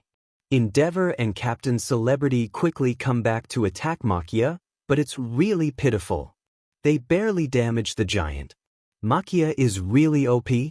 Makia is just defending himself and not letting them get close. I would say to him, fight back and defeat them too. But now, seeing the difference in strength, I'm afraid Makia will kill one of them. Taking my eyes off the fight, I return all my focus to copying New Order. If I put in the effort, I can speed up the process. I'm already multitasking and keeping the barrier and counting the time for future reference. Better not divide my attention even more in watching the fight. After exactly 6 minutes 22 SEC, I finally have my own copy of New Order. Too long. I know New Order is probably the strongest quirk in the world. Ignoring One for All and All for One, because they are not strong at first, they become strong by accumulating power and quirks respectively, but taking that long, I can't imagine how long it will take to copy Omega-level powers in the Marvel world. Well, with practice it will probably shorten that time. Looking again at the battle of Makia versus Endeavor and Captain Celebrity, I see that both heroes look tired, especially Endeavor. They can be good at dodging Makia's simplistic attacks, but they can't return almost any damage. Damn, this is easier than I thought. Well, that's to be expected. I didn't give them an inch of advantage. I'm already much stronger. I prepare myself. I know all about these guys, and even the place and time for this battle is on my terms. Endeavor and Star can't use their full power in an area full of people like this. I remember that in the manga Star and Stripe has the help of some fighter jet planes and even receives intercontinental missiles to use in her super move. How is she going to do it here? I didn't really give them a chance to fight. It's amazing the new heights my quirk has reached with you, Hector Cohen. I hear All for One's voice. Being able to copy quirks presents so many possibilities. Maybe I wouldn't fall into villainy if I had that option. We all know that's not true, Sensei. And it's my power now, don't forget that. I reply to the man who will not be around much longer. Of course. Tell me, can you copy a quirk of yourself? Duplicating it to give to someone else? Me and Dr. Garaki went through a lot of trouble duplicating quirks, genetic clones, blood cultures, creation of artificial life. He continues talking. Yes, I can duplicate a quirk I already have, but it's more difficult and time-consuming than copying someone else's. I don't know why. Maybe because there's no material to work with? I started duplicating One for All to test, but stopped because I felt it would take days of concentration. I answer truthfully. But I can speed up the process thanks to the research you and the doctor have done. Thanks for making my life easier. I say sarcastically. All for One and the doctor had a method of making multiple copies of quirks using vegetative bodies, clones, mini-nomus. Reapplying with my much more powerful power manipulation, I will be able to create an almost infinite supply of powers. The problem is that I will have to dedicate my precious time to strengthening others. It is worth it? I don't know. Maybe I'll use another travel ticket and just focus on replicating quirks in the future. Or I create a copy of All for One and give it to a trusted subordinate to do the hard work. But that's a problem for the Hector of the future. I don't really envy this guy. And in the moment I want to monopolize power manipulation, but we'll see how it unfolds in the future. Well, power manipulation is at Omega level. If I use more power boost cards, maybe I'll go beyond Omega level, and those restrictions will go away. But I feel like you'll need about 40 or 50 power boost cards to have another breakthrough. It's the same reason why I haven't used the 0-3 power boost cards in One for All yet. I know that the power won't evolve with just 3, so I better train by myself for now, and use it when I have about 10 power boost cards. Now it's time for me to become a rip-off Superman. With Captain Celebrity's quirk, I won't need to use multiple quirks anymore just to fly, and I feel that by combining it with One for All, I can create my own Alexandria package from Worm. Let's wrap the thing for today. I reach out and telekinetically pull my mantle back to my hands. It is important for the future. But now I'm worried. I pushed Star and Stripe too hard and she almost killed herself. I have to tread the fine line where they won't get desperate, but push them far enough to break the weak-willed. I think I'll leave Endeavor with his quirk for now. And Star and Stripe not being quirkless, they'll still think they can beat me. Are you worried? Shimura-san asks in my mind. I didn't think she would try to kill herself. I say, pointing to the unconscious female hero. There are some heroes who are really risking everything in their jobs and willing to make the ultimate sacrifice for the good of all. Shimura-san says, I know. That's why I haven't lost all hope in this world yet. Because of the few like Star, All Might and Midoriya. Makia. Clap. Ending my little chat, I give the order to Makia. He clap his hand, making a shockwave again and stunning the two heroes, giving me an opportunity. Appearing behind Captain Celebrity between his cape and his body, I punch his back, knocking all the air out of his lungs. Then I grab the cape and throw it to the ground and follow at high speed.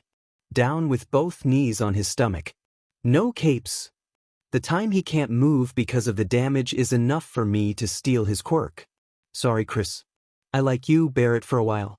A pillar of fire comes towards me, but Makia puts his hand in front of it, blocking it. Endeavor. Sorry, but I have some appointments. Bye-bye. Till next time. I use Smokescreen and Warp Gate to teleport along with Makia and disappear from the battlefield. Principal Nizu, outskirts of Daika City. It's a disaster. A failure, the worst outcome possible. Looking through the cameras placed on some heroes along with microphones, I see that, no, this villain without a name outsmarts us in every moment. He is steps ahead of us. How much did to plan ahead? For how long?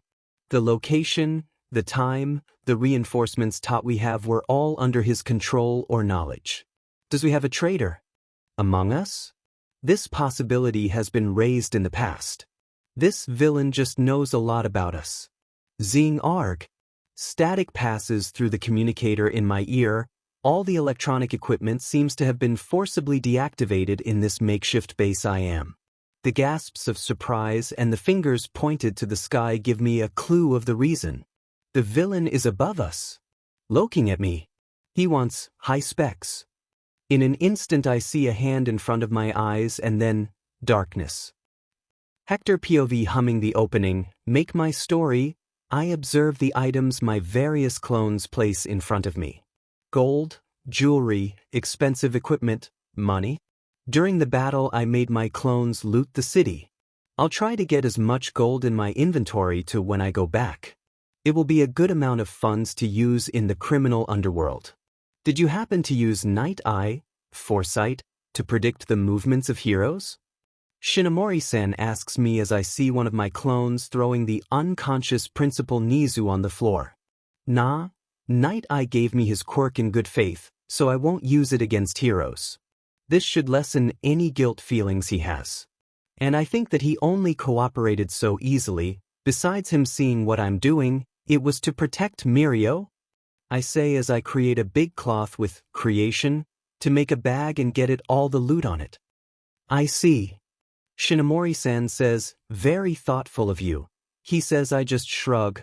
I can give this much of peace of mind to him. I approach the principal and copy his quirk. The case of the principal is special. If I remove his quirk, maybe he will become a mindless animal again, and even if I return it in the future, he may not recover his memories or have other irreversible damage. His capture is for me to quietly copy his quirk and use the truth to ask certain things. Truth is a quirk I got from one of Overhaul men. When I ask the person, they answer truthfully without even thinking. Now is time to raid this world. Lady Nagant POV Tartarus Prison Chaos. Everything is in chaos. Running through the corridors of the prison that kept me for so many years without even getting me out of my cell, I wonder what all this is all about. A few minutes ago I was going through another day of many, with nothing special to say, when all power in the prison was cut off. All electronic devices burned. Someone is invading. Someone was crazy enough to break into Tartarus prison, and apparently he is succeeding. I look around and see that many prisoners are looking for a way to escape, others just wreak havoc and kill each other. Idiots. This prison is in the middle of the ocean, it is necessary to cross the bridge to get back to mainland, and whoever is doing all this must be blocking the bridge. I'll let some go ahead so I can observe the invaders' intentions. Strange. I don't see any guards. It's when I get to the surface that I meet him. A man with white hair tied in a man bun, with a half mask and a mantle covering his entire body, is floating over a pile of corpses and talking to some prisoners. You too. 15 people dead. He says before stepping forward and grabbing the inmate's head and then smashing it against a wall. I know Tartarus prison only picks up dirt from the garbage, but I was hoping at least a few would be worth the freedom. After that he continues looking at the prisoners that emerge and looking on a tablet before killing them after listing their various crimes. Ah, Stain, don't escape. Come here, he says before reaching out and telekinetically pulling another prisoner, who doesn't have his nose, close to him. You're troublesome. You mean well. But killing some heroes is really too extreme. The man in the cloak says, you don't even give them a chance to retire or revise their ideals, you kill some to set an example, and then some change out of fear. It's not the ideal. You don't change their way of thinking. And what's wrong? I will bathe in all the blood of false heroes to revive the society of true heroes. The prisoner I now know is Stain Speaks. I remember him from a few years ago when I was still a hero. That's why I say it's complicated. Your idea is good, I know. I'm trying to do the same. But you've caught a lot of unsuspecting heroes in this business. Ingenium, for example, is a very nice guy. So what if they make a lot of money? As long as they help people. The real problem is the corrupt and those who aren't willing to sacrifice everything to save someone. These are the false heroes. Not someone who gets a paycheck or does an advertisement. People have to eat too, you know? The white-haired man speaks as if explaining himself to a child. Let's make a deal. Follow me for a couple of weeks, don't kill anyone I don't tell you to kill. And I will give you freedom. I'll show you how to efficiently change society. He continues holding out his hand to the inmate. But the villain Stain doesn't move. Whatever. You have until I finish my conversation with the other person to think. Lady Nagant, step forward please. He says, and my body goes cold for a moment before I calm down. I know I'm rusty, but to be found so easily? I've seen this guy dispatch villains like Muscular with a slap. I don't stand a chance against him, and with him already knowing where I am, I won't be able to land a good shot. The distance is not too great for me to feel comfortable.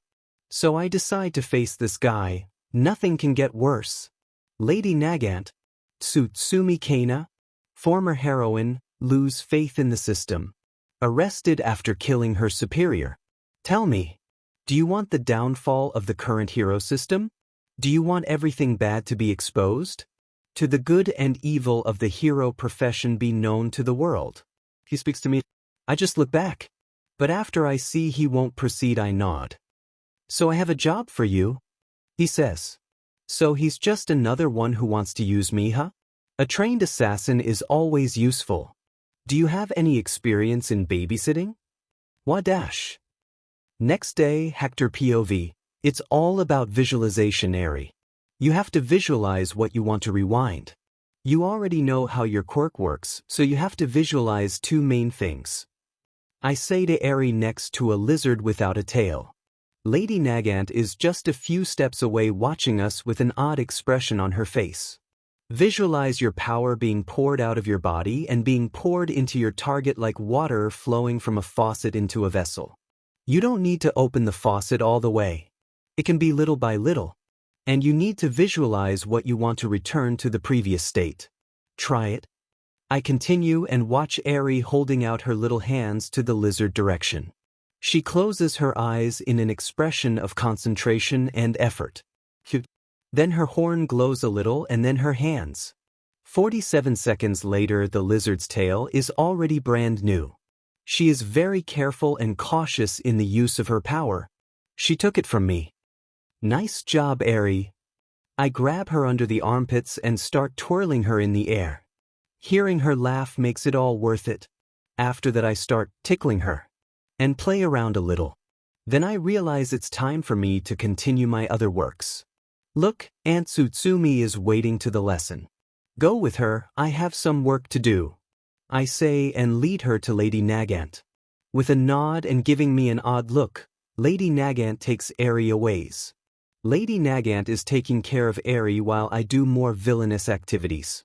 She is a Japanese woman, so she can teach hiragana and katakana better than me. And she is a woman, so she can take care of a little girl better than me too. Last night I told Eri's story to Lady Nagant and saw that she really feels bad for what Eri has been through, and will genuinely take care of her. I'm also doing this for Lady Nagant. In the manga, Lady Nagant had an optimistic view of hero work. But after committing several murders at her superior's commands, she got lost. Her breaking point is when a group of children surround her, and she can't even touch them for fear of smearing them with her blood-stained hands. So having her in contact with Eri should help her a little bit, I think. Also, I won't be here forever. I feel a mental tap on my shoulder and see Shimura-san looking at me with a worried expression. She doesn't know what I feel or think when I don't want to share it with the holders in my mind, so she doesn't know why I feel down. It's okay, Shimura-san. Just a little tired. I say. You can rest, Hector. You don't need to be moving every moment. I can't even remember the last time you slept. She tells me, relax, I've already rested in my time with Eri. And I have a lot to do. I'll rest after today. I say and move to the lab. Observing the various machines operating, I make the necessary changes that they ask for. Thanks to Principal Nizu's quirk, my work is progressing smoothly. High specs not only boost my already super genius level intelligence, but my dexterity, accuracy, concentration, and various other subtle attributes. Very good passive quirk. I believe that now I must only lose in intelligence to those at the level of Reed Richards. But I will soon surpass him too. It's all in the schedule. In 5 days I will start the practical tests. In the meantime, time to take a trip to the movie locations and hunt for more quirks. Last night, Tartarus wasn't the only prison I attacked. I freed prisoners from several other locations, but I killed and caught the quirks of the wildest and most dangerous inmates. I want to make hero work harder, so only those with true dedication can continue. After one last tour around the labs, checking prisoners, nomus, equipment, I approach where Eri and Lady Nagant are. I have already released Principal Nizu. I threw him in front of the UA, who knows if he doesn't have a locator in himself. I'm not bringing him to the lab. Looking over Eri's shoulder, I see the crooked lines of her writing. The poor girl never had a formal education. She doesn't know how to read and write, and she doesn't even know common sense about the world. Wanting to kill Overhaul again. You added an extra line here, Eri. I say, pointing to a word she misspelled, and giving head pats. But you got everything else right, congratulations, Aunt Kana teach really well. She says excitedly before going back to the sheet of paper and writing down more of the words she learned to show me. Aunt Kana, huh? First name, is Eri melting your heart too, Lady Nagant? Giving her a smirk, I see her looking away. I'll go do a job now. I'll take the other two. When I get back, we'll get ready to go to the beach. Tomorrow we'll travel, be ready. I say to both of them. After explaining to Eri what the beach is, I leave the two to the lesson. Keeping my suit, I approach Stain and Makia. Let's go to Europe. I say, opening a portal. Often, Hummerize base Stain POV Hector. That's the name the man who broke into Tartarus prison is called. I don't know if it's his real name, the media calls him Dis. He said he gave me his name, Hector, because the name Dis is no longer useful, but asked not to call him out loud in public. After many teleports, we are now looking at the base of a religious cult that believes that quirks are curses for humanity, and plans to kill everyone who has quirks. According to what Hector showed me, Even children who have just manifested their quirks are killed by them. I'll have no mercy to finish off the bastards. Last night Hector told me his plan. The plan to give this world a fresh start. I don't know if it will work, but I'm willing to side with him to see how this ends. If in 2 weeks he fails, I'll cut off his head even if it kills me. When I told him that, he just laughed and said I'm free to try. Squeezing the grip of the new katana, I begin to slaughter these cultists. Hector POV: while Stain and Makia cause trouble, I will hunt down the members of this cult that has quirks. The next step in my plan is to visit the locations from the BNHA World movies to pick up some powerful quirks. I'll start with this one, because in the other I'll take advantage of the place and take Eri to the beach. And relax a little. I'm not going to get the quirks just from the villains either. I will copy from all people of interest that I see. I'm giving Japan time to suffer a little from the release of the criminals. Honestly, by the news, the heroes don't have much problem recapturing the villains. But it is too much work and the population is not worshipping the profession as before. Some have already left the profession. Pathetic. Destroying a large door, I enter the main chamber of this base. Fleckturn. Your Blue Man Group membership card is here. Come sign the papers. Makia POV. These little ants are annoying. But the master ordered me to draw as much attention as possible. And the master's orders are absolute. Makia. Stay. Retreat as far as possible. I will do something big. I hear master's voice on my radio and start to run. On the way I meet the little man with a sword who is now following the master. Picking him up and throwing him on my back, I run faster. After a long time. When I'm far enough away, I listen. Boom, a big explosion at the place we were attacking. So I saw the giant. Much bigger than Makia. I know it's the master. Incredible. It roars to the sky and start to change color. Hardening. Spikes appear from the ground in all directions. Like a forest of giant spikes. And the giant becomes a great statue. The master is the greatest. As such a great move, people for miles can see the master's image. And you can see his power. Tears run down my face. Master. Hector POV. I finally tested the Nuke Titan. I transform into the biggest form possible and emit heat and steam in large quantities. The super move of the Colossal Titan. Looking from the top of my crystallized statue, I can see that my Titan form is about 320 meters. And the explosion had miles of radius. The Colossal Titan is 60 meters tall, and he can destroy a harbor. So I think it's just natural. Honestly, I don't see much use for my Titan power in Marvel. Too many downsides. But having the opportunity to nuke someone who captures me, or going for a Trojan horse strategy is fine. Glad I tested it now too. Time to go back for today. I caught all the interesting quirks. Tomorrow I have a trip to the beach. Word of Heroes and Villains. Part 9 Disclaimer. I own nothing. This history have no interest in offend any party. Having the sole objective of only entertain the readers. Enjoy. People live their lives bound by what they accept as correct and true. That is how they define reality. But what does it mean to be correct and true? Merely vague concepts. Their reality may all be an illusion. Uchiha Itachi.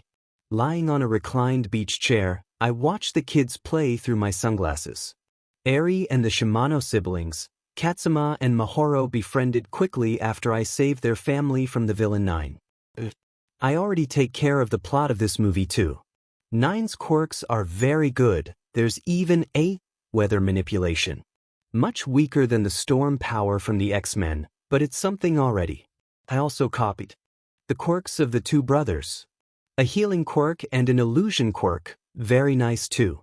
Snaps using a quirk I copied from a reporter. Whole body lens, I take pictures of children playing. I'll give their father a copy later. I'm much more relaxed in this world now. Just doing a victory lap at the moment. Now I'll start discreetly copying quirks I've seen in the manga. I'll try to catch them all.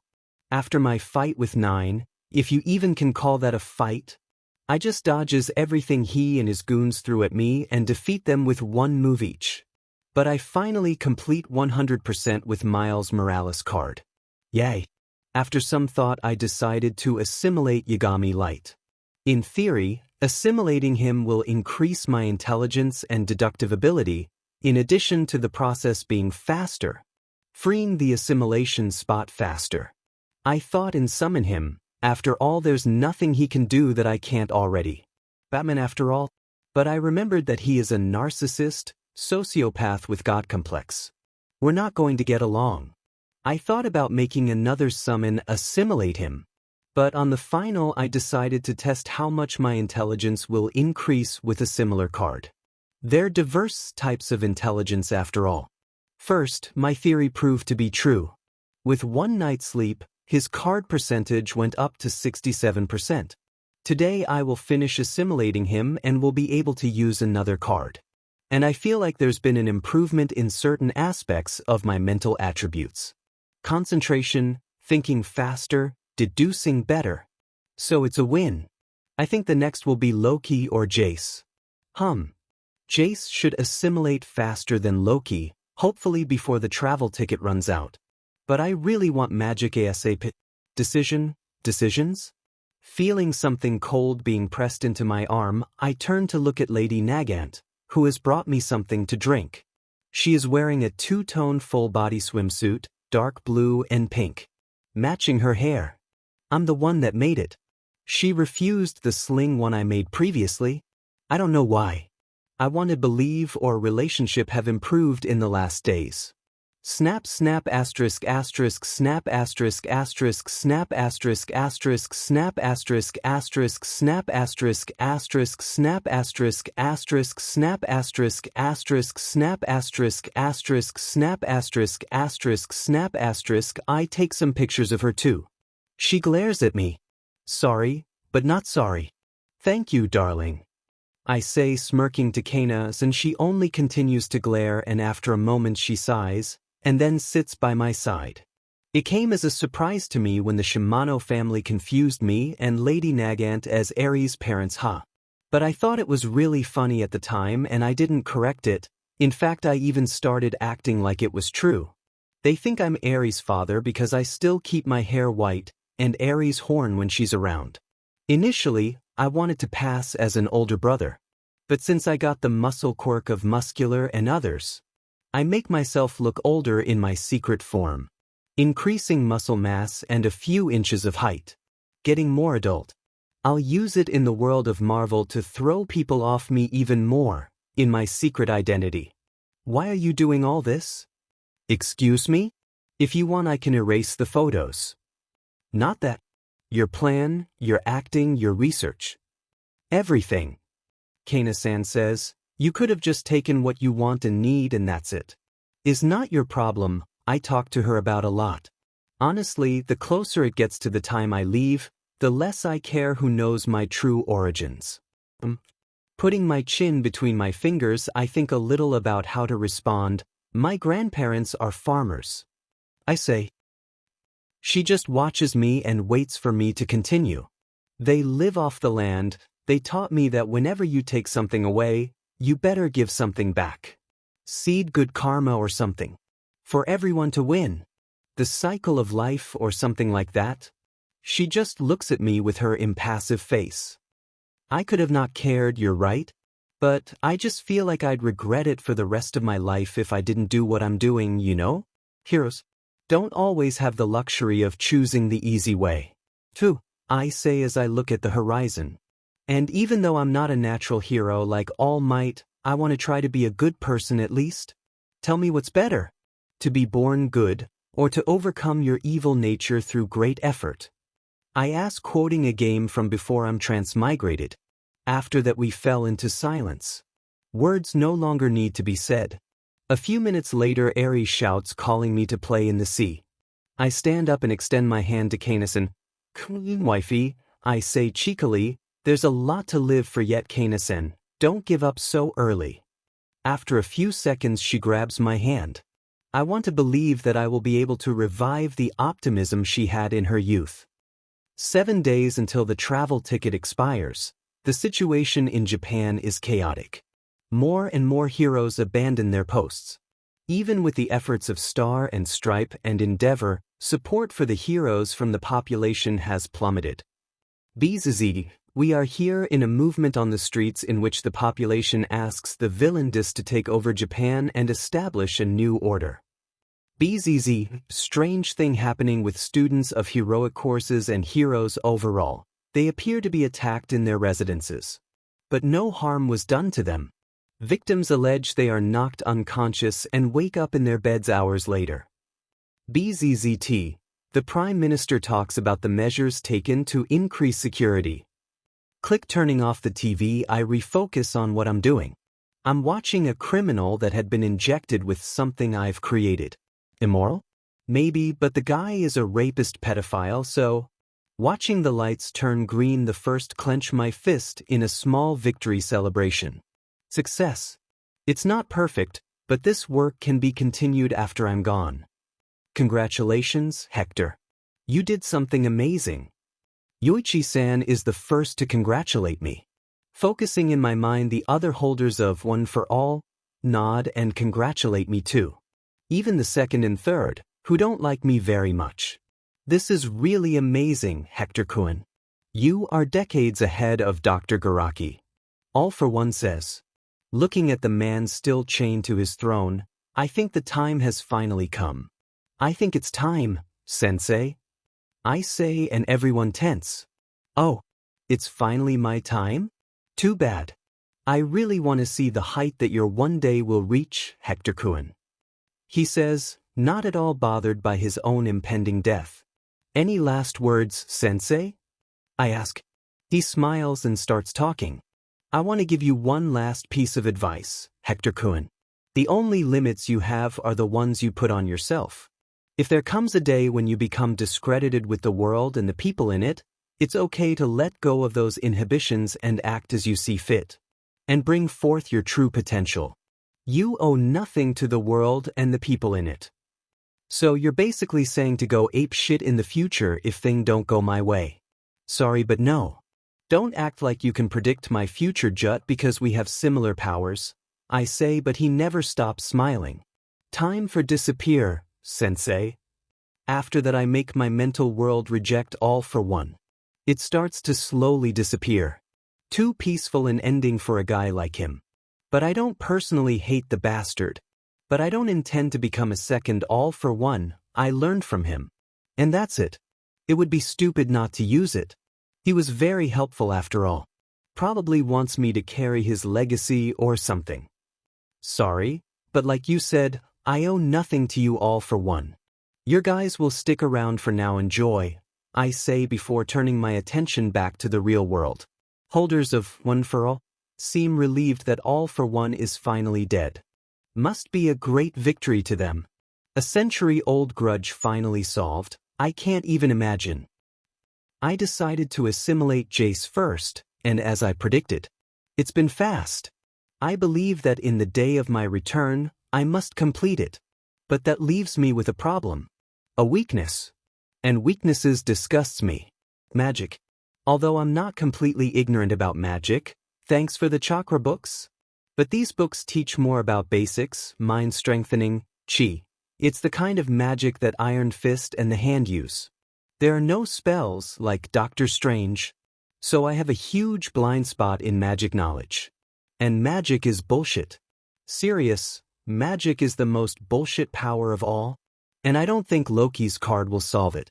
After all, the MCU's Loki is very weak. Nothing like his comic counterpart. He uses illusion and daggers. The only daggers users that I respect is Thorfinn and Sung Jinwoo. So I decided to use my 3 power boost cards in the Sword of Actuation. The sword that can harm astral and magical beings. I could save the power boost cards, use it on One for All, but I'd rather train Theseus' powers for now and use the cards later. Power boost cards apparently come easy on the gacha. My instincts are telling me I'm going to need to get into magic early on. Like the Murphy's Law. I have powers, technology, physical power, but I don't have magic. And usually you always lack what you will need most. I remember clueless playing Pokemon Platinum, and dueling with Cynthia with a comp of Pokemons very bad against her. I have PTSD till this day. Removing the Sword of Actuation from my inventory. I start using the Power Boost cards, and after I use the second one, changes start happening. The blade that is previously a light blue hue become blood red. I remember that red behemoths are from the God Hand, so now my sword is made from the strongest types of behemoths. Starting to make tests with the sword, I notice that it is stronger. The dimensional rift is open easily, and I can make some sort of dimensional slash that can cut very, very far. Much stronger than preciously. Watching some birds flying over me, I decide to try something. Changing my way of thinking and wanting to cut only astral things I attack and cut the group of birds. They fall from the sky one by one. No injuries. But dead. Getting closer, I resolve to just use the sword normally and I make blood come out of the bodies now. Cut the material and the immaterial. Did I just cut their souls? Crazy, with one boost card left, I decide to spend it. I'll use it in Source of All Living Matter. I want to see if I can use power from the Titans without needing to transform. Warhammer, Attack and Founder are surprising useful. Maybe one day I can make my own paths to my descendants, or maybe my summons. A mental world to share, powers, knowledge, experiences will be useful. Honestly, if my power was just a Titan power, I wouldn't spend a power boost card on it, but since it's the original Source of All Living Matter, maybe it can evolve into something more OP. Like a biokinetic power equal to Elixir or Panacea. After using the card, I test it and is a failure. Maybe note a completely failure. I feel that I can use some powers in human forms, or some qualities from Titans. A white-like substance involves my arm, and I can harden / crystallize a little too. I make a cut on myself and spill my blood in the ground. The blood stay there, but I will the blood to disappear, and it starts to evaporate. Like Titan blood. One more thing to prevent people from getting my DNA. With the growth from today, I decide to go back and spend time with the girls. 4 days until the travel ticket expires. I believe I've collected all the quirks I want. Some I took openly, others I copied secretly. Mainly those of the heroic core students. Gentle Criminal, La Brava, Shiketsu High School, some heroes, others characters only show in anime. At the moment I have all the quirks shown in the manga / anime / movies and more. Unfortunately, I couldn't find any more hidden gems. I expected that the law of probability would help me, and I would find some secretly OP quirk, not shown in the series, in a 5-year-old boy who is surprisingly talented. Too bad. I have many quirks, but quirks are weak in general. They are full of restriction and drawbacks. But all can be useful. Quirks can also be a good reward system for my subordinates. The higher in my group's hierarchy, the more quirks Somon can have.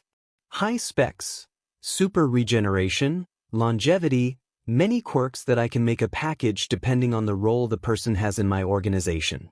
A secretary or a lawyer with high specs, doctors with X-ray vision, fighters with power, shock absorption, super regeneration. So much potential. Now I'm in the woods doing a light training with Lady Nagant and Aerie. In truth, Aerie is asleep in Lady Nagant lap. The exercise is light because since my battle against the Meta Liberation Army, I've stopped pushing myself so hard in my training. I still train constantly, but I won't kill myself by any progress. Without forcing anything, a little more relaxed. Now I'm practicing the various quirks that I have. Many are very weak, but can be useful in certain situations, and I can give to other people too. Like invisibility quirk to Shago do spy work. So, what's it like to come to a completely different world? Lady Nagant speaks out of nowhere. Oh, trying to make small talk, are we? Just curious. It's not every day you meet someone from another dimension. Oh, true. Strange. I already tell you about this being a fictional world to me, right? Relatively. And I already have my existential crisis, thanks. Oh, no. I'm the one that should say thanks, your reaction will be a good reference to me. And it's true. To me that one day will summon fictional characters. I feel that I won't be able to keep their origins a secret for long. Heck, maybe they already know that in the moment they're summoned. I have to know how to handle this, lest they fall into some crippling nihilistic depression. Well, I continue, how do I know you're real? I say, looking straight into her eyes. She looks surprised. What are you talking about, IX dash? Do you exist? That's why you're real. You think, therefore you exist. I interrupt her. It doesn't help me. I told you that I had the opportunity to come to this world because of my power. I haven't talked about the details of my power, and I'll never talk about Gacha to anyone. But how do I know this is all real? I say, spinning around myself with outstretched arms. She just looks at me with a shocked expression. I think she is starting to realize how things are from my point of view. I give a mirthless laugh. This is a manga/anime world for me. For all I know, I'm living a simulation, a dream. Maybe this world was created for me personally. A copy of the original so I can do whatever I want. Maybe you, Eri, and this world won't even exist when I'm gone. Everything I'm doing can be pointless. I feel her moving, but I continue my monologue. Narcissistic and egocentric? Maybe, but when you have powers like mine, serious, gains things that can destroy or create universes. But sometimes I can't wrap my head of how lucky I am. I'm in a fantasy world, with absolute power. No consequences will ever catch with me. I can do whatever I want. Maybe all my effort is for nothing. And if the fact that I'm holding back in this world ends up being the reason of the end of my world, I could have achieved so much more in personal strength.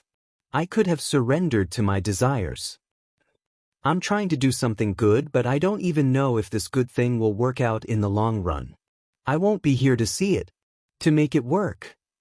I unload my frustration. That's not me. Calm down, Hector. I feel Lady Nagant holding my face and making me look at her. During my outburst, she moved away from the still sleeping Eri and came to my side. The fact that you're doing your best for this world, even though you don't have any obligations, makes you a good person. A better person than many at least. She says softly. I don't like being hated. I confess. I watch the news. What people say about me, the consequences of my actions. Even if the intentions are good, it doesn't change that many are suffering at the moment. And I don't like this. Maybe is naive or even pathetic, but I'm a normal teenager less than 2 months ago. Even with the assimilations helping me mature, I'm still me. The good and bad me. I try to argue that if this world followed the storyline of the manga, things would be much worse, but this comfort is pretty empty. Lady Nagant give me a compassionate look. No one likes being hated. I realized my actions were wrong long before I acted and killed my superior. But it took me so long to act. I didn't want to stop being a heroine that people looked up to. I wanted to be praised and being told I was doing a good job. That thought held me back a lot, she says. Maybe if I had voiced this feeling earlier, would have talked to someone. Maybe I would have retired normally. I wouldn't have done something so extreme. Closing so many doors, she continues. Don't suppress that feeling, Hector. You can have these selfish little thoughts. You deserve this, she says, and does something that surprises me. She hugs me. Strange. I was just ranting a little. To clear my head to the game. Not need to become so emotional, now is awkward to just laughed it off. But I feel like it is helping me as much as helping her too, so I won't part for now. If you want, you can come to my world with me. I make the proposal. From what you've said, I'm in danger of being slightly brainwashed, right? She says, raising an eyebrow, but smiling. I've said the specifics to her before. And come clean with everything. That she will have loyalty to me ingrained in her being. I do not want to deceive her or something. lightly. I say cheekily, Foo-foo, I will have to refuse, Hector. You gave me this freedom, I intend to enjoy it. Sorry. Don't be. I'm glad that you will be here when I left. Eri and everything. Don't worry. I will take care of Eri. And even take care of your legacy, she says determinedly. I know. And I have a plan for it. I say to her confused face, giving her my best sly smile. Next day, at the moment I'm observing a unconscious Eri in a lab bed. Kana-san by my side. All of Eri's scars are exposed for the world to see. So far she has worn long-sleeved clothes, even on the beach. But this ends now. With a combination of overhaul, rewind, and cell activation, I get rid of all her scars. She really suffered a lot, Kana-san says. But thing will get better to her for now on. When are you going to tell her you can't continue to see her? It's harder than I thought. I spoke with Makia about moving to my world, but I don't even know if he understood. I think he'll follow me wherever I go. In time, now I have something to do. Wanna come? I say, no. I'll stay here for when Eri wakes up. She says, looking at Eri sleeping peacefully. It won't be long, but okay. I teleport away. This is all the gold I got. I have already taken my share. Jiren, the underworld broker, tells me, pointing to a pile of gold bars. I exchanged large parts of my valuables for gold, which will have value when I get back, and it will be easier to load into Minecraft inventory, which specializes in storing raw materials. I could create gold and other precious metals with Yaoyorozu quirk creation, but cost me almost no effort to trade it now, so here I am collecting wealth. I'll be careful with the economy and with whom I make the deals in the future. I'm not stupid. Perfect. Thank you for your good work. I respond by putting everything away quickly. In addition to gold, I will take various equipment such as laboratory machinery and PCs with large memory, where I have already downloaded several studies that I had progressed in this world, such as robotics, nanotechnology, energy, blueprints, and schematics. I could cheat with creation to replicate after this is all over. Thank you. It was pleasure to do business with you, Mr. Dis. Jiren talks while smoking a cigarette. I got his number from the League of Villains. I'd like to ask you something, he says as I prepare to leave. Go on. You met with the League of Villains, right? Babaigawarajin. What did you do to him? He asks me seriously, seems like he cares about Twice's fate. He is alive and overcame the trauma, but he will go to jail. I answer, *Fu star. As long as he is alive, he will always have hope to a better life. He says, blowing smoke before walking away. I agree, I say before teleporting to the lab. You're somebody else. Fiora Cash, trust me. The slowed version if you want. After I get back, I see that Eri already wake up. Maybe I should talk right now. Rip this band-aid already? Eri, can we talk a little? I say, approaching the duo. Kana-san sees my serious expression and no doubt guesses the matter. Looking into their big, curious eyes of Eri, I can hardly speak. They're so shiny now. She overcomes so much since I saved her from overhaul. Eri, I start again, mostly for my benefit. I won't be able to stay by your side forever. I'll have to leave. In a few days actually. And I wince seeing her eyes growing large and the pained expression that appear in her face. You're going away too? Like mommy? I feel like I was physically hit. Did I do something bad? I'm sorry. Please don't abandon me. I will be a good girl, I promise. I can't take anymore. I hurry to hug her. No. Stop, Eri. It's not your fault. It's just that. I don't know how to explain it to you right now. But my time in this world is limited from the start. And I can't take you with me. And it's true. I can barely protect myself in the world of Marvel. And using the background customization card would make Eri loyal to me. I can't do that. I can't alter her mind like that. She can't make that decision either. She is just a child. She is better here. Asterisk sob sob asterisk I don't wanna. I wanna stay with you. Please. Please. I will obey you. I will not cause trouble. Eri continues to cry, her head on my shoulder and squeezing my clothes tightly. It's not you. You're already a good girl. A nice girl. You're strong, Eri. Stronger than me. I know you can get over this. I say and pull her face away from my shoulder so I can look her straight in the eye. I love you, Eri. I loved the time I spent with you. You will forever be my little sister. But your place is here. Can I ask you to be strong here? For me. I say and she nods, trying to hold back the tears, and failed miserably. I don't think I'm much better than her. I don't need to say any more for now. I just hold her until she falls asleep. I never expected to get so attached to her. But there is something I do not regret doing after I came into this world. Is to have saved her.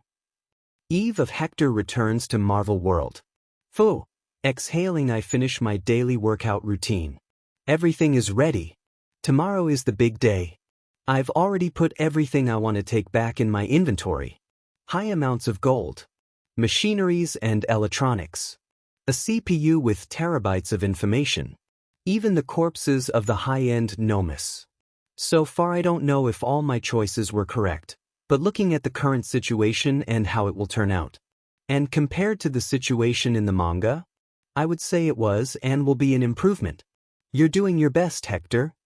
I hear Shimura-san talking next to me.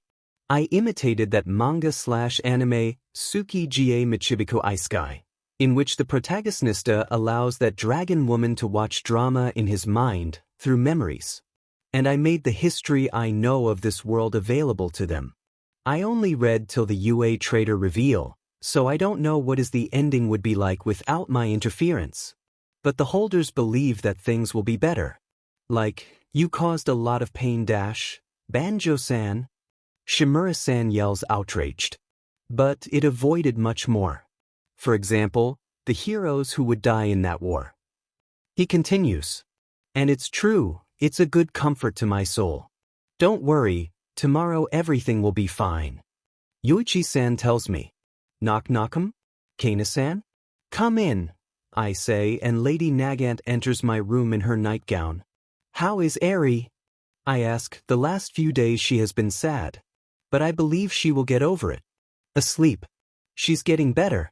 I think tomorrow she's going to cry again. So be prepared, she says. Impossible to be prepared for this. I say, true.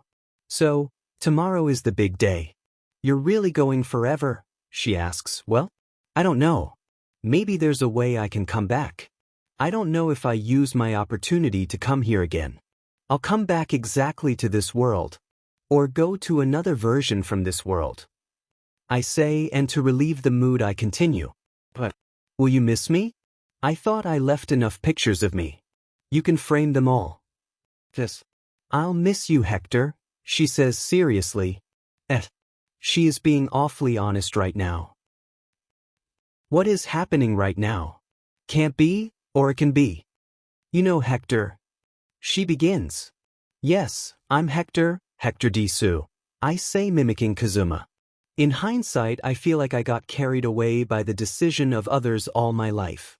And I regretted it a lot. I don't want to have any more regrets. This will be my last opportunity, she says, approaching. Her cheeks getting darker. Wait. Damn. I want to hit myself now. But I need to be certain. Are you sure? I ask in a calmer tone. I don't want you to feel like you need to repay me for anything or something. I'm not doing this to repay you. I'm doing this because I want, she says, keeping eye contact. I'm minor. And I'm a villain. Why should I care? It's my first time. Will be mine too, she says, surprising me. Japanese culture? Not so weird. A workaholic heroine that has been arrested. I can see the reasons. Sigh, if you're okay with me. You know that after today we may never see each other again. It can create a feeling that will never bear fruit, Kana-san. I know. I don't need this to blossom into a relationship. While in prison I thought about all the things that were denied me. My youth is one of them. I never had the opportunity to go out or date people because I trained from an early age with the commission to become a hero. So I want to do it now. With a person I respect, admire, like and trust.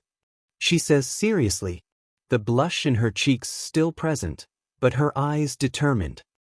I like you too, Kana. I say, moving closer, seeing her cheeks redden even more. Let's make a good memory then, for the rest of our lives. I keep bringing my face close enough to feel her breath. Yes, she says, closing her eyes before we give ourselves to each other. Wow. He is going for it, Ensei in Hector Inner World. That is my boy. I'm gonna give you some tips, Banjo exclaims. Shameless. Shimura Nana says, bright red while covering her eyes with her hands. But peeking between her fingers. Didn't you have a child? The second holder asks her. This and that are different, she exclaims, embarrassed. Oh no, our view of the outside world has been cut off. Banjo screams. That's expected. Obviously. Thanks, Cammy. Asterisk sniff asterisk, they grow so fast. Banjo says emotionally as he wipes a tear from the corner of his eye. Hector, last day in Binu World, taking a deep breath, I prepare myself for my next step. Makia, Stain, Kana and Eri are with me. We are in the middle of an open part of the lab with room to house many people. After last night, I thought things will get awkward with Kana. But we managed to act normal. We are mature people after all. Makia, are you ready? I ask while materializing a background customization card. Wanting to use it, I see Makia as an option. After selecting it, I see a prompt appearing in front of Makia asking if he accepts being turned into a card, listing the advantages and disadvantages. Makia doesn't think much and accepts. Makia glows and becomes particles of light that condense into a new card in my hand. Summon only card, Gigantomakia, Boku no Hero Academia. Storing Makia in the unused cards tab, I turn to the others. It's time. I'll do it. I say. Stain will hide in the shadows above. And Kana take Eri's hand and move behind me. I continue giving the orders, she nods at me and I nod back. Closing my eyes, I focus on the quirk, warping. This quirk allows the user to produce a black ooze-like liquid from other people's mouths. The black liquid then envelopes the person's entire body and acts as a warping portal, vanishing along with the target before reappearing at a different location. With my changes, the liquid won't taste so horrible. The custom visual perk helps not only with the visual appearance. Boosting this quirk with One for All, I reach the people I want to bring here. The people I stole the quirks from. People I have been fighting. And the people to whom I will entrust the future of this world. An, part of a journey is the goodbyes. Believe me, I wish I had taken Eri and Lady Nagant to the world of Marvel. But it doesn't feel right. This journey from Hector to the world of Banha was a journey of growth. And growth sometimes means saying goodbye to certain people. It's part of life. I like my story more realistic. With my author powers, I could find a convenient way in which things would work out for Hector and everyone. And everyone would leave happily after. But in the real world, that's not how it works. Things are more complex. More difficult. Next chapter is still today and is the last of Banha arc. The last chapter ended up very big. Word of heroes and villains. Part finale disclaimer. I own nothing. This history have no interest in offend any party. Having the sole objective of only entertain the readers. Enjoy. No one knows what the future holds, that's why its potential is infinite. Okabe Rintru, Steins, Gate, An. This chapter is fucking HE. I'm pleased to report that the villain has finally been defeated. Endeavor speaks in front of the press conference. He is together with several heroes. And while he announces the defeat of the villain Dis and the end of his reign of terror, if anyone is careful, they would notice that he seems very uncomfortable doing this. and many heroes beside him have strange expressions, as if trying to hold back their laughter, while others have solemn expressions. But at the moment nobody cares, because Dis was finally defeated. Some days before, on Hector's last day in the world of BNH third-person POV, at different locations across Japan, certain individuals began to emit a black liquid from their mouth. Many were surprised, but all of them are extraordinary individuals, so they don't panic. When they noticed that their surroundings had changed after being covered in black, they entered in high alert. What dash? Where are we? All Might? Principal? What is happening? Dozens of people showed up in the lab where Hector was, and when they spot him with a woman and a child, everyone gets into battle stance. Even those without quirk. Hector don't have his mask right now. His face exposed to the heroes for the first time. And he even take off the changes in his appearance. This? Midoriya screams in surprise.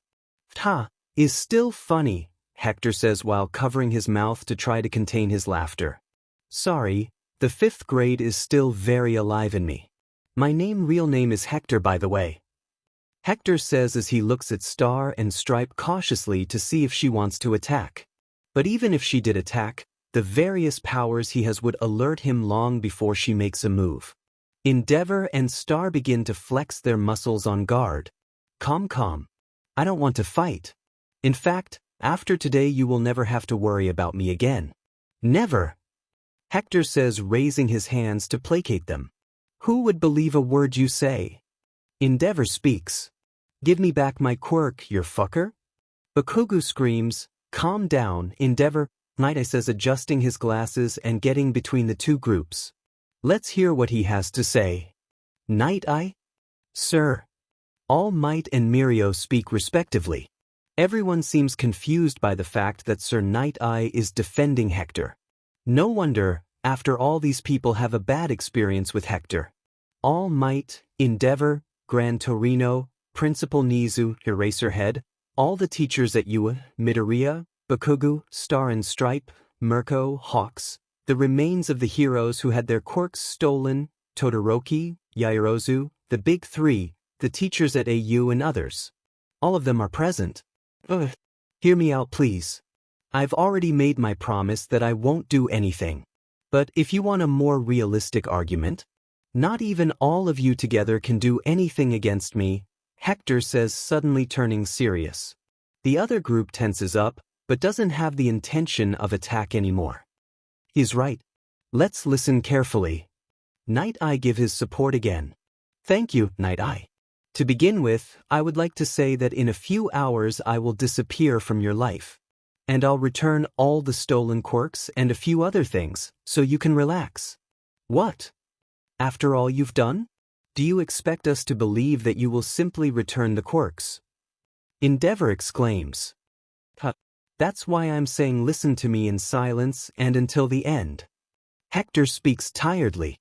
I will return all the quirks from the heroic side of society. Except for one. One for all, he says, raising his index finger. This speech brings up another set of arguments. Midoriya and All Might seem heartbroken. Another group says the quirk is too powerful to be left in the hands of a villain. Endeavor being the most vocal in just starting another fight. Hector lets them rant for a while until he reaches the limit. After all, his time is limited. Can you guys just shut up? Hector says, apparently calm but while release intense pressure. Haushika no Haki, Bloodlust, the Force. Hector is almost an anime character to this point. The whole place shakes, and the group of newcomers trembles under the pressure Hector is putting on. Hajich, the more inexperienced ones, are almost passing out. Everyone is silent. Hector. Lady Nagant speaks from the back of the hall. Hector's eyes widen when he hears her voice and disappears from where he is. In the next moment he is already hugging Eri, kneeling and comforting her. Oh Eri, I'm sorry. Really sorry. I lost my cool. I did wrong. Don't take it to heart, see? I messed up. Sorry for scaring you. This sight continues for a few minutes, shocking everyone. The difference in attitude is simply too much for the group that was teleported. They're used to a cocky villain only to find a calm and gentle young man, and then the wrath of a monster, and now an older brother comforting his little sister. They can't wrap their head around this crazy situation. After a while, Hector turns to face the other group and speaks. Sorry for losing my cool. But I don't have the intention to receive any of you verbal thrashing. Remember this. You don't like me and I don't like you. Don't think I'm going to follow your orders just because I'm acting nice right now. Hector gets up carrying Aerie on his lap, while running a hand through her hair gently. Moving on. It's not like I'm not returning one for all, because I'm an asshole, there's a reason. Honestly, one for all is dangerous for the user and not needed anymore since I dealt with all for one. Hector starts walking. Do you know about the side effects of one for all might? Hector asks. Side effects. All might makes a confused expression. Well, one for all evolves to be much more than a quirk. It is a power that guards and takes the will of all holders, getting stronger with each generation, and eventually it will be too much for anyone to handle, and it will destroy the user's body. Hector says ominously as he stops in front of Midoriya, making the boy gulp loudly. Also, someone who carries one for all will have their lifespan reduced. The user who lived the longest was the fourth, Shinomori Hikage, who lived to be 40 years old and died of old age. What? Impossible, All Might is still doing great. Present Mike exclaims what everyone else thought. It's because All Might coincidentally has the requirement to not suffer this shortened lifespan side effect. And coincidentally, Midoriya Izuku has it too. Hector says mysteriously as he starts walking towards Lady Nagant and delivers Aerie into her arms. Requirement? I never knew about any requirement. All Might says. It's because Shimura Nana and everyone else didn't know either. Hector says, shocking All Might in Gran Torino. How do you know my master's name? All Might looks agitated. All in their due time. Hector say calmly, all other users with the exception of Shinomori Hikage didn't die naturally, they were killed by all for one. So no one knew about this requirement to use one for all without shortening its lifespan. And the requirement would be the user be quickless, right? Principal Nizu intervenes. Everyone's eyes widen at once. Bingo. As expected of the principal. To explain this, I would have to give a detailed explanation of how the body adapts to one quirk and can hardly sustain another. But the simple explanation is, a quirkless person is like a shapeless container that can mold itself to the shape of the quirk it receives, adapting to it for now. In the future, one for all will become so strong that it will instantly kill the new user the moment it is passed. If you still don't believe me, you can ask these guys. Hector says, pointing a thumb over his shoulder, and then 7 figures begin to appear behind him. Sure. What kind of trick is this? How dare you use her image to dash? All Might begins. Toshinori, calm down. It's me. Do you remember? The day you told me about your ambition to become a symbol that people can depend on? It was a snowy day, we were on the side of a river, and Sorahiko, the day I said goodbye to Kotaro, I cried on her shoulder for a long time. Shimura Nana speaks rapidly to confirm that it is herself and not a trick. She don't want any more misunderstandings. Shursho? How? Nana. Hector steps forward to explain. Quirks carry more than the power itself. They can carry traces of the person's personality and consciousness. One for all is an even more special case. Part of all users live in it. I can see them. You don't. I'm using other quirks like hologram and glamour to materialize the users for all of you. Hector speaks.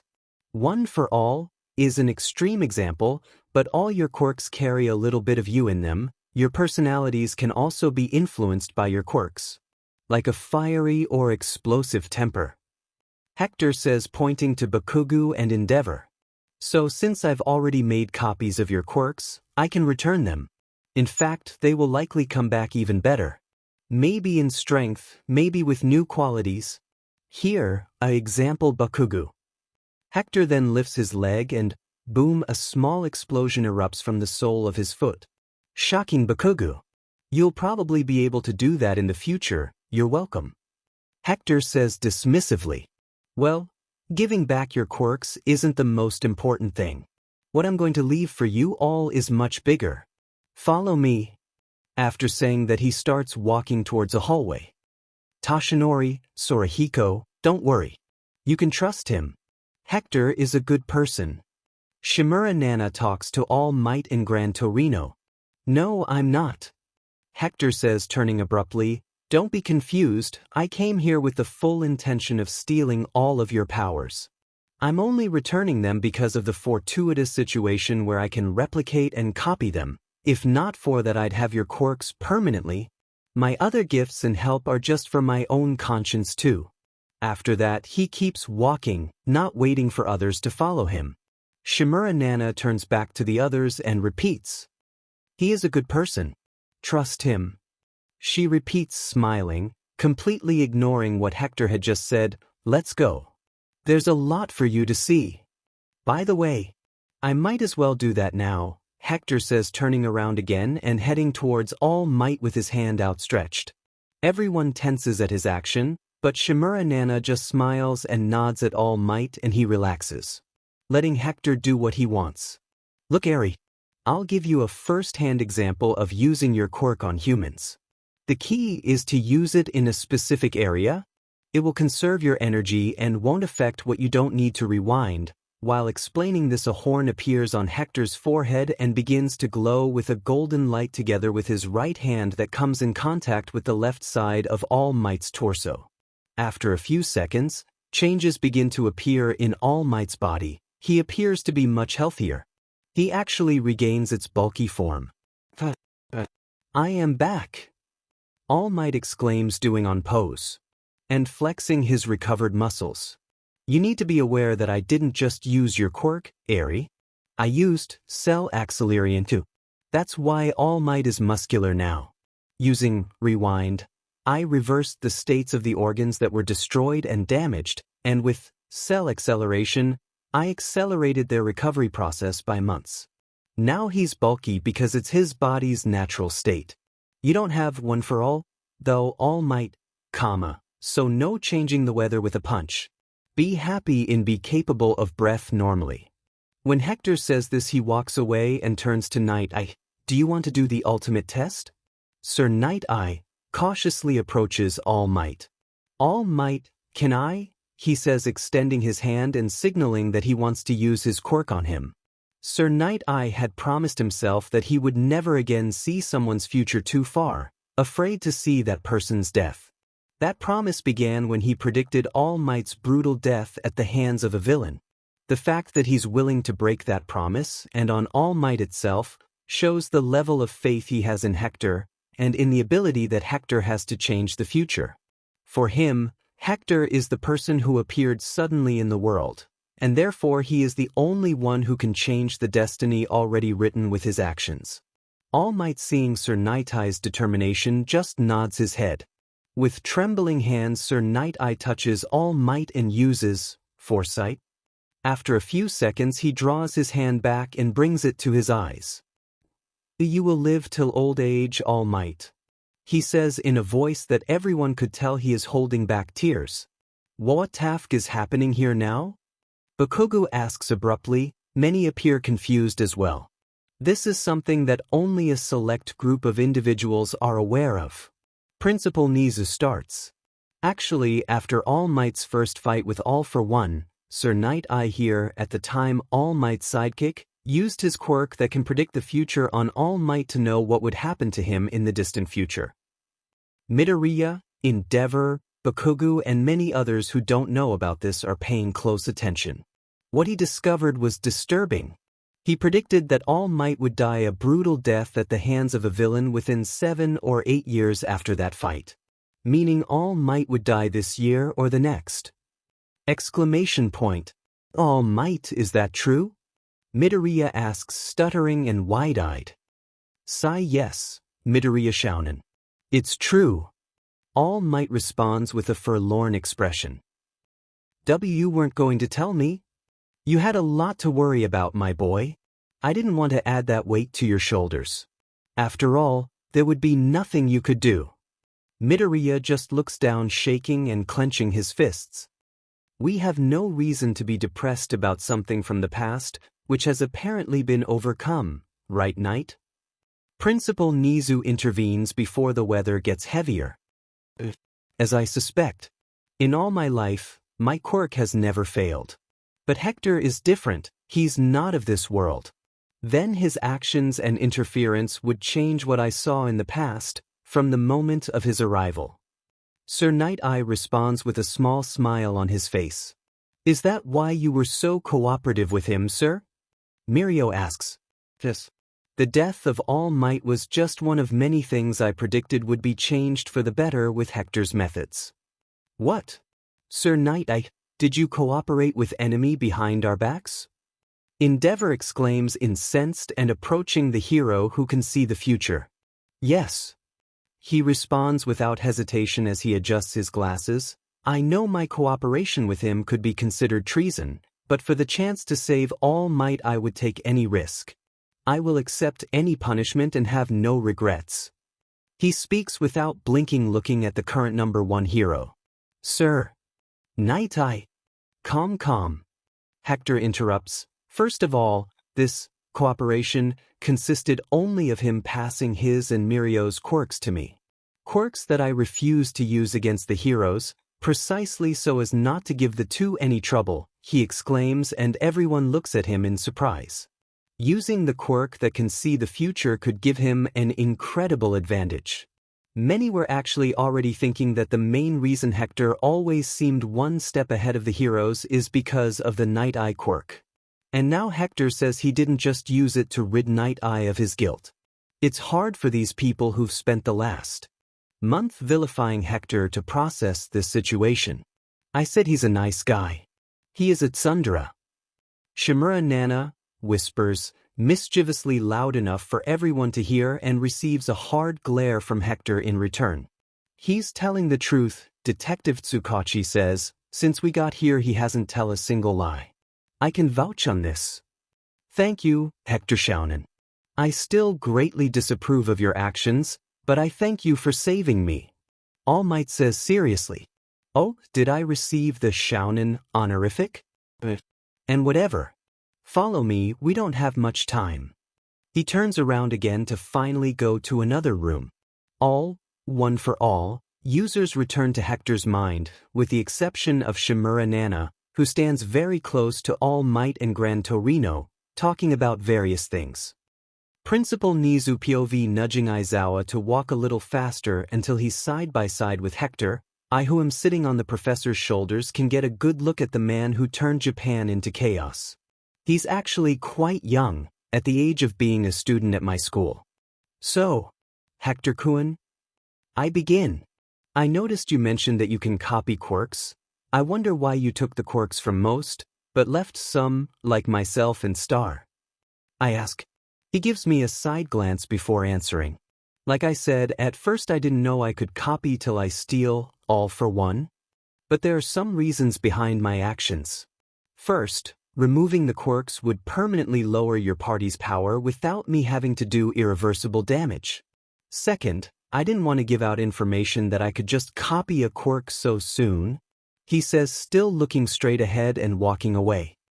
I didn't remove Star and yours quirks, as well as many others I've copied sneakily, like Tsukachi, Lie Detector, as example. It's because I didn't know if removing your quirk would make you go back to being just another animal irrational, and if when I gave it back you could become a different person.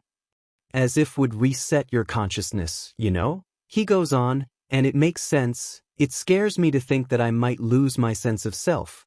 And Star. I was afraid she'd use the Curix power on the quirk itself, making her destroy the user or something before I steal. That's why I found it safer to just copy and have my own version. He says, shrugging, but making the Star and Stripe heroine's eyes widen. You really know a lot about New Order, huh? You've been prepared against me since day one. Star and Stripe speaks bitterly. You are the strongest woman in the world, with the most broken power in the world. Obviously I have to watch out for you. Hector answers nonchalantly. We arrived, he continues as we reach the end of the hall. Leaving the corridor, we come across a large hall with the most diverse technological devices. It has giant but empty tubes. On one wall there are rows and rows of capsules with names written on it. Another wall is full of monitors showing the lab situation, news and running simulations, and in the center there are 3 items. 2 of them appear to be tightly closed high-tech coffins. One of them is bigger than the other, one for an adult and one for a child, I conclude. And right in the center of the laboratory there is a large pillar that reaches the ceiling with several drawers and compartments. I believe young Hector will explain the items to us. When everyone enters the great hall he turns to us and starts talking. We are below Jakku General Hospital. And this lab was owned by Dr. Kyudai Garaki, an avid follower of All for One.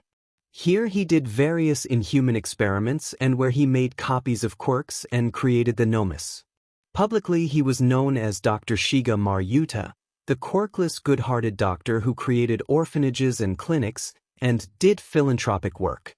Everything is a facade. Well, it's not that a surprise. Dr. Shiga Maryuta died a month ago when a villain fell on him, but it appears the villain was thrown at him. Kyudai Garaki had a quirk, longevity, that he gave to All for One, allowing the 2 to live for over 100 years. He continues looking at Sakachi and All Might. The 2 appear distressed. It is to be expected, such villainous acts being done right under our noses, and all of us ignorant of it. Yes, this society is flawed. It's good that many things are coming to light lately, right? Hector speaks. Moving forward, I already take care of the doctor and took over the laboratory. Now let's get to what you care about most at the moment. He starts moving the wall with rows and rows of capsules the size of a grown man's middle finger. Taking 2 he shows us. It has 2 names, Rabbit and Fierce Wings. It can't be. Can it? Those are your quirks. He speaks confirming my hypothesis. I don't have time to give back all of your quirks one by one. Each capsule has the name of the quirk and the original user. You just need to inject in the person. He says, throwing the 2 capsules towards Hawks and Mirko. The 2 taking their respective capsules. The capsules can only be safe to be injected into the original user, because rejection will happen. But following that theory that a quirkless person can adapt to any quirk, maybe you can give it to someone without a quirk. Who knows? I haven't tested it.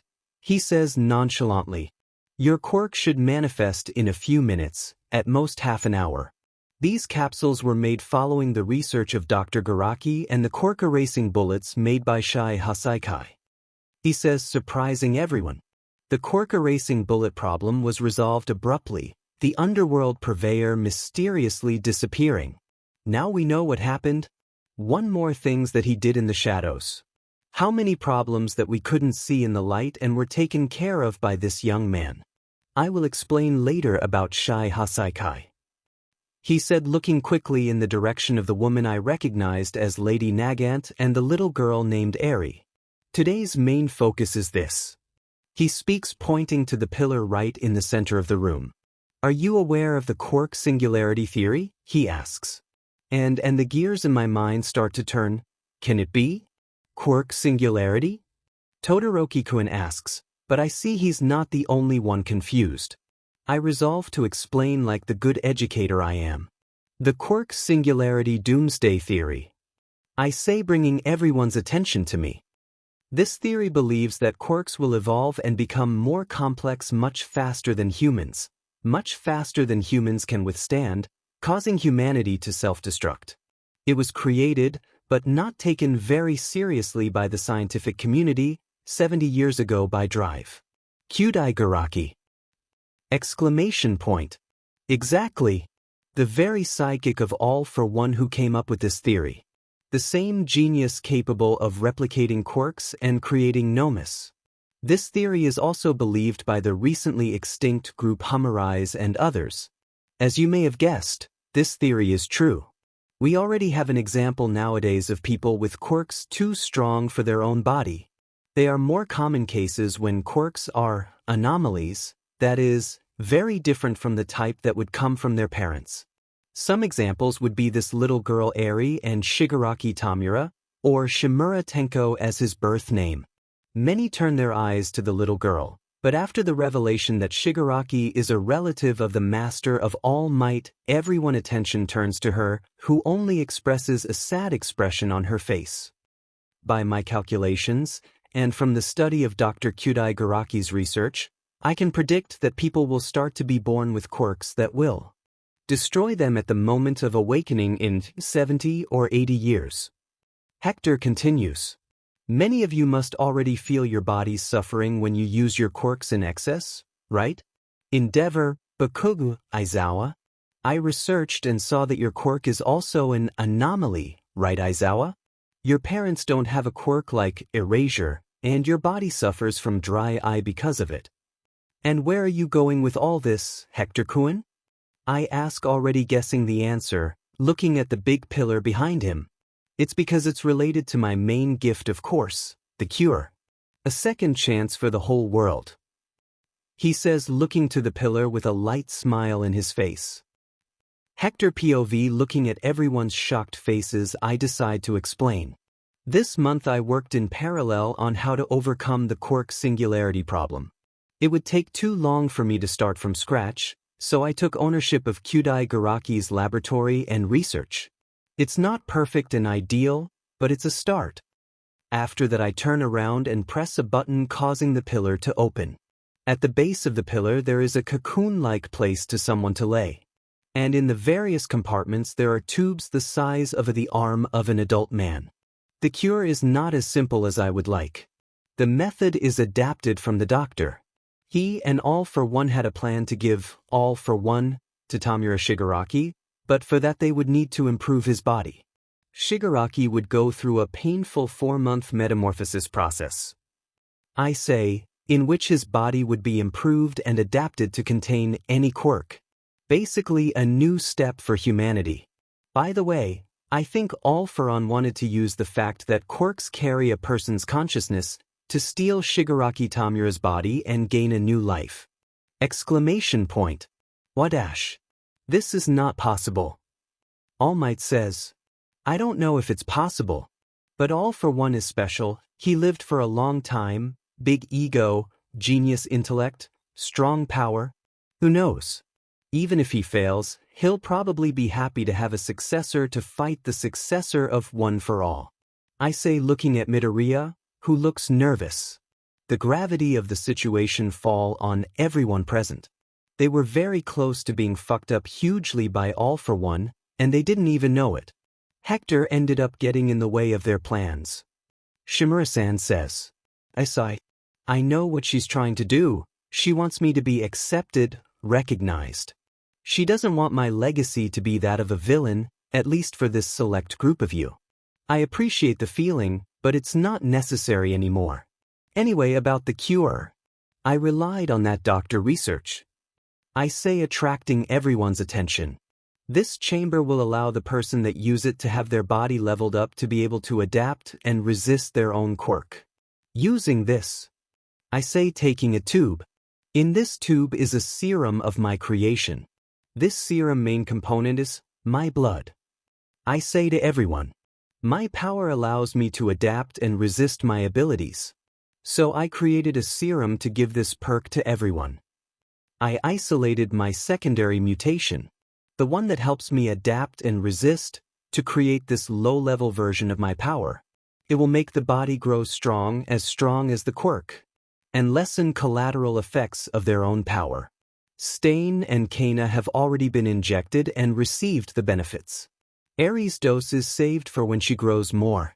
By the time she's 15, it should be enough. Although I have confidence in my intellect, you always need to test before using something. And I haven't tested it on children. It's impossible for me to be cloned by this serum, by the way. I isolated only my mutation. I will use this serum in the world of Marvel in the future as well. Many mutants suffer because of their powers, Rogue being the most famous example. With this I can level the play field. Mutants will have a better control and resistance to their own power, making them functioning members of society. I will give the ones who have to hide because of their bodies, they own place under the sun too. I also have the theory that acquiring a stronger body by other means will help too.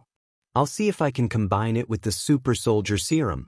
It will be interesting to give this serum to my subordinates in the future. Everyone in my organization, even the minions beings a peak baseline human with high adaptability, will be nice. The person that take this procedure will have to spend a maximum period of 15 days in the chamber, depending of their quirk strength, after being injected with the serum. At the end of the process, the person will come out better and stronger and without any side effects from their quirk. It will even help the person to have a better control over the quirk itself, like that invisible girl from Class 1A. Maybe even allowing for an awakening, I say to everyone's wide eyes. As I said before, the process is not perfect. I have 616 samples of the serum in this pillar. The goal is for my cure to be studied and improved, to be accessible and distributed to everyone. There is a great chance of the serum being transferred to future generations naturally too. I keep all my... It would be nice to communicate David Shield and people you trust to work on this project. Your deadline is 70 years. I say, looking at the two. This. All Might tries to speak. Hector Kuhn. I don't know if I can trust you and everything you say now. I'll do tests first. But I feel that you are sincere. For your efforts, I promise that I will dedicate all my resources to making your plan possible. Make your efforts reach all the people of the world. Principal Nizu says seriously. Oh, that's all I ask. That's why I prepared 616 samples. You can run the tests. But be careful. Chapter 21 to 40 is ended and next chapter 41 to 60 is here. Thanks for watching. If you want to suggest me anything, please comment. Thank you.